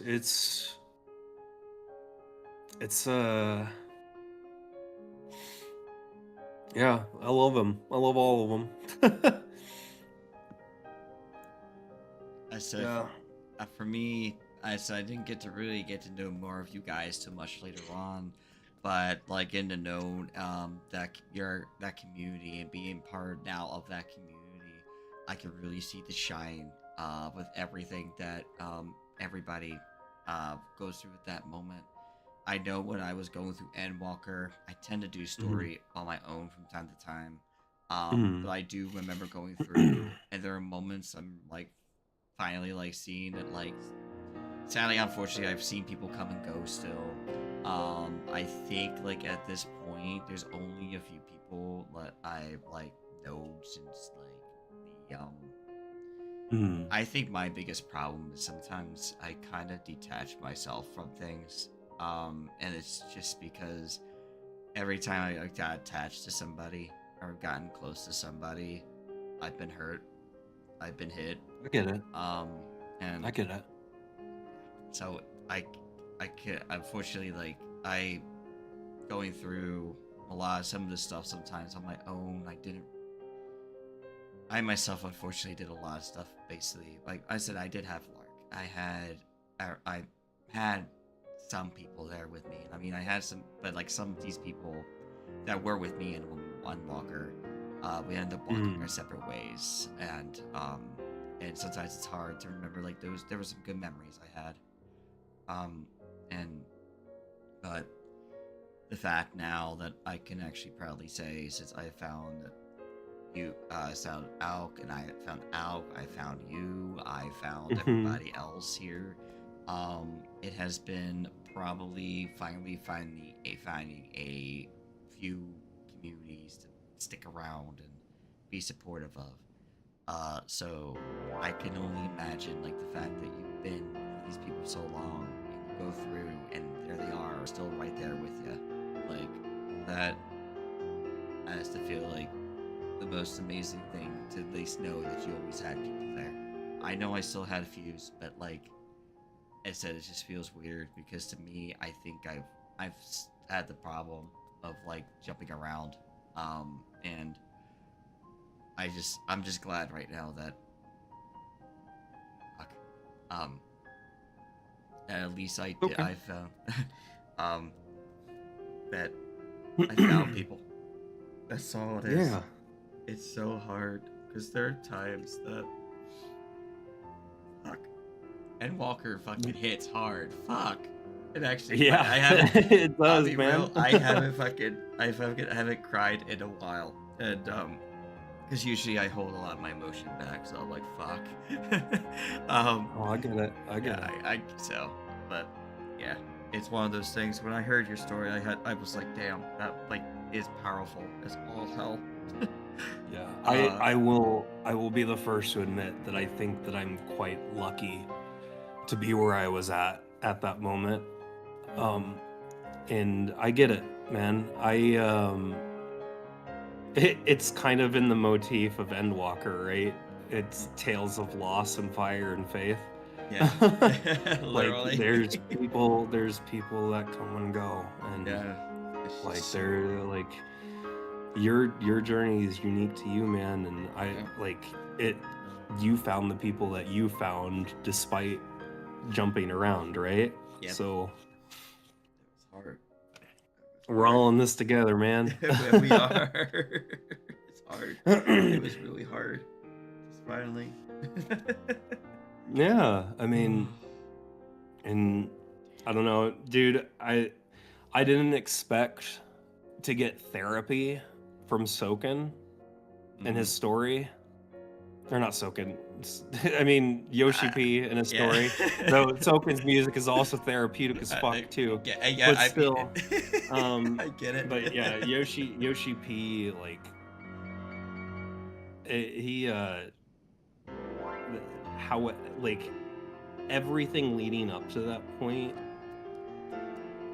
was perfect. Like I said, I wouldn't trade it for the world. Losing the people that I knew in A Realm Reborn and starting fresh and Shadowbringers. I don't think it would have. I went on Twitch for the first time because of COVID and the pandemic, and that's when I started streaming. And like from there on there, I started meeting person after person that I wouldn't trade for anything.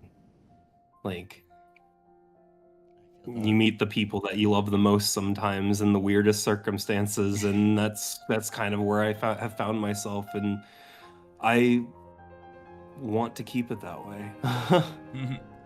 I totally get that. I will say, I think for me, funny enough to say that Shadowbringers is when I started streaming 14 more. I mostly was a Final Fantasy 11 streamer when I first started to stream. Then I started Shadowbringers 14, and then kind of since then started getting more involved within the 14 community, and here I am now. Crazy enough, made a damn podcast about Final Fantasy 14 and walking people down memory lane. Hey. It's just the smallest places you start, and you just you look back and go, wow, you've been through that journey. You've been through so much. Man, when you look at it, like I said, you've been playing as long as I have. 13 years is a long time. It is. You go through so much shit in like 13 years. Yeah, 13 years of one game. Damn, it's just damn. We don't talk about slash playtime. Yeah, let's not talk about that, especially with my character, or even having multiple ults in the playtime. It's fine. With that being said, though, folks, we're gonna go ahead and get ready to get into the current expansion of Dawn Trail. We'll be right back.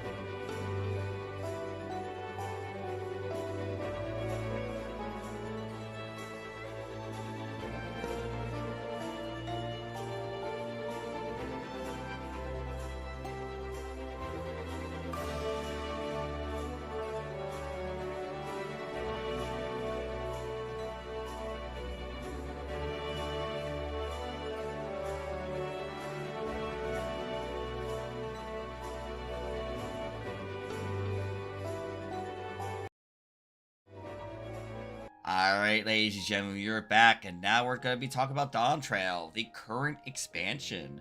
Again, kind of like I said, with quality of life changes have been coming out through each of the expansions, and Dawn Trail trickled in even a bit more. Even potentially giving us kind of like a preview when we're talking about Nevercold, with the new jobs of Viper and Picto. With that being said, speaking of that, Viper and Picto were announced and released. Did you happen to pick them up as soon as they were available? So yeah, I did. I actually came into the expansion expecting that I was going to main Picto, because I saw Pictomancer. So kind of preface this. When we went to Vegas Fan Fest for the announcements and stuff like that, everything was everybody was guessing as to what it was going to be. But as far as new magic classes go, like a lot of people started coming out of the woodwork and like hoping for like an artist or a pictomancer. And the thing is like they said, we're not going to make, this is going to be a Final Fantasy XIV original job. Both of them are. And I was like, okay. And then they came out with Pictomancer, the announcement later on, and I was just like, wait a minute. Realm's a Pictomancer in 6.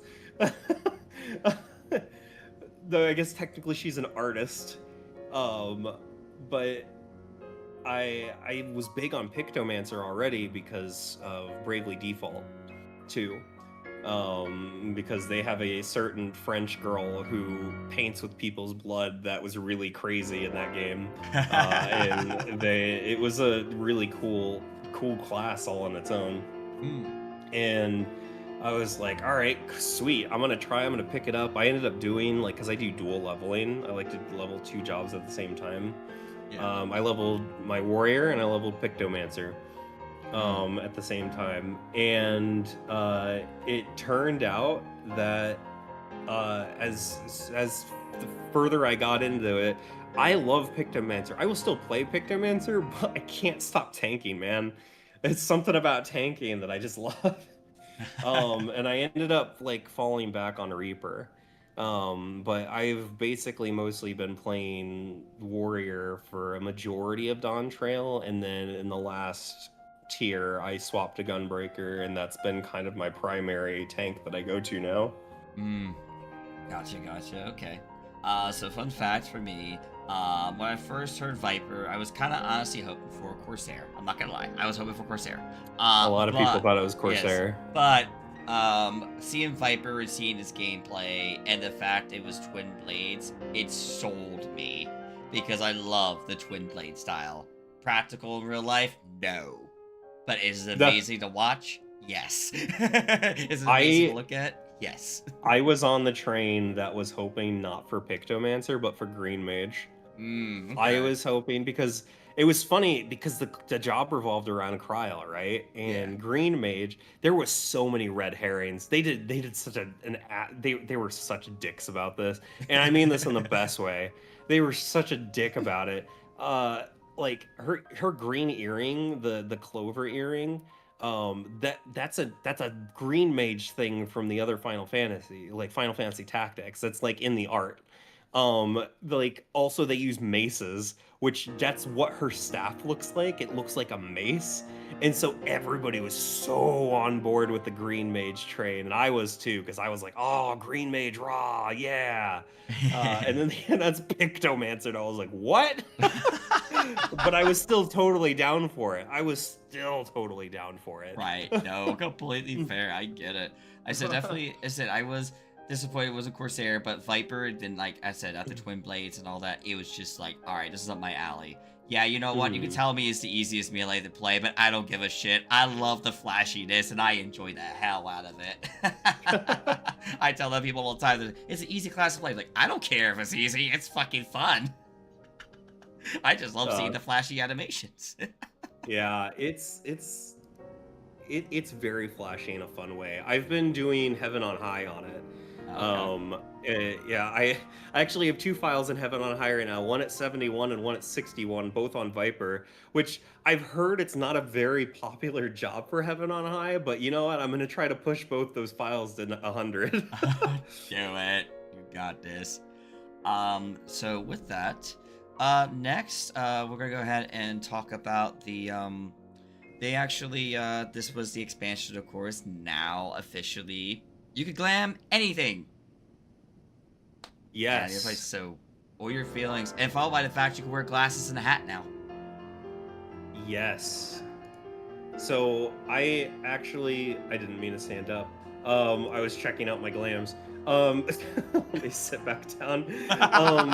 But I really like the fact that like I am not restricted to like specific glam for specific things, because there's like, for example, there's some PvP pants that are great for samurai.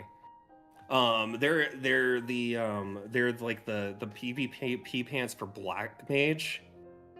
Um, they're they're like the big they look like samurai pants. Like you know which ones I'm talking about if you know. Yeah. Okay. Um, but I was so glad to be able to use those just on in my other glams in general, but I was able to make a samurai glam out of it finally. I really love the fact that I could use the blacksmithing top on stuff because I really like the whole idea of the wrap as being a thing that I can wear. I really like the fact that I could like mix and match different things, and it didn't all have to be just like, especially the weird side effect that we got from that is if you're a scholar, you can put summoner books on your book. And so for a while there, because I have both the T Scholar and T Summoner books, I decided that I would put the Draconomicon T book on my Scholar, and then I put the Scholar T book on my Summoner. And so it looked goofy for a while, being able to pull out this massive book with a dragon on it when I have a fairy out. I don't know, But confuse people. That's the best I, part. I just really, I don't know. I thought it was a really good step in the right direction for their team, and it let people kind of express more creativity with their glams. No, I also think that's great. But when you talked about, I can imagine just here, I'm gonna have a small book as a summoner, and then I summon this giant dragon. It's like, wait, how do you do that with such a book you have in your hands? Doesn't look like 50 Well, you could use. no, to be fair, Scholar also has a massive book. The Physios book that I have from Eureka, uh, it you can kill somebody with it. Oh my It is god. it is literally like it's like double the size of any of the books I've seen. Okay, I got you. Yeah, I think definitely it was really cool and very unique that like every that now you could do all you could have all unique like glam and stuff like that. So I Mhm. definitely for sure. I think that was a nice change. I mean, for me, I tend to find things, I tend to line them up and call it a day. The glam I have on right now, of course, is for my Sage, which I'm going to be using for Evercold, which I actually went out of my Mhm. way to. Well, we'll talk about more in Evercold. Yeah, But yeah, yeah. yeah, But for the most part, yeah, I think this is a great change. The ability to be able to wear glasses and have like a hat on and stuff like that. It's really cool. yeah. Mhm. With that being said, though, this is the point that we got strategy boards have come to life here on Dawn Trail. What were your feelings on this, and did you jump on the memes? I did jump on the memes. I also did use it for raiding. Like it was actually really useful for raiding. Not gonna lie, like when we finally got them, being able to use them in 12 was really nice. Being able to have basically like use it as a post-it note in the corner for strats was fantastic. Just for a quick reference, like granted, obviously you could do the same thing with like multiple screen like monitors, right? And I've got 3 monitors. I could easily post like other strats, but this allowed me the space to just use the corner of my screen just as a quick reference while I'm focusing my rotation and focusing tanking. Um, so, but yeah, it was really cool. I mean, of course, it did have its share of memes. I think some of the ones that I have that are my favorites are just the. Hang on, Oh. I think my favorite one of my favorite ones is somebody did the meme of Bahamut sitting on people. Just because he does the butt slam. Oh yes, that one. Yes, I've seen that one. Yeah, Okay. but yeah, but mostly, I do love having it just for notes. Like, it's really nice for you, Mad. Hmm. Just kind of having those notes in the corner because in Ultimates, yeah, it's fine. It's like I said, it's great to have something on a third monitor, but in Ultimates, when like making sure you're paying 100% attention to the fight counts, it's really nice to just have that quick glance in the corner just to kind of see what you need to do. Okay, all right. I like. Okay, okay. With that, we're gonna go ahead now and officially start talking about some of the side stories content. First, I want to go ahead and ask about the Monster Hunter Wilds collab with Arkveld. Your That was feelings on that? fun. That fight was fun. I want to go back and do the extreme. I still haven't done the extreme. But I want like I really enjoyed the fight. I enjoyed the fact that we got a secret. As somebody that still plays Wilds, and I'm excited for the DLC. I really funny fact, I haven't played Wilds in a while, downloaded it again, and I feel like I have to relearn everything. um, but it was a really good collaboration. I also really like the fact that we got to sit down and do the cooking mini game. That was a blast. The so tasty. Yes, it was so good. It's so funny because like to me, I really did like it was a nice collab. It was nice to have. Having the secret was great. I did jump into EX briefly. I did it one time. That I still haven't finished the fight. I think we got like it wasn't very far. I don't remember getting very far into it. But I love to go back and check it out again. So while we're on the Monster Hunter Wilds subject, did you try out the Omega fight in Yes. Wilds? Okay. That I have beaten. I have not beaten the Savage mode. I have beaten the normal mode.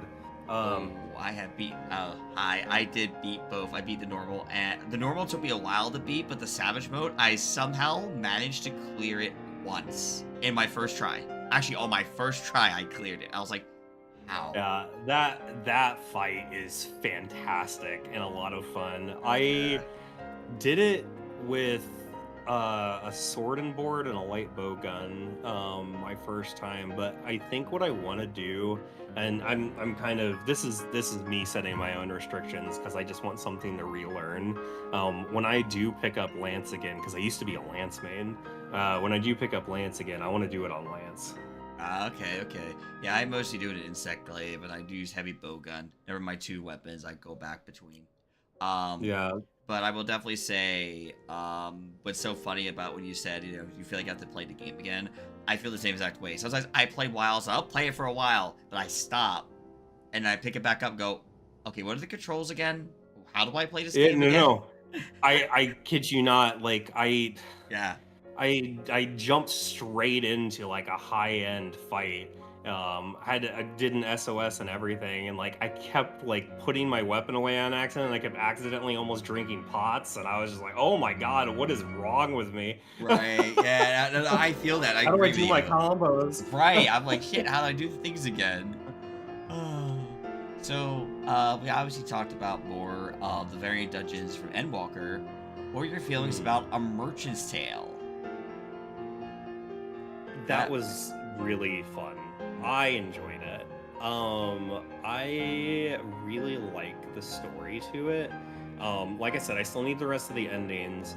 I did go in with somebody, and me and her went and did the we found the secret ending, and that was a lot of fun. It was genuinely one of my highlights so far.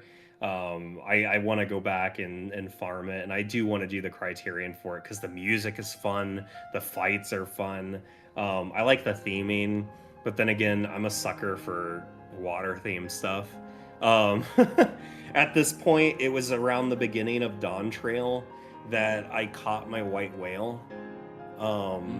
The my white whale and my second to last fish. I saved one of the fish that were always up for my final fish, so I didn't have to worry about it.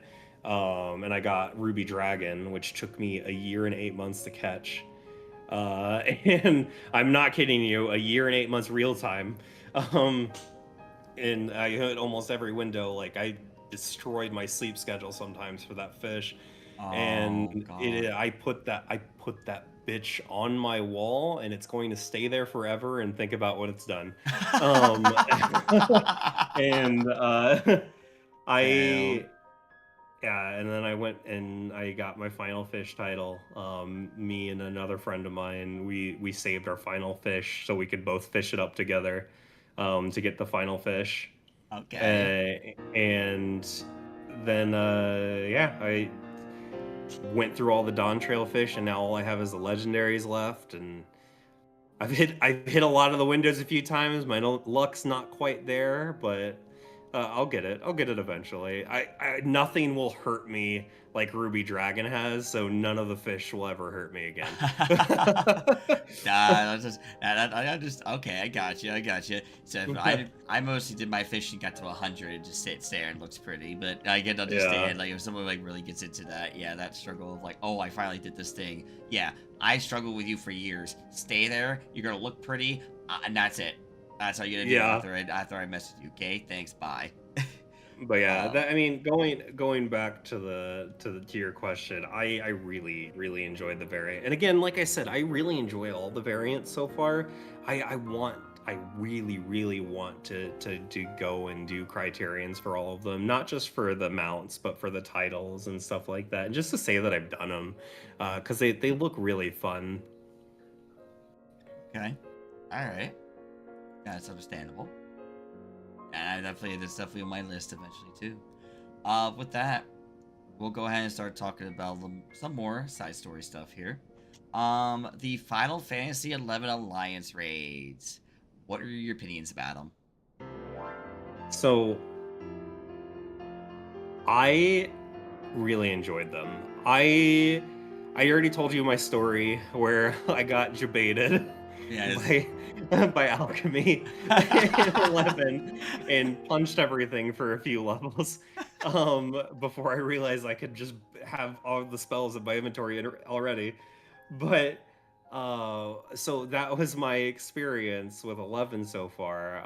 And I want to go back once they open up the free trial and actually like get into it deeper.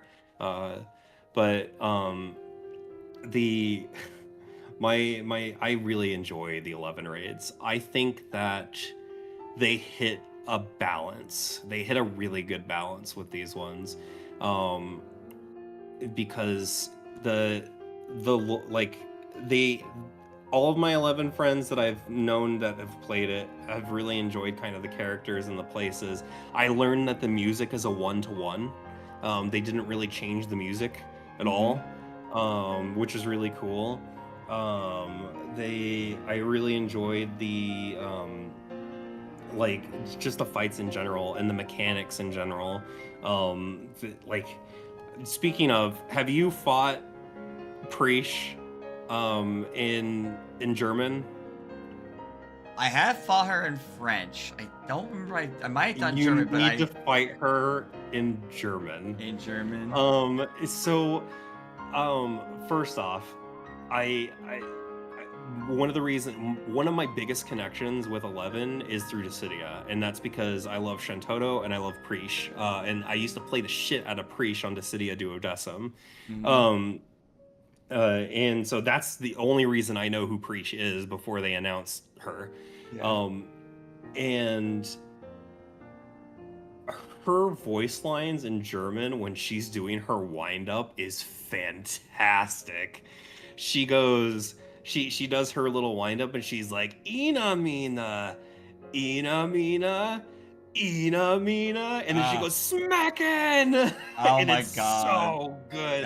It's so good. It feels so much better than her other lines. No, that's fair. I always think for French I just hear Ompla. Ompla. Yeah. Ompla. And then boom.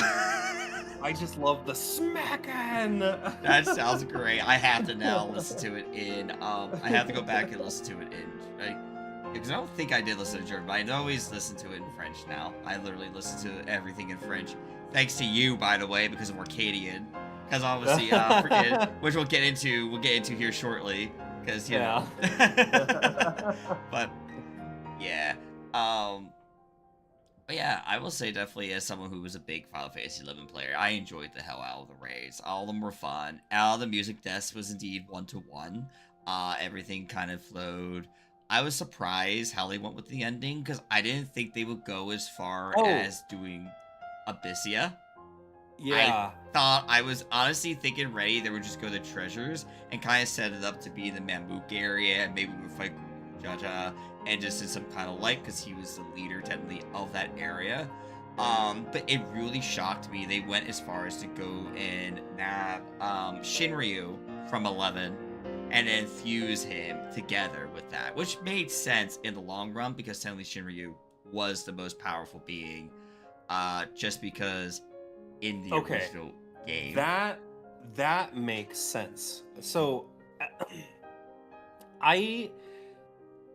the fight was okay, but it fell a little flat for me. Mm-hmm. But hearing from somebody that's played through 11, that knows the lore of 11, and say that Shinryu is the most powerful being in that universe, that makes sense that they would try to fuse him with Shinryu. Yeah. But now I understand completely that the fight did feel a little. It was because I was like, this is interesting. Because in the original game itself with Shinryu, because so much so, you actually had to use what was called, back in the day, you had to use what's called a primeval brew, which increased your stats and made you really powerful.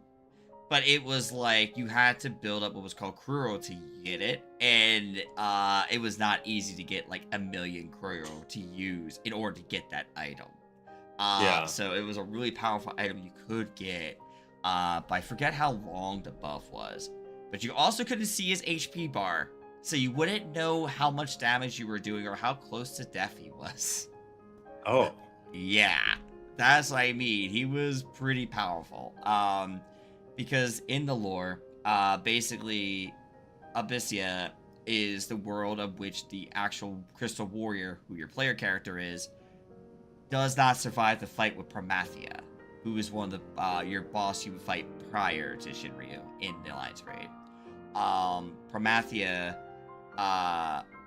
won that fight between the warrior, the Crystal Warrior, was lost, and thus was able to gain so much power. He became absolutely like mad with power and became Shinryu.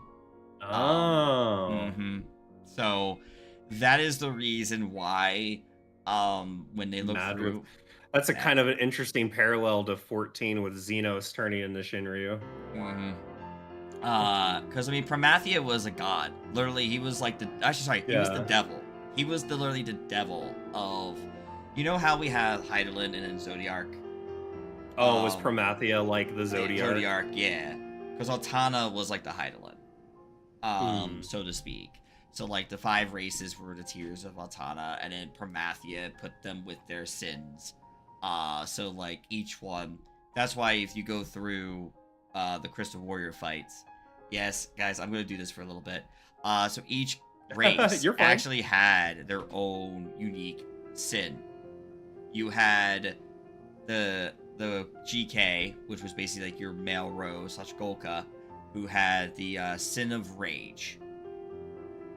Envy was the Mithra.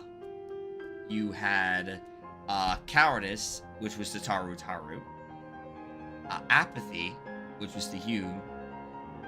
And arrogance, which was the Elvon. Okay. So that's why if you notice, they say in the battle, this is for your cowardice, or this is about your envy. Yeah, it's literally talking about That's a cool reference. They're talking about the exact sin for those races. So yeah, if you ever wonder why, that's why they say those lines, it's literally because that is each race's sin, and you will see it prevalent in the storyline.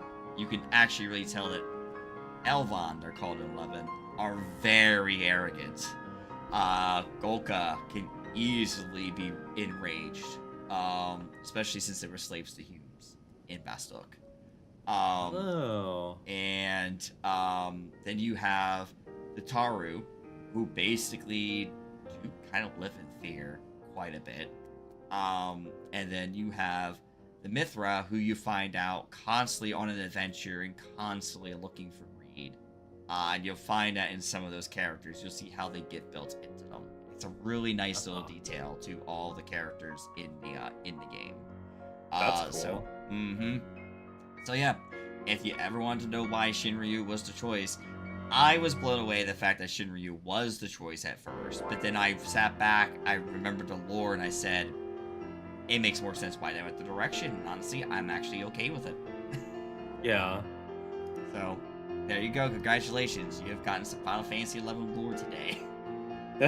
Hell yeah. Alright. Before I get too much into my own tangents about 11, let's go ahead and talk about the Arcadian series, the Raid series. What are your feelings on them? I had a lot of fun with them. I did raid a lot of the tiers. So rated 1 through 4 was a blast. I think probably, weirdly enough, I think 4 is still one of my favorites. It's just there's a lot of symbolism in that fight that's really cool, and the fact that they kind of went ham on like her story, like Eutrope's story, was fantastic. And I think her, like, the fact that like she had this whole ordeal going on that she was trying to deal with the whole like WWE setting, where like we find out that it was the president all along, kind of thing. So like there was a lot of WWE stuff, right? I think that my favorite thing about the raids is how every character had their own song. We finally saw like a raid series where every fight had a unique song. And I kind of hope we get that going forward, because I think that's a really nice touch. It makes the fights feel unique. It doesn't feel like we're listening to the same thing like every single day, unless you're, you know, progging and on the same fight for several weeks. But like I think that all of the wrestling tropes that they used were pretty well done.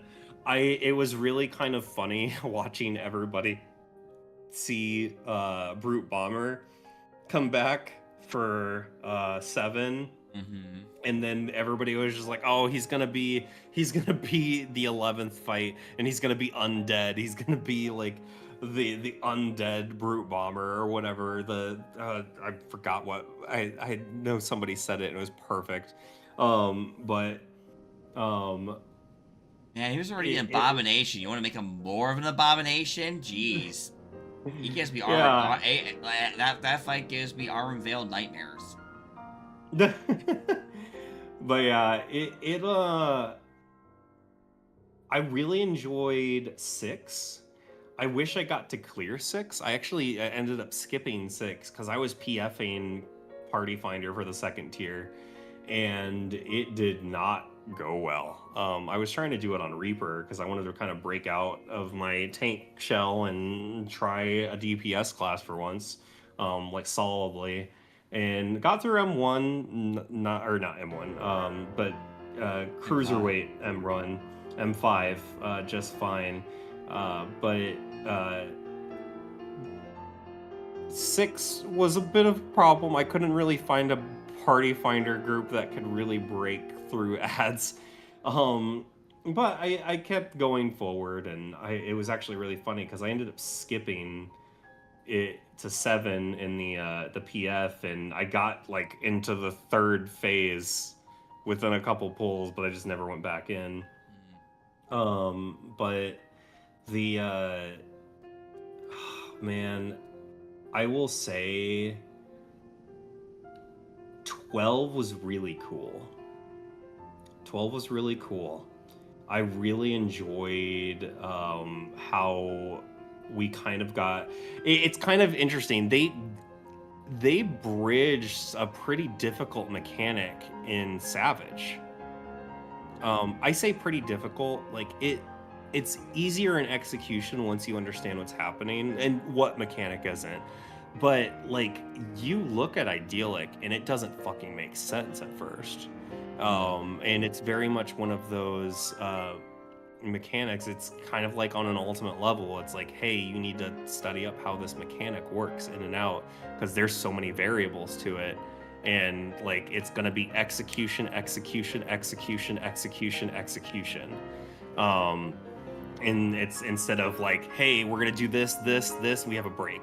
This, raid wide. This, the. It's very much a lot of things all at once, and I think that's really cool. Like I think that's really cool to kind of introduce that to the Savage audience, because it kind of builds that confidence, right? Because like you get into a mechanic like that, and you're hearing people say like, this is an ultimate level mechanic, like this is such a difficult mechanic, and then you beat the tier and you're like, I can do an ultimate, I can absolutely do an ultimate, and it gets people into that, right? Mhm. But yeah, the fights were all fun. I think that 9 was weirdly easy. I don't know if they were trying to land a fight to just make Savage feel more accessible. Because they have fights like that before. Like they have Eric in Pandemonium. But like this one in particular felt very much like simplified in execution. It didn't have very many. It almost felt like more of an extreme than a Savage. But that's just my personal point of view. I'm pretty sure some people will agree with me, because I have heard that sentiment that 9 is kind of free as long as you got people that know what they're doing. I mean, I've even had people say that they go in for a clear for one and they got it in 3 pulls, right? So, like, and that's with a fresh clear to one or clear for one. And then I mean, so like I've got feelings about M2. M2 is fun when you're playing it in French. And that's Yes. I think that's where you got that from, right? Yes, I think you Yeah. played it in French, Yeah. and I heard it. I was like, okay, I have to listen to all this in French now. Man, French Metem has such Yes. crazy fun energy. Yes. He's Ooh so la la la. energetic. Ooh la la la la la la la. Yeah. Ooh la la la la la la. There's also when he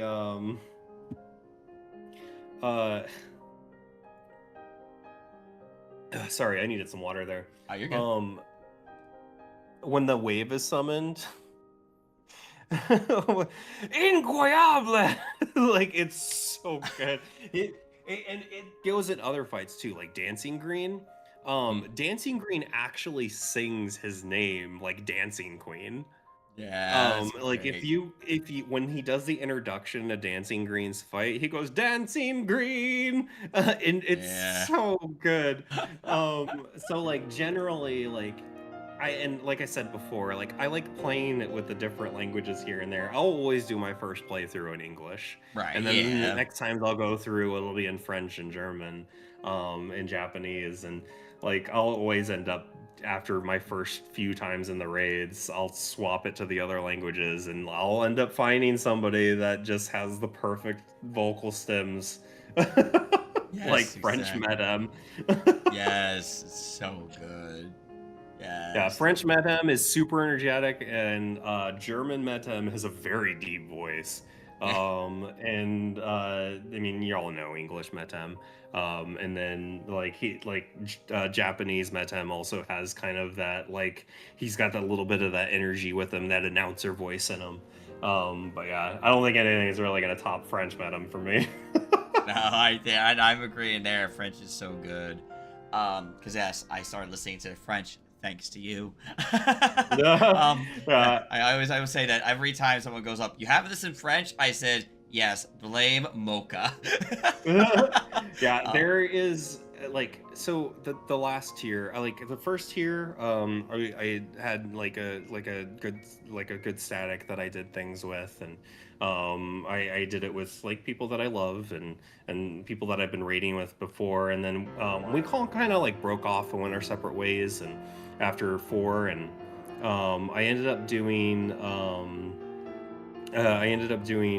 PF for the second tier, and then that did not end well. And then I found a static for the third tier, and that was actually really fun. They were good people. I really enjoyed doing the tier with them, and I actually was like, I'm gonna shake things up a bit. I'm gonna switch to Gunbreaker. I'm Mm. not used to playing another tank other than Warrior too much in Savage because I've always been just a warhead. But like I sat down and I started ironing out the rotation, and I spoke to people like my friend, like Rin, Yep.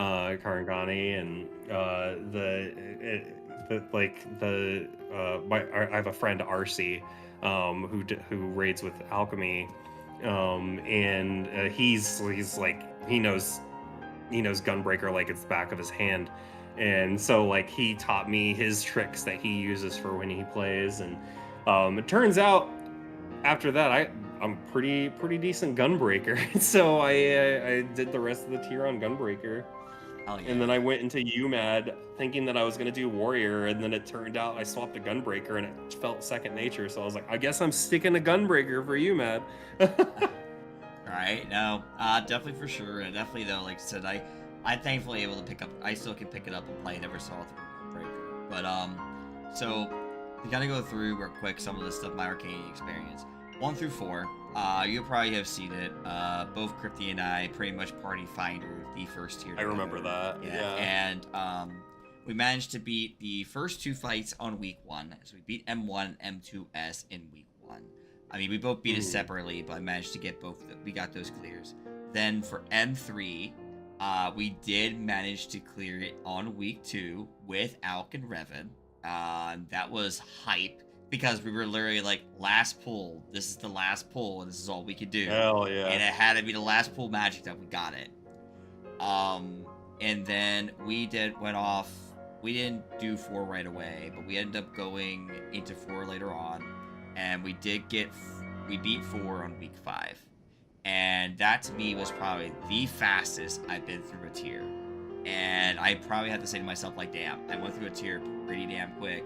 I guess kind of found my flow. So kind of with the hype continuing, we did go through. I got through to the point where I could get my weapon eventually, because literally it was just a weapon is all I needed. I didn't get my weapon till my 7th clear. But then the 8th clear, which was basically going to be the last one I was going to get because I still haven't gotten the mount. On that clear, I did get the mount finally. I was like, oh my god, thank god. I can now at least not have to come back to the fight again. Even though 4 was fun. It was just burning out because I was doing repetitively, and Party Finder was still screwing up mechanics here and there. And it was like, come on, we know this fight. Come on. Like, let's get through it. Let's do it. And that didn't help because I ended up burning out for the 2nd tier because I tried to do Fru on day 1 in Party Finder. And that was a mistake I made, and I learned that fast. Because I think I got almost to phase 2, but I couldn't, like, we kept having people struggling to get to towers properly in Fru. So I was just like, you know what, maybe I should put this down. And I did. I put the game down for the 2nd tier. I didn't raid in the 2nd tier. I think what it is, it didn't help too. In 7.1, doing the story, I wasn't happy with certain ways the story was going. So yeah, but that's okay. We'll talk about that when we get the story. Yeah. But then the final tier, which I started slowly picking up rating again. I did get the clears of 9 and 10. 9, it took a couple of weeks to do, but I will admit, I don't think it's because I don't think the fight was easy. I think I'm really annoyed at the bat mechanic, especially in beginning, because every single time as a melee, it seems like my other person in the party fighter the tanks don't know if they want to do it first or the melee want to do it first, and so it's just annoying. And I'm like, dude, I kind of want to be done with this fight. Like, I'm kind of like done with it. No. Don't get me wrong, I love Vamp Fatale, I love the style, I love her song, but that fight just annoys me. And I'm like, yeah, no, you guys can go do it if you want. I don't want to do it. I'm just annoyed with the fight. I got really annoyed with it. So, I mean, definitely, like, the rest of it's not bad. It's pretty easy stuff to pick up, but the issue was definitely the bat mechanic always got me. And I think it frustrated me to go, yeah, we're good. But then 10 took too long to clear. I felt like I could have got the clear a lot sooner, but it felt so long to get the clear because I got to the point I could do split arena proc, and I was trying to get to that point so I could learn how to do it. Every party I got was stuck on snaking. 10 PF is rough. Yeah. I get it. So 10 PF was rough because I it was very much yeah. and it was very much a personal responsibility fight too. Yes. Because like, and if you died, you were called out because you would be the Yes. one that was dead, and then everybody else would see the domino effect. Yeah. That's why when I immediately went into the fight, if I knew I fucked up, I said, "Hey guys, sorry, yeah, that was my bad." But Yeah. like, it was rough. But Mm. thanks to again, Crypty decided to DM Alk and decided to get us both that clear that one night. Nice, And so I nice. was like, "Thank God, thank you, Alk, for that. That was a blessing." Because literally, I was getting annoyed at Party Finder for not being able to clear 10. I and can't think couldn't of a get- better person to ask for help for raiding. But I don't ask because I know she's a busy person. She does a lot. Yes. So I try to go. I do to like a lot of people. I go around and ask a lot of other friends. So I try to ask others. So I know, Alk, I love you very much. Know that. That's why I try to make sure you get taken care of. But for the most part, all in all, though, the race series is definitely fun. 12 is always, well, I mean, come on, Everything Burns is great. I was listening to that on the way home today from work. Of course, I had to because of everything that's going on at work right now. It feels like everything's burning. So why not? Everything Burns has to play. I just asked once. It's a more of a me thing, not a you thing, Crypty. It's a me thing. But all in all, though, that's pretty much how I feel. But I definitely think it was fun. The WWE-esque like theme was a nice little touch to childhood, for its story. But yeah, other than that, definitely a fun series. With that though being said, we'll go ahead and start wrapping up the Dawn Trail portion with the MSQ. Your feelings on the MSQ of Dawn Trail? So, got thoughts. Got Okay. thoughts. Mm-hmm. They're probably gonna be hot takes. I know that Dawn Trail's not popular. I liked it. I think that Dawn Trail suffered from the same syndrome as ARR. And that is because it's laying down foundation.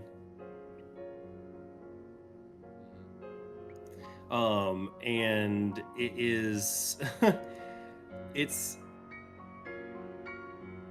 we're in a new continent, we're in a new world, we've ended an entire arc, and now we've got to set down foundations for the story going forward. And I think what a lot of people kind of feel is we're not necessarily the center of attention. This isn't our journey, so to speak. We are kind of there, like literally on vacation. And it's kind of we're learning through Wuk-Lamat everything. And Wuk-Lamat's on their own journey. This is kind of something that we see in World of Warcraft. Quick tangent. World of Warcraft necessarily hasn't you are not like the main character. Yeah. You are in a world full of main characters, and you are following their stories, and you are kind of witnessing history like unfold in that game. This is the same concept for Dawn Trail, where we were witnessing the events that are going on and the politics that are going on in Dawn Trail, and the cultures and like just everything that people do over there that we are not accustomed to on Eorzea.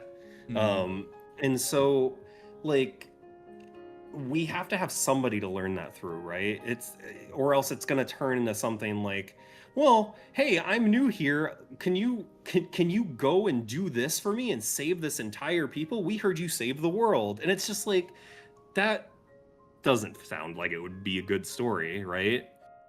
Because now we're just back to doing chores. But now we're in an expansion where we're learning about everything and learning about all the cultures um, through Wuklamot. And like we're learning it through Kona, and we're learning it through like Bakuja. Like he he makes such a good silly villain. And we even get like a redemption arc out of that. And I think that people kind of overlook the fact that we have to kind of start fresh with the storytelling, because it's not like we're going to be using everything that we set as the groundwork in the Hydaelyn Zodiark saga for the next expansion, right? We have to have somewhere to start, and we kind of got that here in Dawn Trail. Everything kind of led up to us solving all these problems. We ended up finding out that there is an entire world that started fusing with ours. There's a bubble from that world that just happened to occur there, right? Mm-hmm. And now we can, like, there's a portal to that world, like in our area, and now we have a key. We have a key because of all of the events of this that we can use to travel to those worlds. The other sources, and maybe this is just a theory. This is an actual story. I don't know if they've covered this or I may have missed it. Maybe instead of doing what the Asians were doing and trying to rejoin everything into one and causing like a calamity that would make everything start from scratch, maybe, just maybe, we're going to do it to where we can bridge everybody. And that'll be the way that we do the rejoining, and not everybody has to suffer, because we can either have refugees come to the source, or we can like bridge between other places that are still doing okay. You know what I mean? Mm-hmm. And so I think I think it's really good, and like it's set the ground, that the foundation. It set the foundation for what's to come. And so like even in the zone, like even in the final zone in Dawn Trail, where it was literally like, you cannot tell me otherwise, it's literally the map of Final Fantasy IX. And you're going through all the places, and like you get to see like all these things, and like how Electrope works, and like you're shutting down everything for a new beginning. It's there were parts of that were super emotional for me personally. Believe it or not, I know a lot of people resonated with Aaronville and what he had going on with his mom. But the thing for me, this is gonna sound stupid, it was Kryl of all people. But that's because, again, I'm that 5 head. I love Final Fantasy V. And when she got to meet her parents, like, I know it's not canon Final Fantasy V lore, but I've been waiting for Kryl to get like a good win for so long, that like seeing her, like, I cried. I legit cried.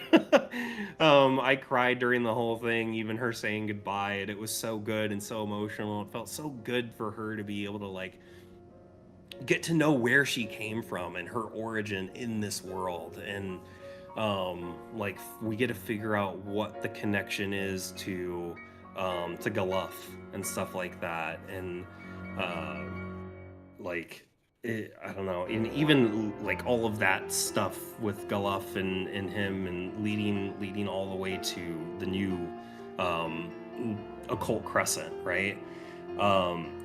It's just I really enjoyed the story, and I don't think I would really trade anything in the story for much. I'm gonna be honest. I do think that the starting zones may have felt a bit slow, but just a bit. I don't really have any other complaints otherwise. I've never really disliked any of the characters or gone out of my way to say like, oh, this character's bad. Right. You know what I mean? Mm-hmm. Oh I think yeah. everybody kind of had a place. Gotcha. Okay. Um. Sorry, I Yeah, kind of went like way into that. no, you're perfectly good. That's the whole Mm. point, man. We're here to enjoy our memories. Um. So I'll kind of bring up a little bit my side to kind of, like I said, I kind of was mixed on it. I mostly thought it was nice to definitely be the side character for sure. It was nice to just kind of Mm. let me be off the screen for a bit, let someone else kind of take the spotlight. So Yeah. I didn't mind Lamont. Now, was there certain things I kind of wish that they didn't do with the story with her later on? Yeah. But for the most part, I didn't mind her. We went through, we got to, when I will admit though, when we got to 7.1, because we obviously beat Speed in 7.0, we beat the Endless Speed. At the time, I thought it was just Bean herself. We were just done, and that was it. And then at 7.1, Speed came back. Not gonna lie, Yeah. when that first happened, I was actually not extremely happy about that. I'm like, really? Why is this character coming back again? Like, because it was that cliffhanger. I'm like, are they really doing this? Are they really doing this? But then 7.2 came out. I had friends tell me, hey, you should probably try the story out. Try to see how you feel about 7.2. And I'm like, okay. So I went back. I played through 7.2. And I felt better because it made more sense to kind of see why, you know, she came back and things like that. So like the rest of the story kind of helped out a lot. But I will say when that happened in 7.1, I was like, oh god, we're not doing certain things again. Are we here? Are we trying to really have more of these reoccurring characters again? So it just kind of like threw me in a loop. But I'm very thankful that 7.2 clarified things. We got Calyx, who, man, he's something. He's something. That guy. Yeah. The guy now in a squirrel body. Yeah, I think that it was really just between. He's been turned into a marketable plushie. Yes. I think in the last week I did see that they advertised that he's a plushie that you can buy now. But yeah, I really like that the first half of Trial to the Heavens that we've seen so far. So I'm really looking forward to the second half of this patch and the second half of the story. I'm really excited for what they're gonna have us do to Evercold, and we're gonna find out like more about the Winters going into it. Maybe even meet one of those characters that we're seeing in the trailer. You know what I mean? Right. Yeah. Exactly. So No, I do think that it was really cool that they added they Calyx. I feel like Calyx is a good villain. Gotcha. Okay. Yeah, I think it's gonna be. I mean, definitely the all in all, things are definitely gonna be interesting where they're gonna go with the story here. That's definitely for sure. And I always remember back as a fun fact, I think Jesse Cox really wanted to dress up as Calyx, and he had a friend that was gonna be Hamarat. I remember that. Yeah, and unfortunately his costume got so bad. It was really bad, and he was really pissed that they screwed it up so bad. Because like the original look was looking really good, and all of a sudden it just got all messed up, and it was bad. I was like, oh, that poor guy. He spent all this money on this person just for them to screw it up all that badly. Man, he was so excited. It's great. I mean, he still seemed like he had a lot of fun there. I did go.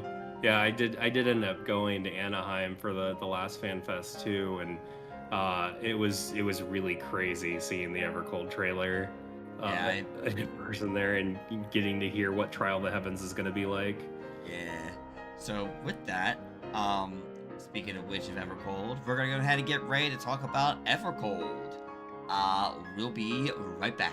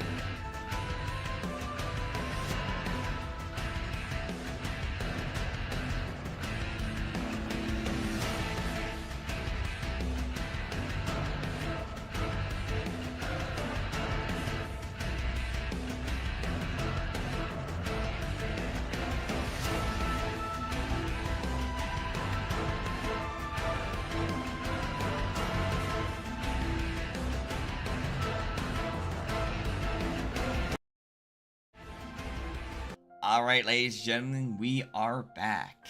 We now know, of course, that Evercold is going to be changing a lot about Final Fantasy XIV that we have known and loved for so long. Change is very, very scary, but can also be very good. So, with that, we're going to talk about what we know up to currently the Berlin Fan Fest. So yeah, if you're watching from YouTube in the future, if you're watching this when Evercold's out and you're saying the certain things you are, just remember, hi, yes, we only know up to the Berlin Fan Fest here in the past, okay? All right. Sorry, I gotta always get out the future and get it out of the way. No, you're good. With that, we'll go ahead and get started here. So we do know that weeklies slash the season battle pass, or battle pass rather, we'll just call it, is going to become a thing. It's not, you don't have to pay for it. Gotta remember that. Yoshi says don't have to pay for it, but it will become a thing. What are your feelings about that? Okay. I think it's going to be good for the game. And let me tell you why. Have you ever played Warframe? Yes. Okay, so Warframe has this thing called the Nightwave.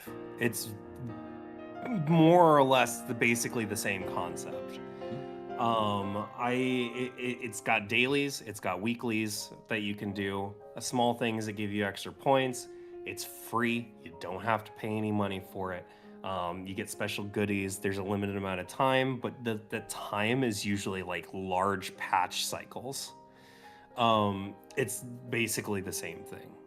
It's great for people that can just come on. Oh, I can only do a couple things today. All right, cool. Let me just knock out my dailies since they're really quick. I'll put some progress into this weekly and then I'll finish the rest of it later this week. Maybe when I do my other dailies. Cool. I think that it's going to be good for the life cycle of the game and for people that are just busy, right?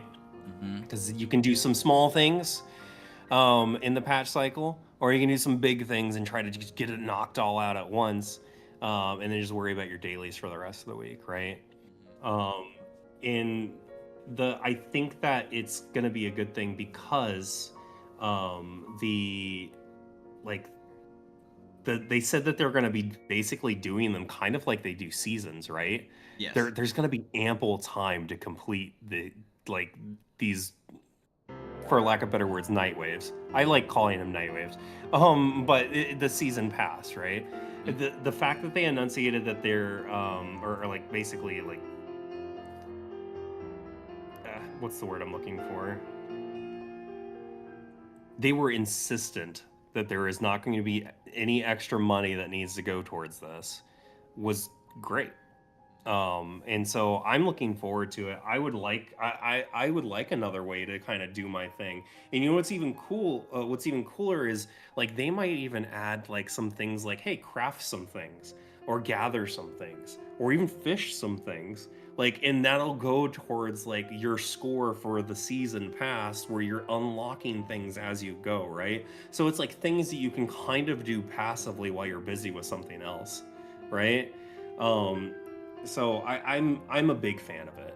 I'm a big fan of it. I can't wait for them to kind of flesh it out some more in the Japan Fan Fest, and we can see a little bit more about it. Okay. All right, that's fair. I definitely will say I'm in agreement with you. I think it's going to be a good direction for the game, considering how life is and how busy everyone gets these days. So having the ability just to now worry about it as a weekly thing versus a daily thing is a nice touch. So I definitely like to see where it goes. And and I have been playing quite a bit of Warframe. I think I even joined you, I think I joined your guys' little clan. I think you. Oh yeah, that's right. Duh. Yeah. So yeah. Brain. No, you're good. Because I made a little clan or whatever. They had me join or whatever it was. So I was like, okay, cool. I have this now. Next up on here, the combat system changes. The evolved and reborn combat system. Your opinions on that? I'm excited. Any chance to kind of shake up the 2-minute meta and try to kind of diverge ourselves away from it, I think is a good thing. I know that people have thoughts on the 2-minute meta. There are some people that like the 2-minute meta, because it kind of keeps things uniform and it kind of keeps things as a dance and stuff like that. And I get it. Like I can see both sides of it. But I also kind of like the idea that we might be able to kind of have that more. These jobs are being reworked by the same guy that does the jobs for PvP. Mm-hmm. And so we might be seeing something a little bit closer to that PvP style where everything's going to be kind of situational, right? Where we're going to have our combos and we're going to have like things that we can do here and there, but nothing's necessarily set in stone. And nothing's necessarily going to be stuck to, hey, we need to time this with X buff while this goes off so we can do this and have this happen. So that way everybody's doing a maximum amount of damage for 2 seconds during this downtime. Like, you know what I mean?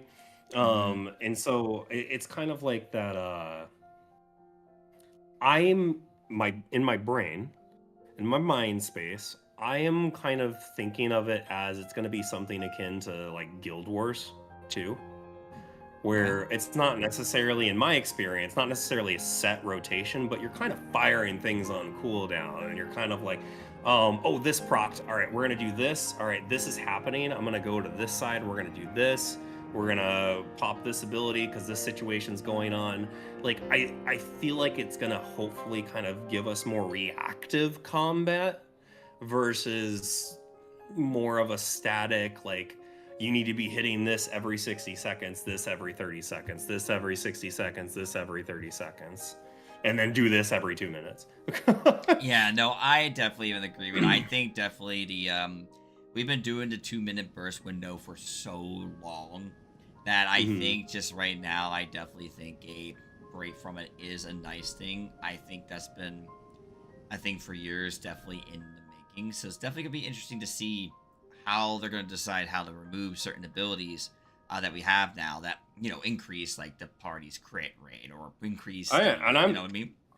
Yeah, I'm excited to see what people are gonna, like, what jobs are gonna look like, right? Because like it might flip jobs on their head. We might actually end up getting like PvP abilities, like I said before. Like we might be getting like Soul Survivor and like other things that we used to have, like Blood Price and stuff like on Dark Knight back, right?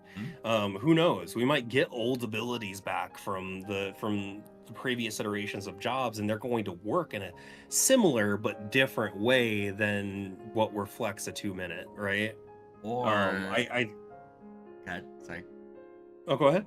No, I was gonna say, or they potentially might be a job action skin. Yeah, there we go. Yeah, they might do the job action skin.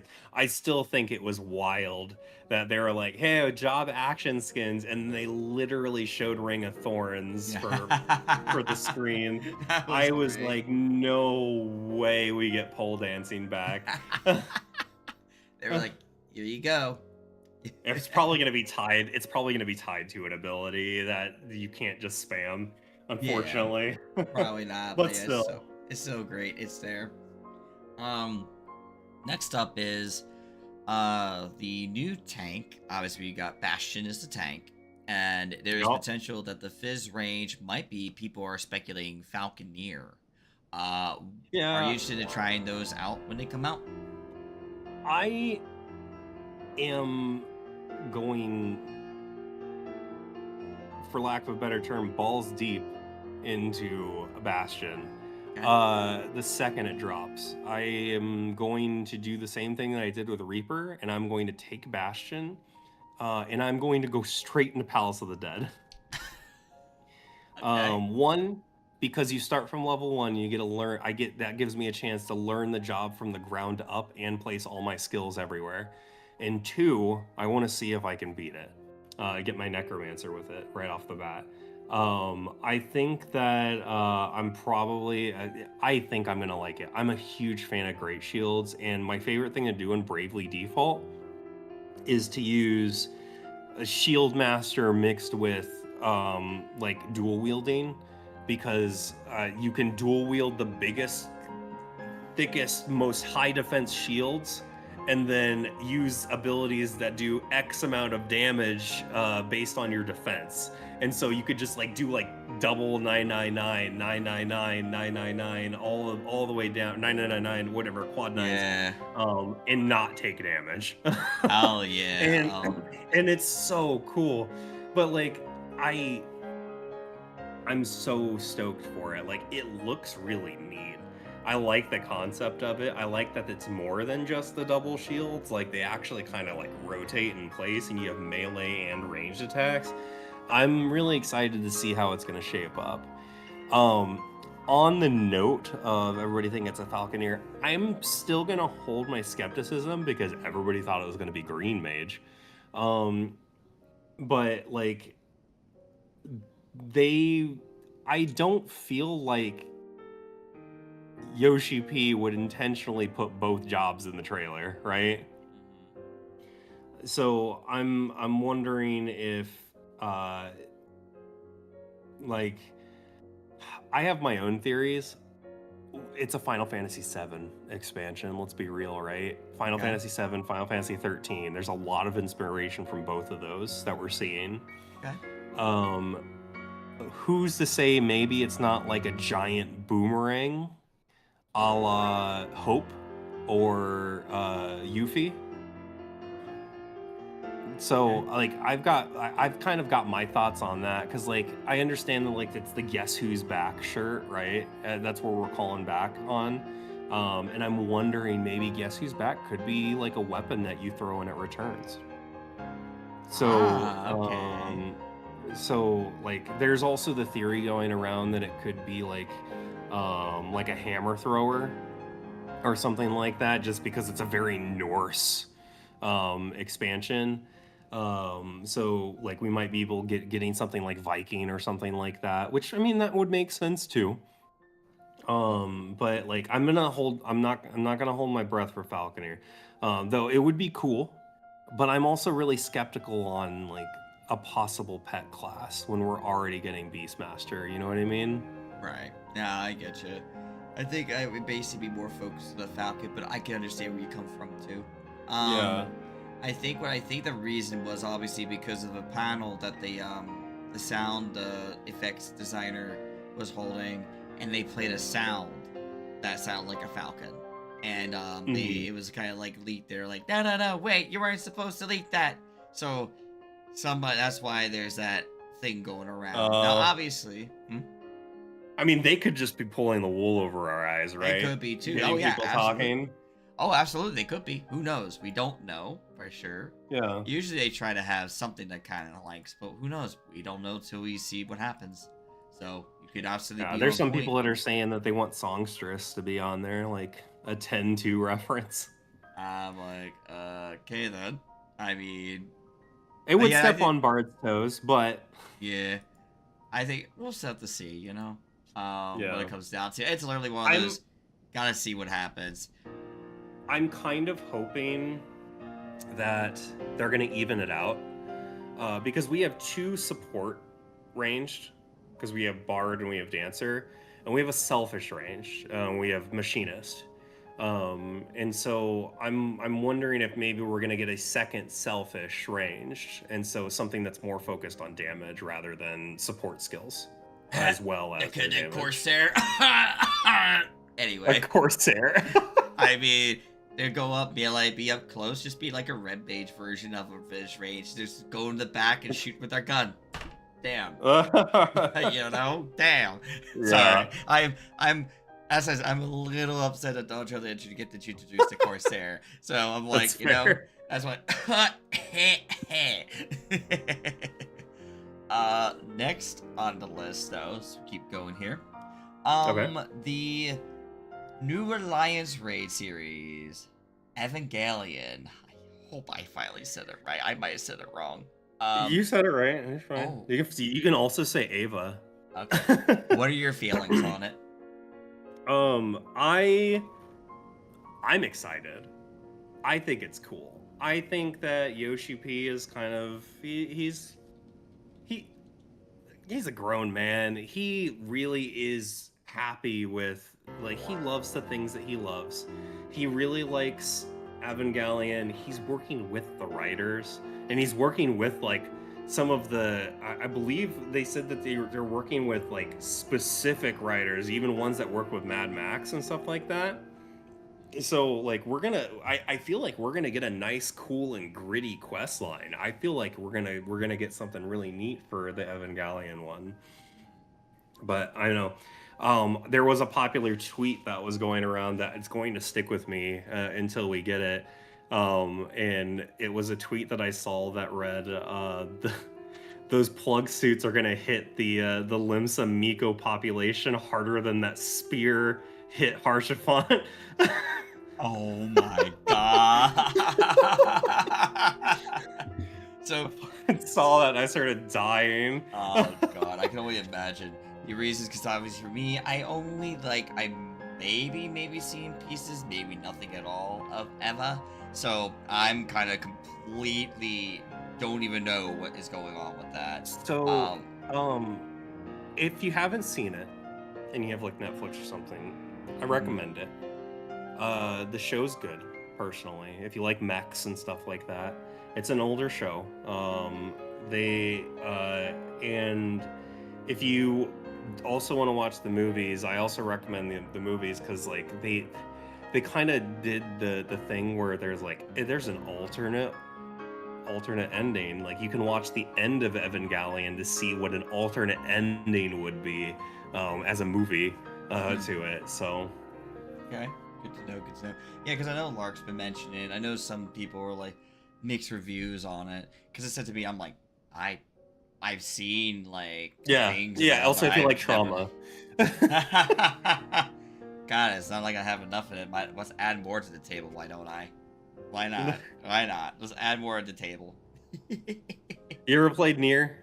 Yeah. Oh, well, yeah. I played Nier Automata, and I haven't beat Replicant, but I have played Automata. Okay, so if you've played Nier and you understand the style of storytelling where it's got like some good moments, but maybe not everything's a good ending, like you'll enjoy it. You'll enjoy Eva. Okay, I'll have to keep that in mind. Okay. With that, the next question I have is they at the Berlin Fan Fest announced the 8-man raid, the Final Fantasy VII remakes. What are your feelings on that? I'm excited. It actually, it's funny because I own the remake and rebirth, but I haven't played them yet.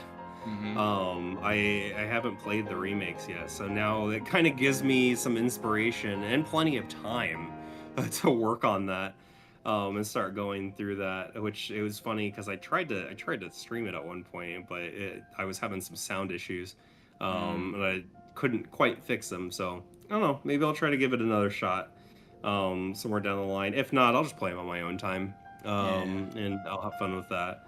But it's I'm excited. I've played 7 before, way back in the day, way back in the day. So like it's kind of like I have no memory of this place kind of feeling. 7 never stuck with me like it stuck with a lot of people. And so I don't know, maybe I'll get a nice new fresh outlook at it. I know the gist of the story. I have been kind of throwing the joke around that I can't wait for. I've been calling it S12, like Shinra 12. I've been calling it S12. It's like I can't wait for S12 Savage where we kill Zack.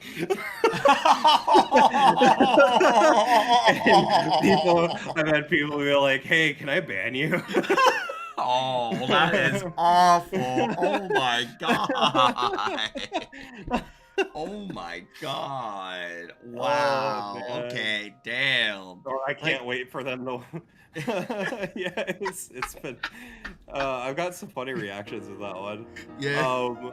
But it's I don't know, man. I'm excited to see what they do for it. But the big thing is for me, we witnessed it with Nier, and we witnessed it with 11. With Nier, he worked closely with the writer. He worked with Yoko Taro. And it was a banger raid, a banger story. We worked with 11. A lot of the people that I know that played 11 really enjoyed it. because they worked with the people, like the people that worked on 11, right? Yep. And also had an innate understanding of it from their own experience.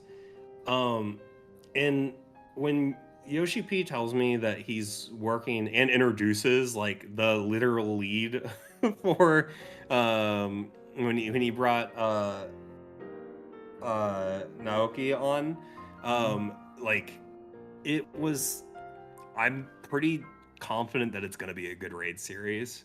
Same thing with Ava. When he says he's working closely with the writers, and Yoshi P himself says, like, I have been very passionate about this anime and I really love this anime. So I'm really scared of what we're going to do with it, but I'm really excited for what we're going to do with it because I don't want to mess it up.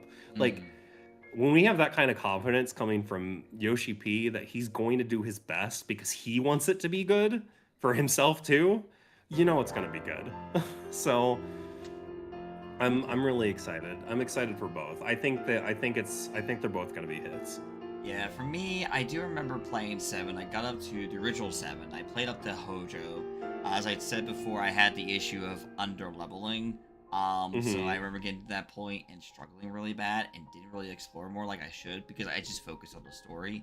And so to me, I did play the remake, and I beat the first part of the remake. I didn't play the DLC, nor did I play I didn't play the second one yet. Rebirth. I have not touched Rebirth. But I don't know if I'm really going to be. I just can't like touch it right now or afford them at the moment. So chances are I do think I do have the original 7. So if I might get my FF7 stuff, I'm gonna go probably do that. But the biggest thing I know, I can get the gist of the story from 7 because I've like heard about it and I've seen it. I was a big Sephiroth fanboy back in the day, but and I remember arguing with my friend, and I said Sephiroth was better than Kefka, and then eventually I played 6 and learned more about Kefka, and I said, yep, nope, Sephiroth, you get kicked off the pedestal, bye, boop, Kefka's better. Just because I just found Kefka to have more of an interesting story than Sephiroth did. I still love Sephiroth, don't get me wrong, but Kefka just is more, so that's just my thing. But I definitely would love to see how they do this series. It's interesting that when I said I definitely am planning to I might even go through and play through because I know I did that for 4 because before Endwalker came out, I did play Final Fantasy 4 to get the gist of it before Endwalker came out. I already played 9 years ago, so I didn't have to worry that for Dawn Trail. But knowing 7's coming up for the new 8-man series, that's something I'm considering looking back and trying to go back and play and at least try it out. If there is anything I'm excited for, it's to see what Soken is going to do with the music. Yes, Roses of May, his rendition of it was fantastic. So good. Like, and I can't wait to see what he's going to do for 7's music, or by extension 13's music, because like we're getting the Odin mount from 13 as a deluxe pre-order bonus, which I'm going to buy. I've bought every deluxe edition that's come out so far. I'm excited to see what he's going to do with it. I'm excited to see what's going to be in store for the series as a whole, especially now that we've opened up from beyond the source to we can travel to any of them now. Yes. All right. With that, we're gonna go ahead and start having some wrap up questions. The first thing I do want to ask, though, because I do remember you mentioning FanFest stuff. You've been to FanFest. What has it been like? Have you got to meet friends and interact? Oh yeah. With folks? Yeah. I've gone to the Vegas FanFest when they were announcing Dawn Trail, and I went to the Anaheim FanFest when they were announcing Evercold, and I think first and foremost, it was great because I got to go with friends both times. I went with my Static the first time in Vegas, and I got to see people and loved ones and have some fun and get to like meet all like my streamer friends and see people in person, and like that was a lot of fun. Vegas was really hot because it was in the middle of the summer, which to me, I'm from the desert. And so I'm used to this weather. So for me, I was mostly fine. But for my friends from elsewhere in the States, they were fucking dying, man. And I don't blame them. So the dry heat at like 100+ degrees can suck when you're not used to it. Right. Um, Yeah. um, so, but the the whole like Anaheim was much better. Again, I went with friends this time. I went and actually ended up. I went by myself technically, but I did stay with like my friend Darian and her crew, and got to meet a lot of new friends, and like I got to meet up with like Alchemy and my friend Shadow, and I gotta see so many wonderful people. Like we had a little meetup that Alchemy and Z actually set up, which is really cool. That I got to go to, and we all went and got to say hi and hug, and just be able to chill for a bit. Um, the I will say Anaheim's everything felt a lot better. It felt a lot better organized. So Mm. hopefully going forward we'll do more in Anaheim. I'm kind of hoping that next Fan Fest is, if it could be, if it can't be anywhere else, I would hope that it would be in Anaheim and not Vegas again. Because Okay. as Yeah. fun as Vegas was, it was expensive for no reason. Um, Mm-hmm. the but yeah, Anaheim was pleasant. I even got to go to Universal with somebody because I got some tickets from another friend, and I got to experience that. So like I was able to also make a trip out of it other than just FanFest. So it was a blast, and got to play board games with friends, and just stay there for a few days and just exist and not have to worry about like everything else outside of, you know, my 14 space and my community space. Yeah. So I really enjoyed it. Plus, I mean, going of course to the fan fest itself was fantastic, but I think my connections to my friends and the people that I love, and like being able to see those that I really have been wanting to see, kind of overtook that. Um, but I still had fun, getting to find spots with friends and meet people, stickers, like meeting like Rin and Martin, and like, the list goes on, and Z and Momo and and Crimson, and it's just Yes. person after person after person, God, the list is and gross. Quan, yeah, It's just so many people. and It's like, whoa. yeah, the list is huge. Like over the years, like the list of people that I want to see and meet and have like fun with, and just hang out, like keeps growing, and it makes me happy. It makes me feel full. It makes me feel like it makes me feel like my time with 14 has been absolutely worth it every step of the way, and that's what makes FanFest feel so fun. As much as seeing Yoshi P and meeting the primals, and meeting like Soken, and seeing everybody on the dev team and stuff like that, and see them talk in person, and doing the fun interactables and stuff like that. First and foremost, it's just been hanging with everybody. Oh, that makes it for me. Okay, okay. Yeah, that's awesome. That's one of the my, as I said, I think I mentioned this to Momo. One day I would love to go fan fest. I could meet a lot of friends I've met over the years. It's just been every time I wanted, it's like, nope, the money's not there, the money's not the right place, it's not the right time. I have to wait. I'm just waiting for that right moment to go, No, okay. that's And totally fair. And yeah, Waba, yes. if it helps, even if you don't need like buy a ticket and can just afford just to go, you can always make a trip out of it with Lark and spend time like a mini vacation, just doing things around the area, and then you can still meet up with everybody.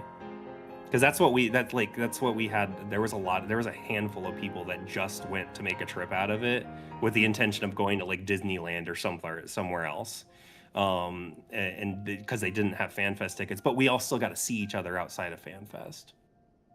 I'll keep that in mind. Thank you. That's some good advice to definitely take. It's just even taking a trip out to go see people though. Unfortunately, it's never the money. It's not in the cards because of the money. That's fair. But that is some great advice to definitely keep in mind for the next FanFest whenever they decide to talk about the next expansion. Yeah, I know, right? In another 3 years. Yes, pretty much at this point, another 3 years when they talk about the next one. Oh my god, I'm gonna be pushing 40 in 3 years. Wait, let's see. Shit, I am 30. I'm gonna be pushing 36. It's fine. I'm still in my 30s. It's fine. Oh man. God. All right. Oh, and then I'm gonna get stared at later about other things. It's fine. All right. But next up, we'll now go ahead and now wrap up with more ending questions here. Now, your favorite expansions from 14 does not have to be in any order, so you can just throw me 3 names of expansions. My 3 favorite expansions? Yes. Ooh, that's a good one. I'm gonna have to say Endwalker. Okay.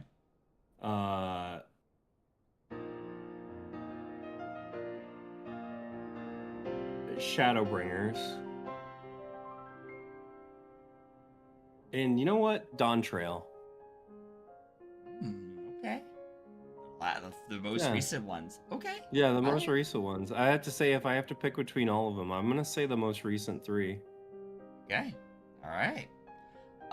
Next up, I do have to ask: do you happen to own at least one, physical collector's edition of an expansion? I do. Okay. It's in a box, but I do.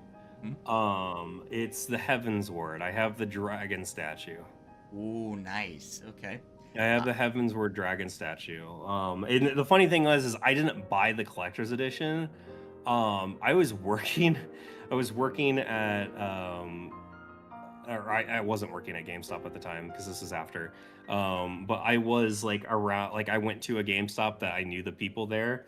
And I saw that somebody had they had like a collector's edition. I bought the collector's edition just because it was there. Somebody had apparently I guess they never picked up a pre-order for it, and it got left to collect dust. And I was like, I'm getting that now just to have the statue.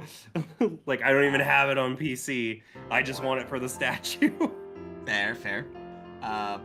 Meanwhile, my very first physical collector's edition is actually Dawn Trail. I actually have the Viper statue sitting in my office because I really love Viper, so it's sitting right there. Nice. So that's actually my very first physical collector's edition. I haven't owned one till literally like Dawn Trail.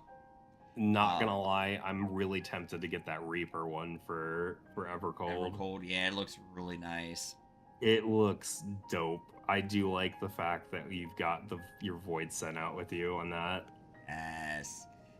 And the final question I have for tonight. What advice would you give a new player joining Final Fantasy XIV for the first time? And in this case, let's say it's their first MMO. It's their first MMO? Oh... I think that the best advice that I can give for a first-time player for an MMO that's getting into 14 for the first time as a Sprout is to take things at your own pace.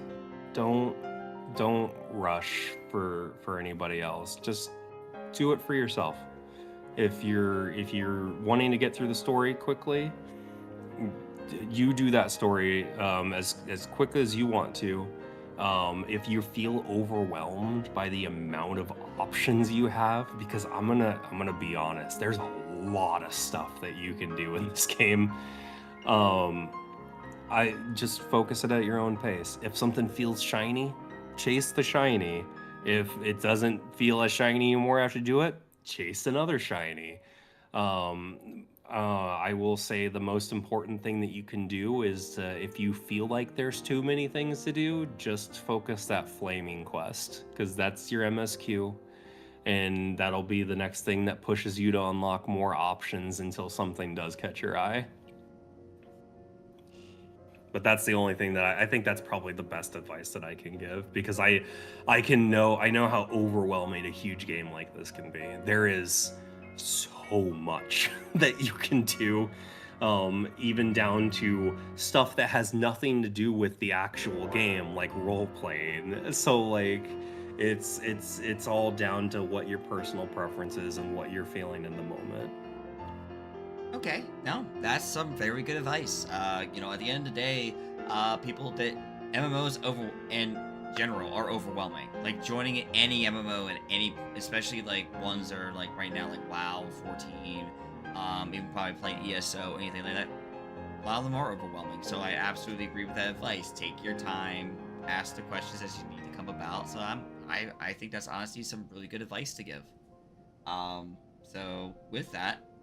That, folks, is going to be the end of tonight's episode. I want to say, Mocha, thank you again for joining me. I really appreciate your time, buddy. Thank you, Alba. I had a lot of fun. It was nice kind of walking down memory lane, as it were. Yes. It's been a journey. 13 Yes. years has been an absolute journey. Yeah. So long. So, and I wouldn't take any of it back. Definitely. I'm right where I want to be. Yes. Exactly. Yeah. Hey, and that's what matters, is how I am too. I look at it, go, you know what? I'm in the much better place, you know, going through whatever. Yeah. So, I feel like if I change one thing about the past, it'll throw everything off course, and I don't want that to happen. That's how we grow, you know? Yeah, that's how we do. It just kind of goes up and grow, you know? Yeah. So, yes, yeah. So that's the whole point. But yeah, I do want to say, if you guys can, do me a favor, go ahead and give Mocha a follow. They are fantastic. They do, I know right now they've been doing quite a variety of games, DVD, but they do stream 14. I know they do quite a bit of 14 content. So again, go ahead. I've been doing a lot of Deep Dungeon lately and Occult Crescent because I live there. Gotcha. Completely fair. But from my end, folks, we're going to go ahead and wrap the episode here. So again, thank y'all for coming by and hanging out. I really do appreciate it. Thank you, thank you. If y'all are ready, make sure you're defollowing the channel here. That's one way to keep informed when to go live. If you guys are watching on the YouTube side of things, make sure you subscribe to the channel. That's a way to keep informed when I go live on YouTube. And obviously, if you're following me on Twitch, you follow me on Twitch, and you'll keep informed when I go live here. I do have my Discord. There's the link there. There's Twitter, Blue Sky. For those on Twitch side of things, here's my YouTube. From YouTube, you know, come see me on Twitch. And last but not least, the coffee link. For those that like to help out, but you guys don't want to use the ways of Twitch, coffee is another way to help out. Anything y'all do through coffee or anything you guys do through Twitch, it's just used. Well, at this point, it's to help me and Lark out currently. But mostly I try to use it for streaming purposes so I can get you guys more content. And again, thank you all so much for coming by and hanging out. And Mocha, thank you again so much. Let's go find some of the raid. Alright. Let's see, who is on the radar right now? Oh, right. Opera's not working right now with Twitch for some reason. I need to pull up Chrome. I don't know why. Alright, let me pull up here.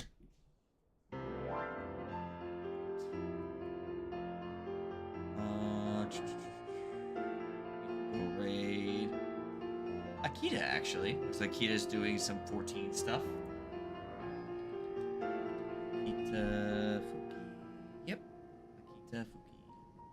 So let's go say hi to Akita. And again, thank y'all so much for hanging out. And I'll see you guys tomorrow morning as we do this with Lark. Till then, y'all. Bye-bye. Goodbye.